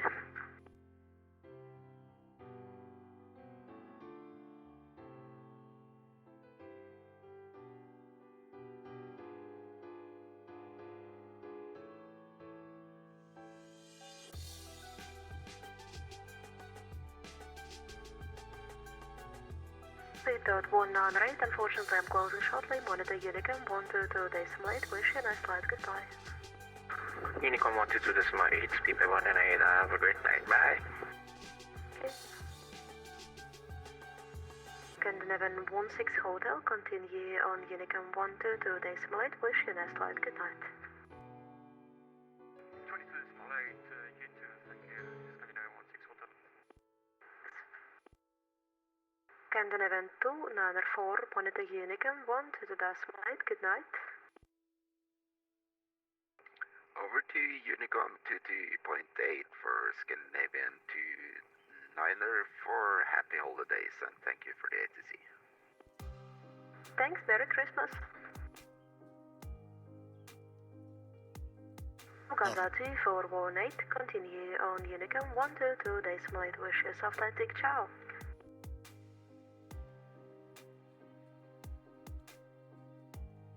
Thanks for the service, Lufthansa 2418. Have a Merry Christmas. Lufthansa 2418, monitor Unicom 122.0.8. Have a soft landing. Goodbye. 122.8 Lufthansa 2418. Merry Christmas. All right, we are off, and we're gonna have to do this on our own.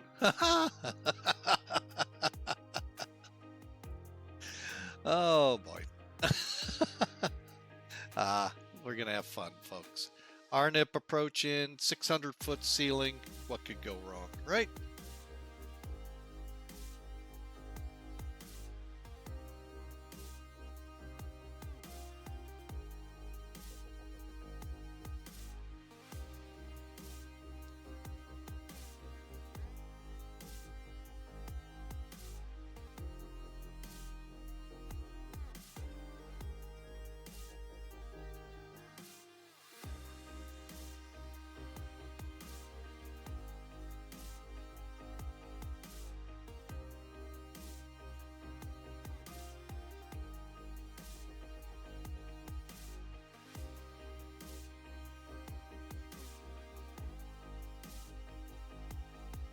All right. Sorry about that, folks. Top of descent's coming in. We've already got our numbers dialed up. So we're just going to get to within 20 and set her for 19 for now. And get ready to bring it in.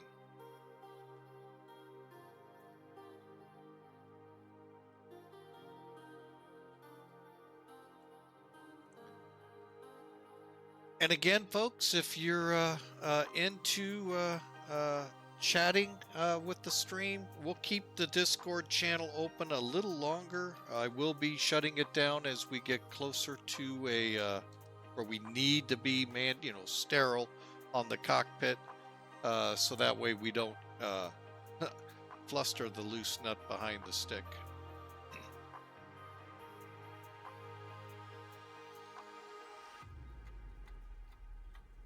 All right, we're about 20 miles top of descent. Checklist is, we got one thing to do on the McDo.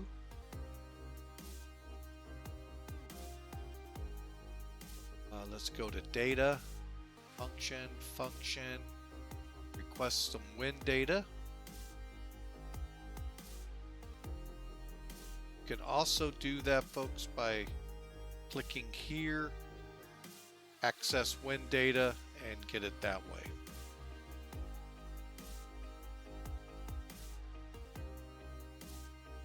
Keep it on perf for now. All right, so here we go, folks. We're within 20 miles. Let's set 19 and begin our descent.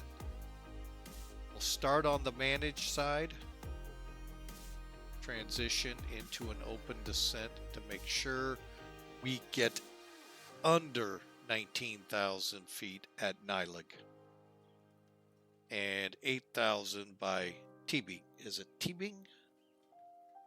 Tebing, something like that. Tebi.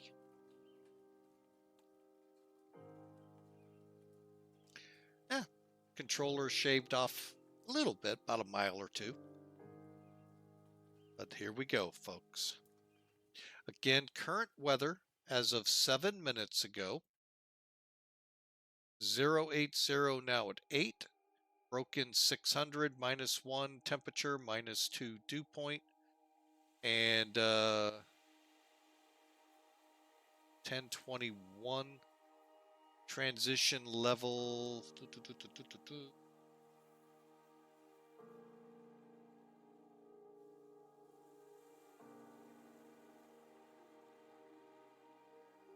5,000 feet.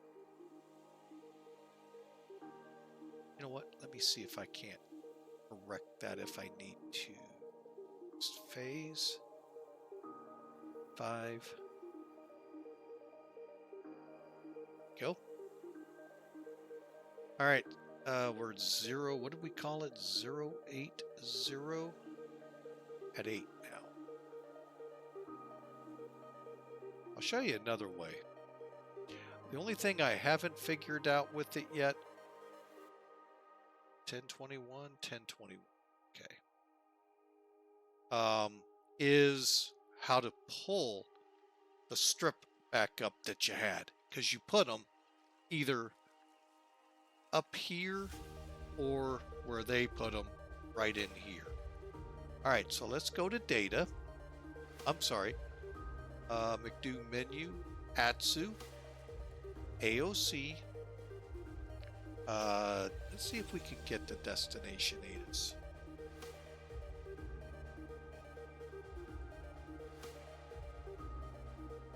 Not available. Okay, return. Return. Weather. ESSA. Go ahead and get our guitar. When the asterisks come back, go to return, received messages.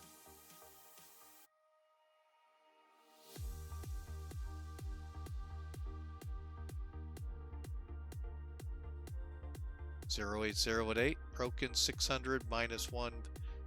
Now, let's see if it printed. And this is where I don't know how to get this to come up to see it.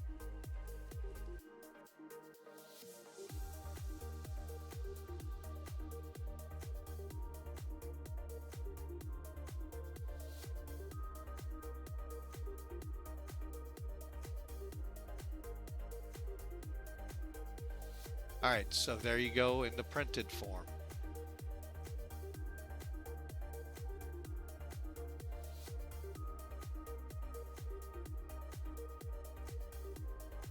But anyway, there's another way to get your weather that way. The way they would too, off the ACARS system. All right, we are descending. I think we're almost right on profile.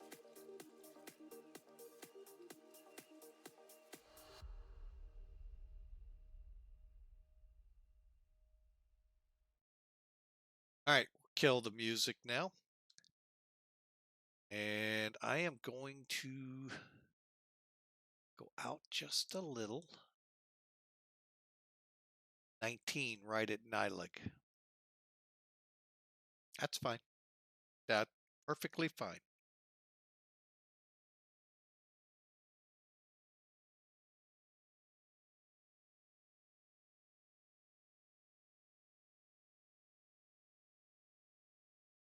All right, with the weather we have here, let's get all the ice on.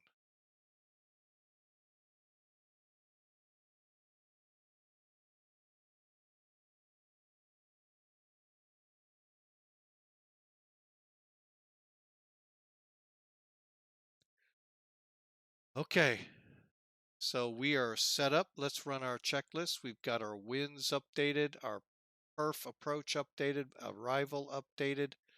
We've started our descent and just struggling to get it into profile. Profile is right when this dot is in between this line, right where the numbers are. And it's pretty close.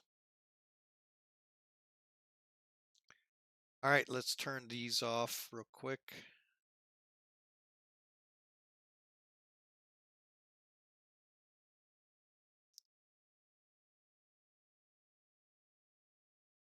And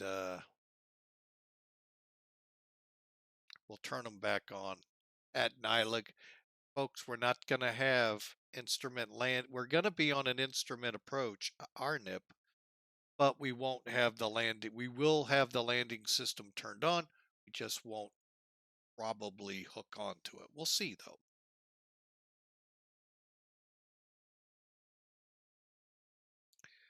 All right.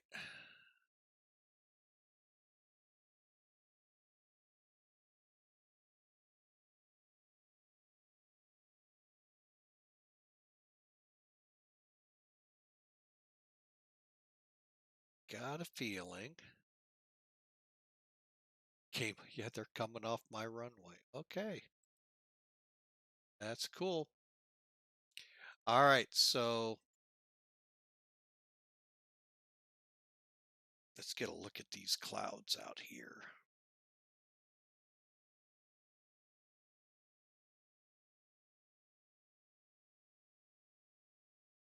It's like we're coming in through a hole.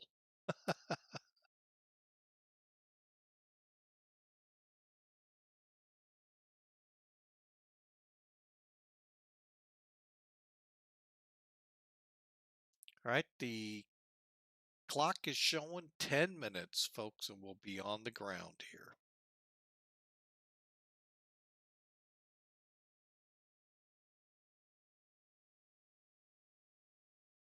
So again, I hope you all have had a great week.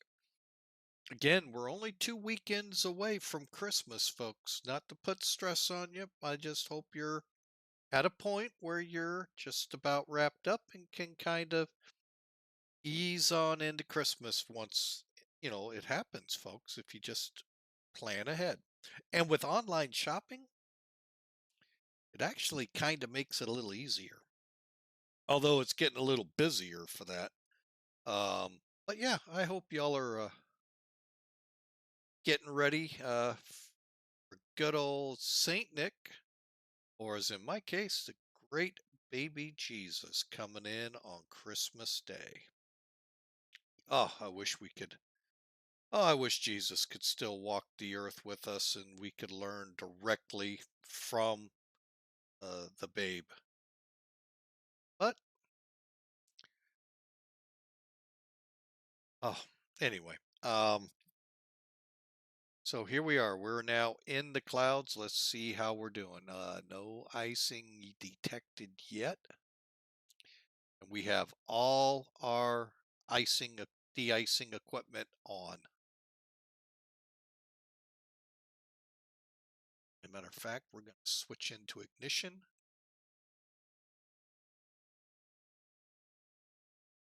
Here we go, folks. But again, Merry Christmas to everyone. I hope you all have a grand Christmas and enjoy the new year. All of its trials and tribulations that'll come with it.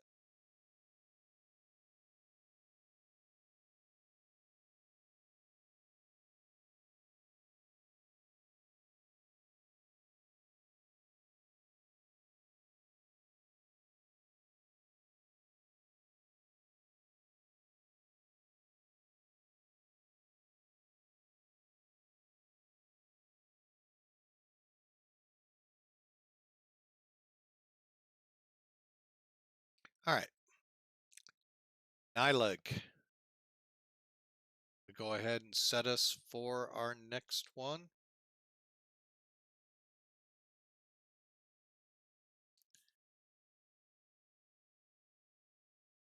$8,000.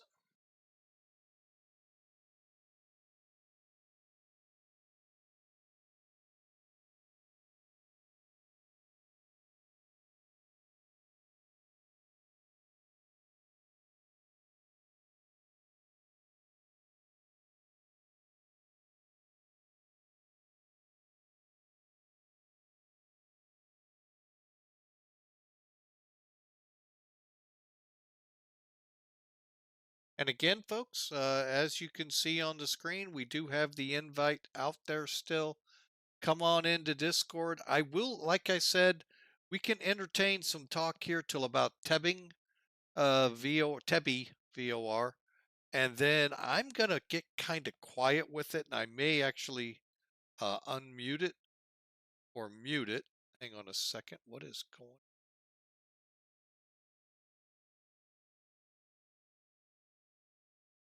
And see what's going on over here.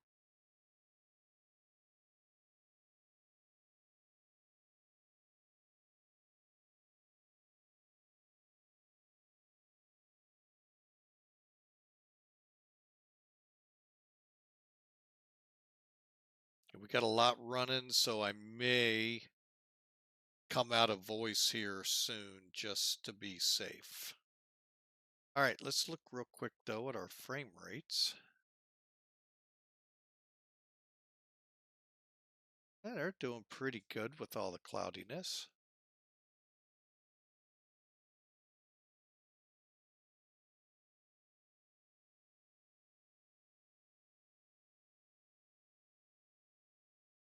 Okay, 130 will be doing. Alrighty, so we're coming up to S30, I think it is called.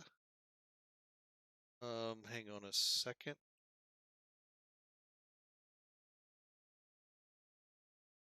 SA 630. And getting a little precipitation now.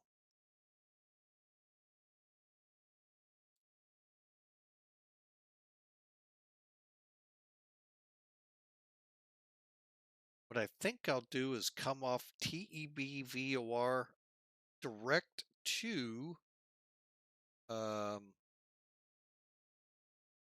Pazik, but about SA, I don't know, Arlen stock here, make a turn 250 to do a good intercept on that.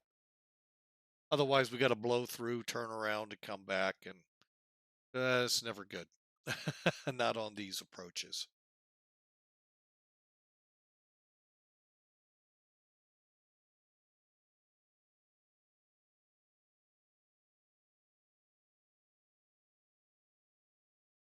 But again, hope you all had a great week and are really looking forward to the weekend ahead. Again, smash that follow if you're new to the channel. Again, thanks Bitig, Megabitig for the raid, the 4 viewers. Welcome in, raiders. And if you're new, I'd love for you to smash that follow button. Join us on our next adventure. We go live.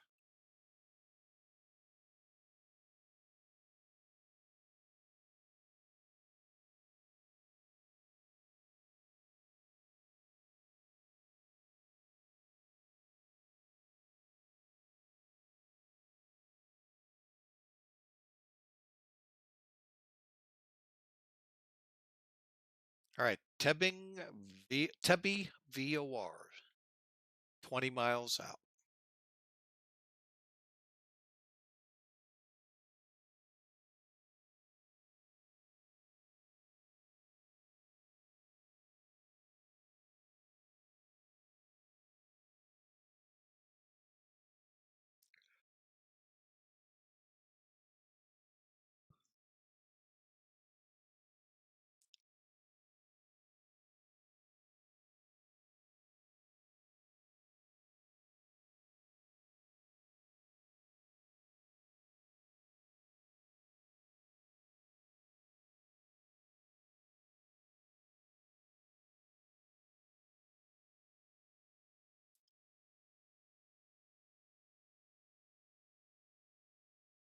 All right.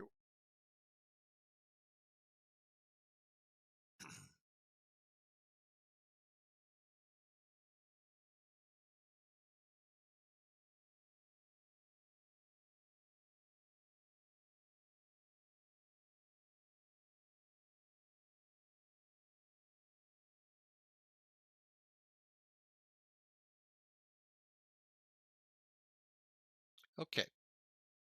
Just acquainting myself with the charts as we're going to be coming over the 119 1 left, 19 right to make this approach. Hey, 10,000.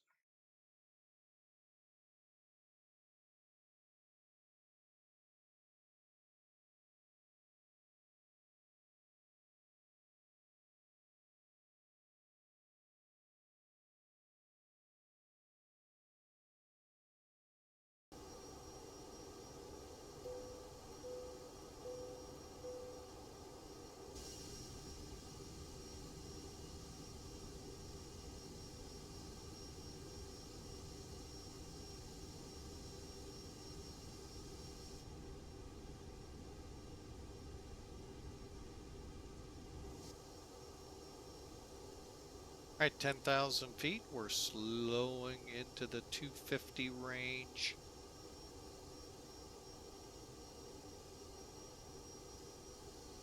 All right, we need to set up. Let's go down to 5,000.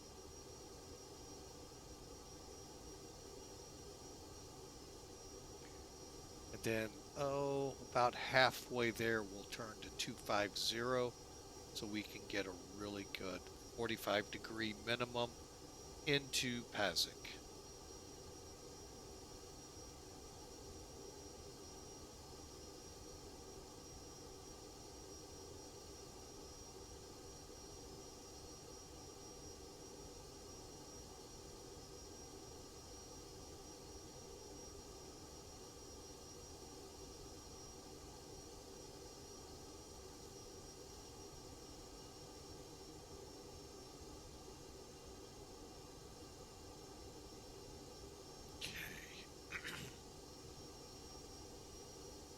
So far, no speed restrictions. And all right, folks, we are going to go ahead temporarily shut down Discord to the stream so that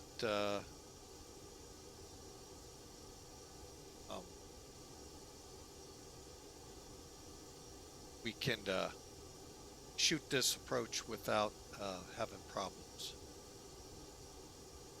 May have to come off that.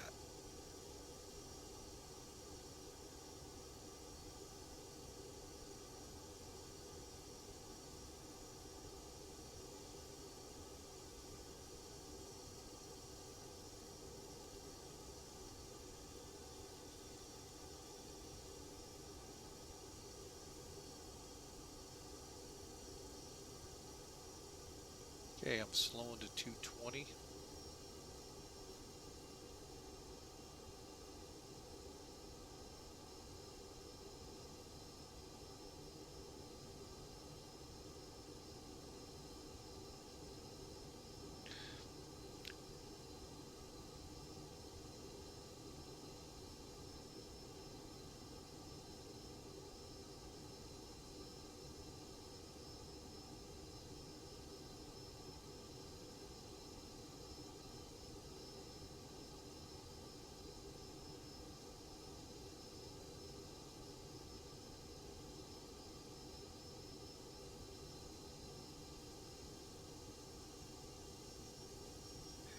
And I'm going to go mute for a second, folks.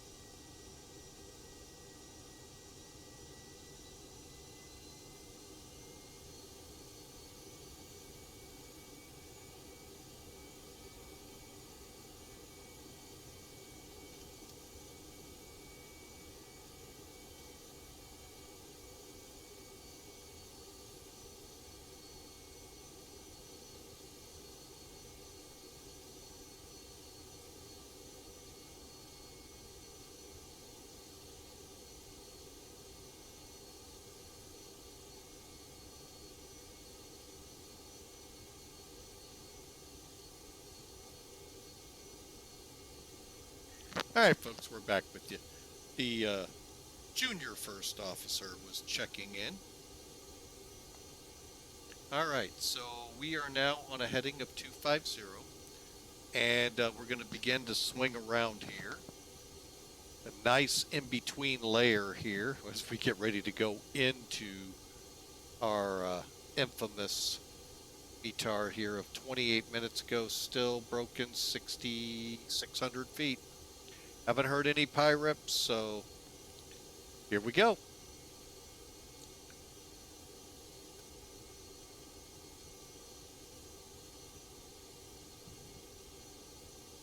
right, so we'll get up about, roughly in this sector here. Gonna kind of ease us a little off to 245. And that way we can make a nice 45-degree entry into the approach.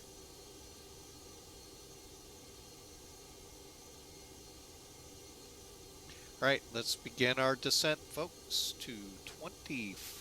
Let's see. Let me look at this approach again. 2,500 feet.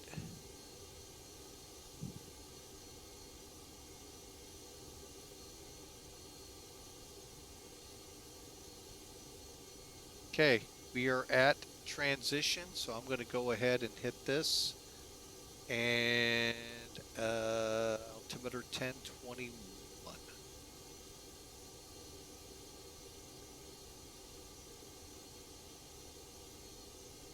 Here we go. How we doing? 26.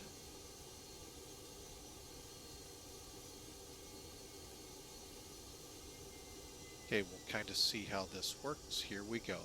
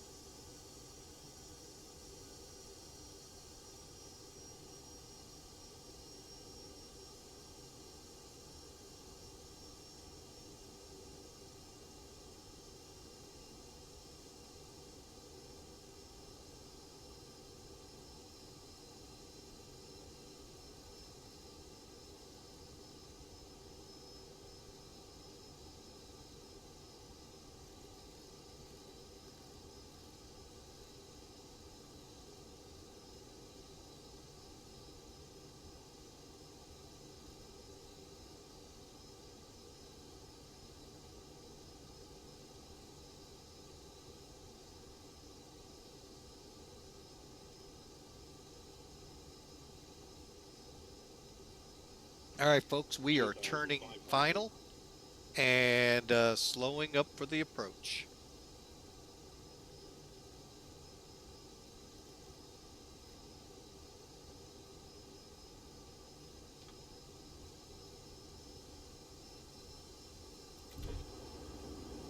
All right, get the gear out. Here we go.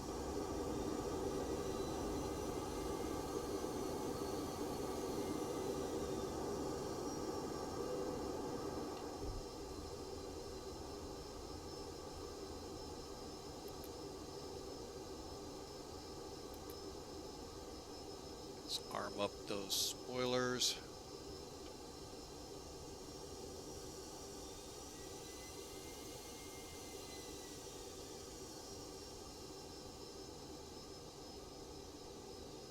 All right, folks, here we go. We are on final.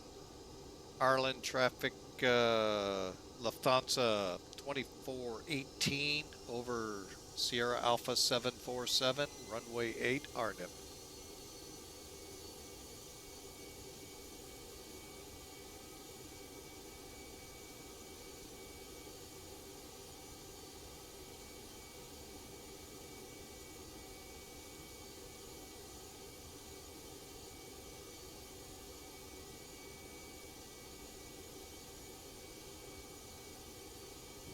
All right, we're back. Junior first officer takes priority, folks.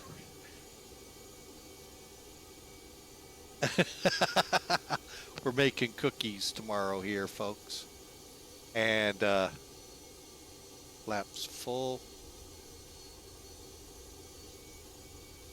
Real quick, get caught up here.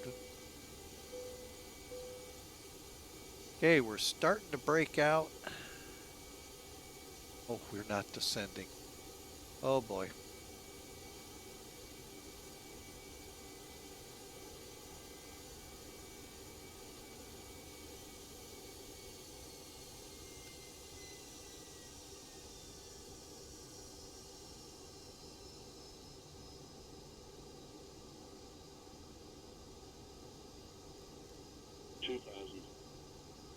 Okay, 600. Oh, we're breaking out. I hope that's not our runway.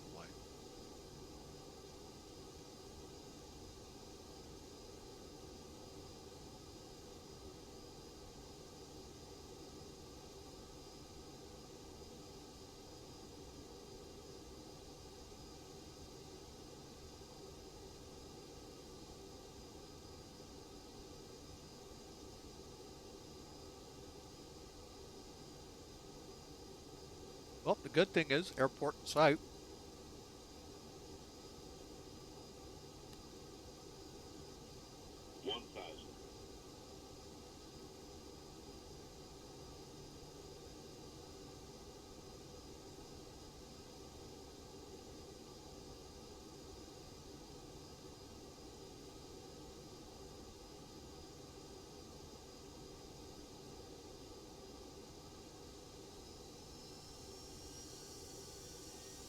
And Arlanda traffic, Lufthansa 2418, runway in sight, 600 feet.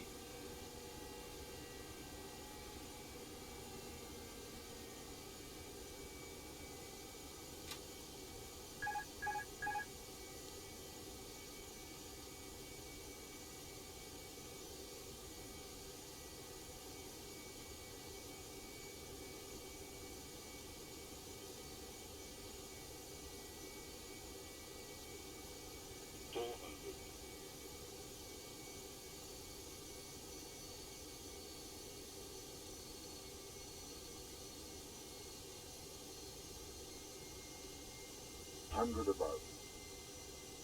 300.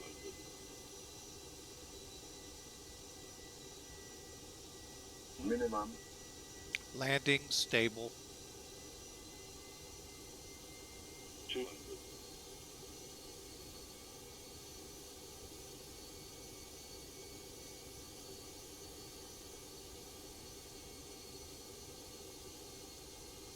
100.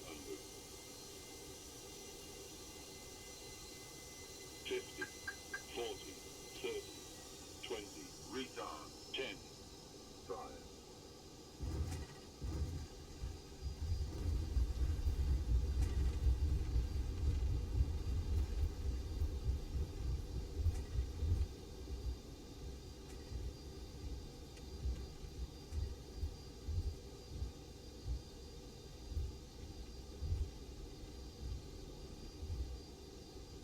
Yeah, the only bad thing when you land on these runways out here is you're going to have to either back taxi, which is what we're going to do, or go all the way to the end.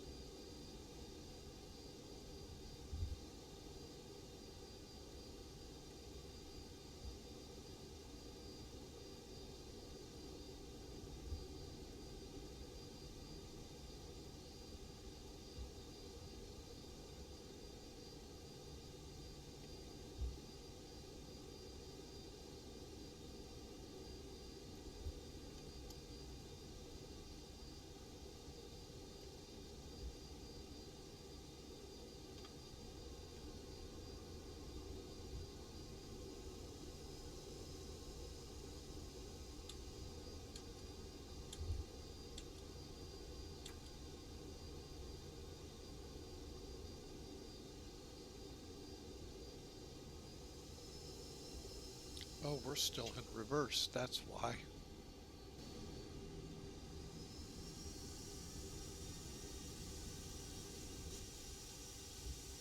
Alright, welcome again to Stockholm.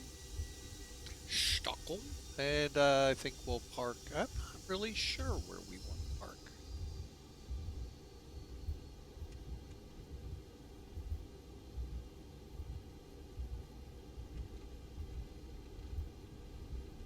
I think we'll go to Pier A.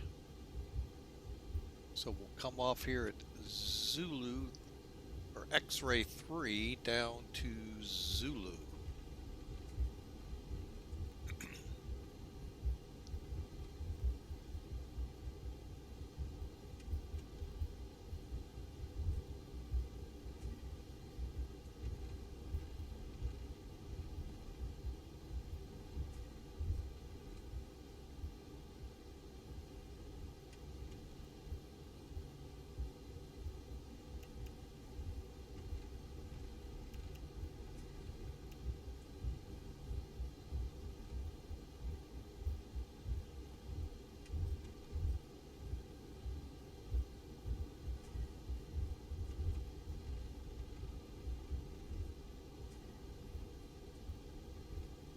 Alright, we'll just come around here on Zulu and just start looking for a good place to park.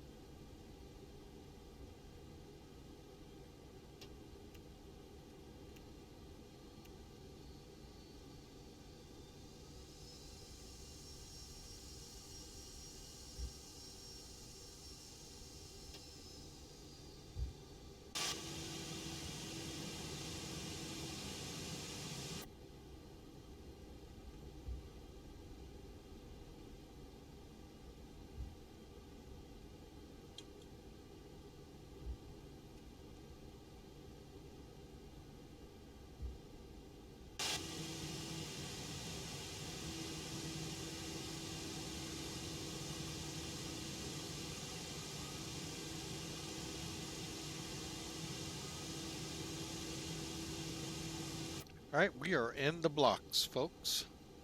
Welcome again to Stockholm. Thanks for flying with Mike this three-legged run. And let's go through the shutdown real quick. Ground spoilers in, engine mode back to normal. Transponder. Okay. APU still spooling up, and it's available. Brake temperatures look good. We can turn the fans off. Terrain radar off. EWS off. Regular radar off.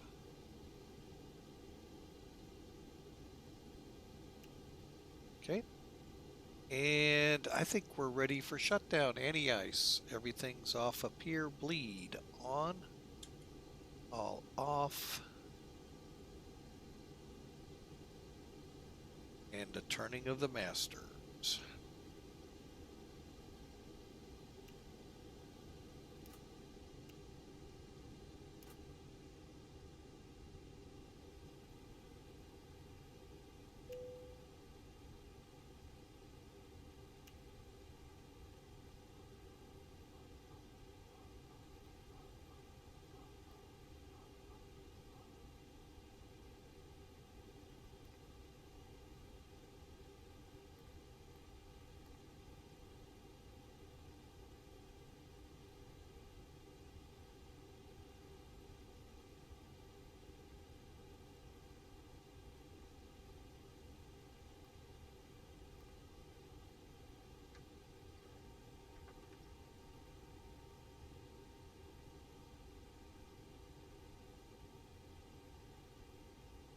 All right, here comes the jet bridge. So we have wrapped it up, folks.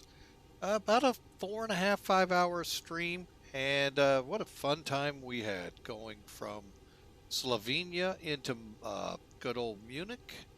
Munich on up here to Stockholm.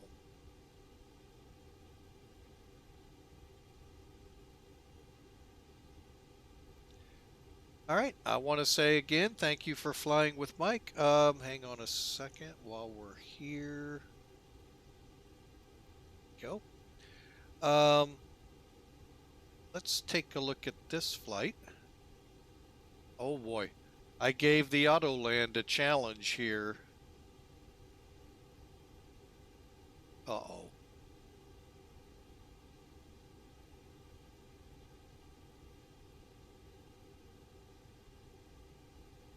Hang on a second, folks. I think I gave it a pretty good challenge. I'm going over here because something didn't look right with Mac Air.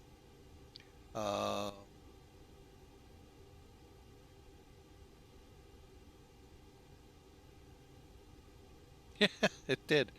A 42 foot a minute. That was Autoland into Munich. RNIP till I took over. 66 feet a minute, folks. All right, we'll show you here with good old Sim Toolkit. Boy, this was some really good times here, folks. Sim Toolkit.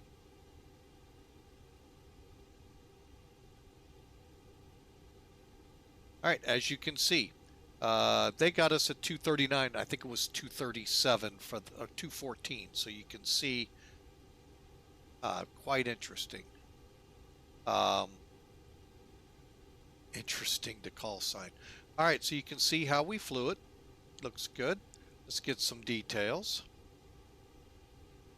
2 hours up here, 712 miles. We burned about 4,200 kilos of fuel. 1.8 at 239, a little slow, I will say that. Let's see how we did on the tarmac. Look at that, folks. That's what you want to see right by the aiming points. Okay, we were 14 feet off the center line. We got to work on that. This is what I mean, folks, how you can use this to help you. All right, we are parked in this terminal here. All right, but anyway, that is a really good landing. Just an outstanding day of flying. So we are, you know what, let's see if it will let us. Okay, I'm coming off VATSIM. Closing up some of this. We don't need this anymore.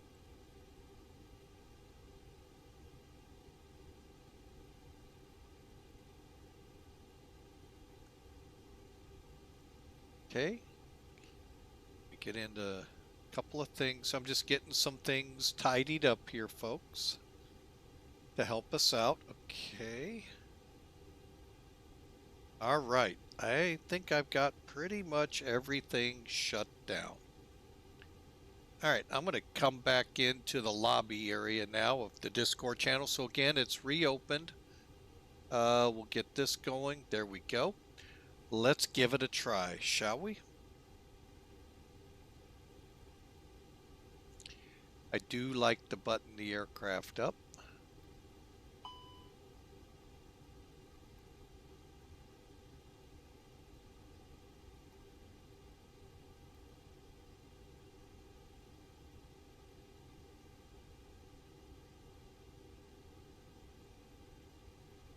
Okay. Give it a couple seconds here to get everything cleared away. All right, well, we'll do it the old-fashioned way.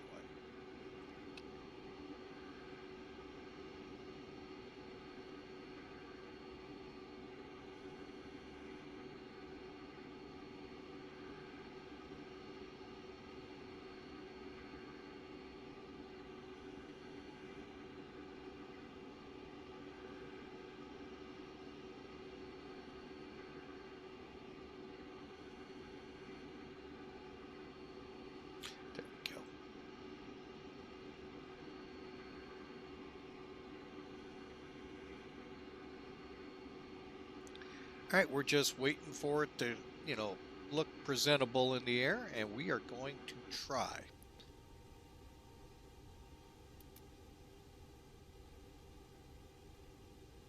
Try our best.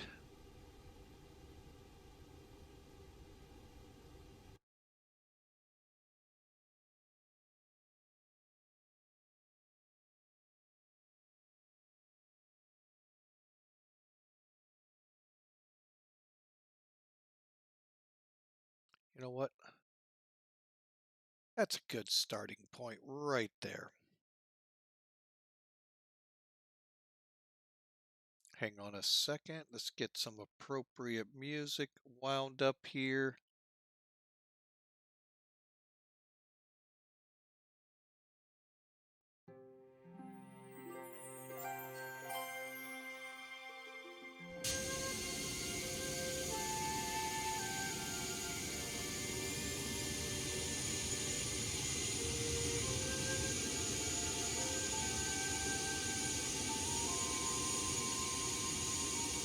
That's a stable approach, folks.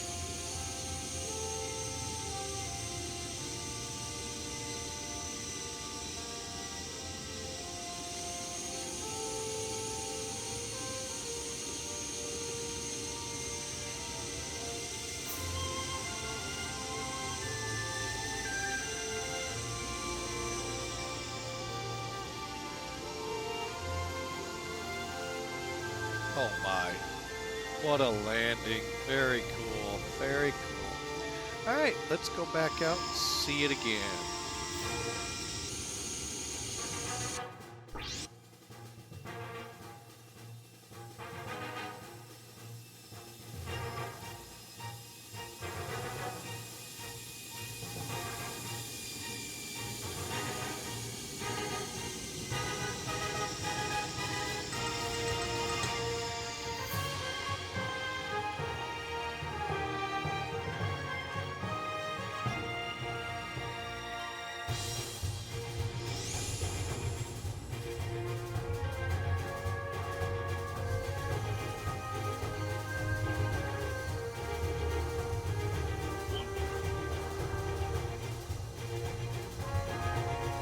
I'm just going to let you all be the judge.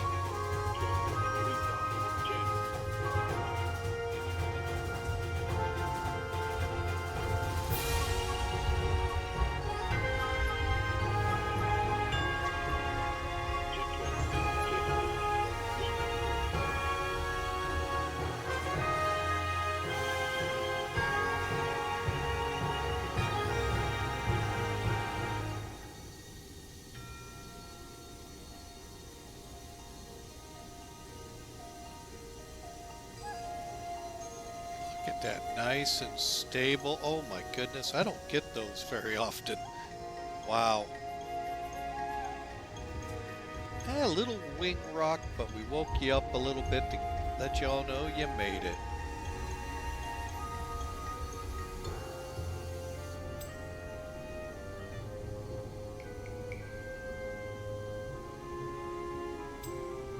Wow. Great scenery here.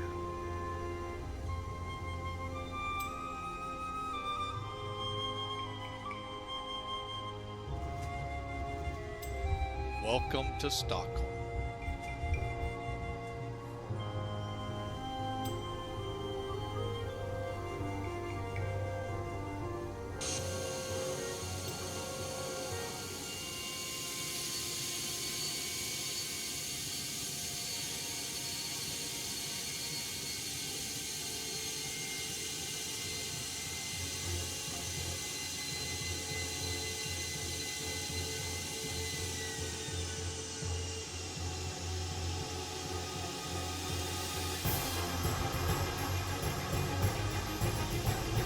If I had anything to say to critique my landing, chop the power just a second or two long. Keep it up. All right, that, folks, is a fun two flights. Let's look at it from the tower.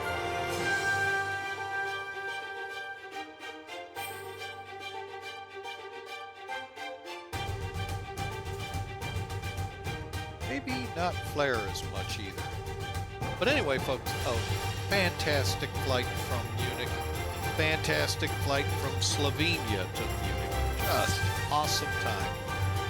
All I can say, folks, is this has been a blast. I'm glad I got that nap so we could do this and be a part of flying with Mike with y'all for 2 legs of a flight the Amazing Race did last week to Stockholm.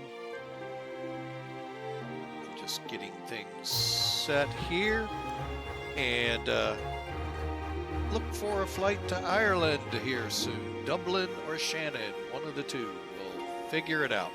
But for now, folks, again, thanks for flying with Mike. If you're new to the channel, smash in that follow button. Join us on our next flight. If you're over at YouTube or you missed stuff today, head over to our YouTube channel. There's a link for you. We'd love to have you subscribe in there, be a part of our family growing in YouTube. Also, don't forget our Discord channel, folks, which is, by the way, open for voice for a few more minutes. When the stream ends, it'll close. So, for now, folks, thank you for being a part of Flying with Mike, this almost 5-hour stream. We look forward to our next flight with you. It'll be sometime next week. God bless you all. Have a great day. We'll see you on our next flight.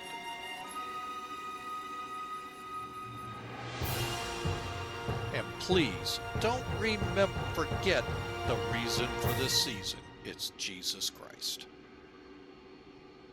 God bless.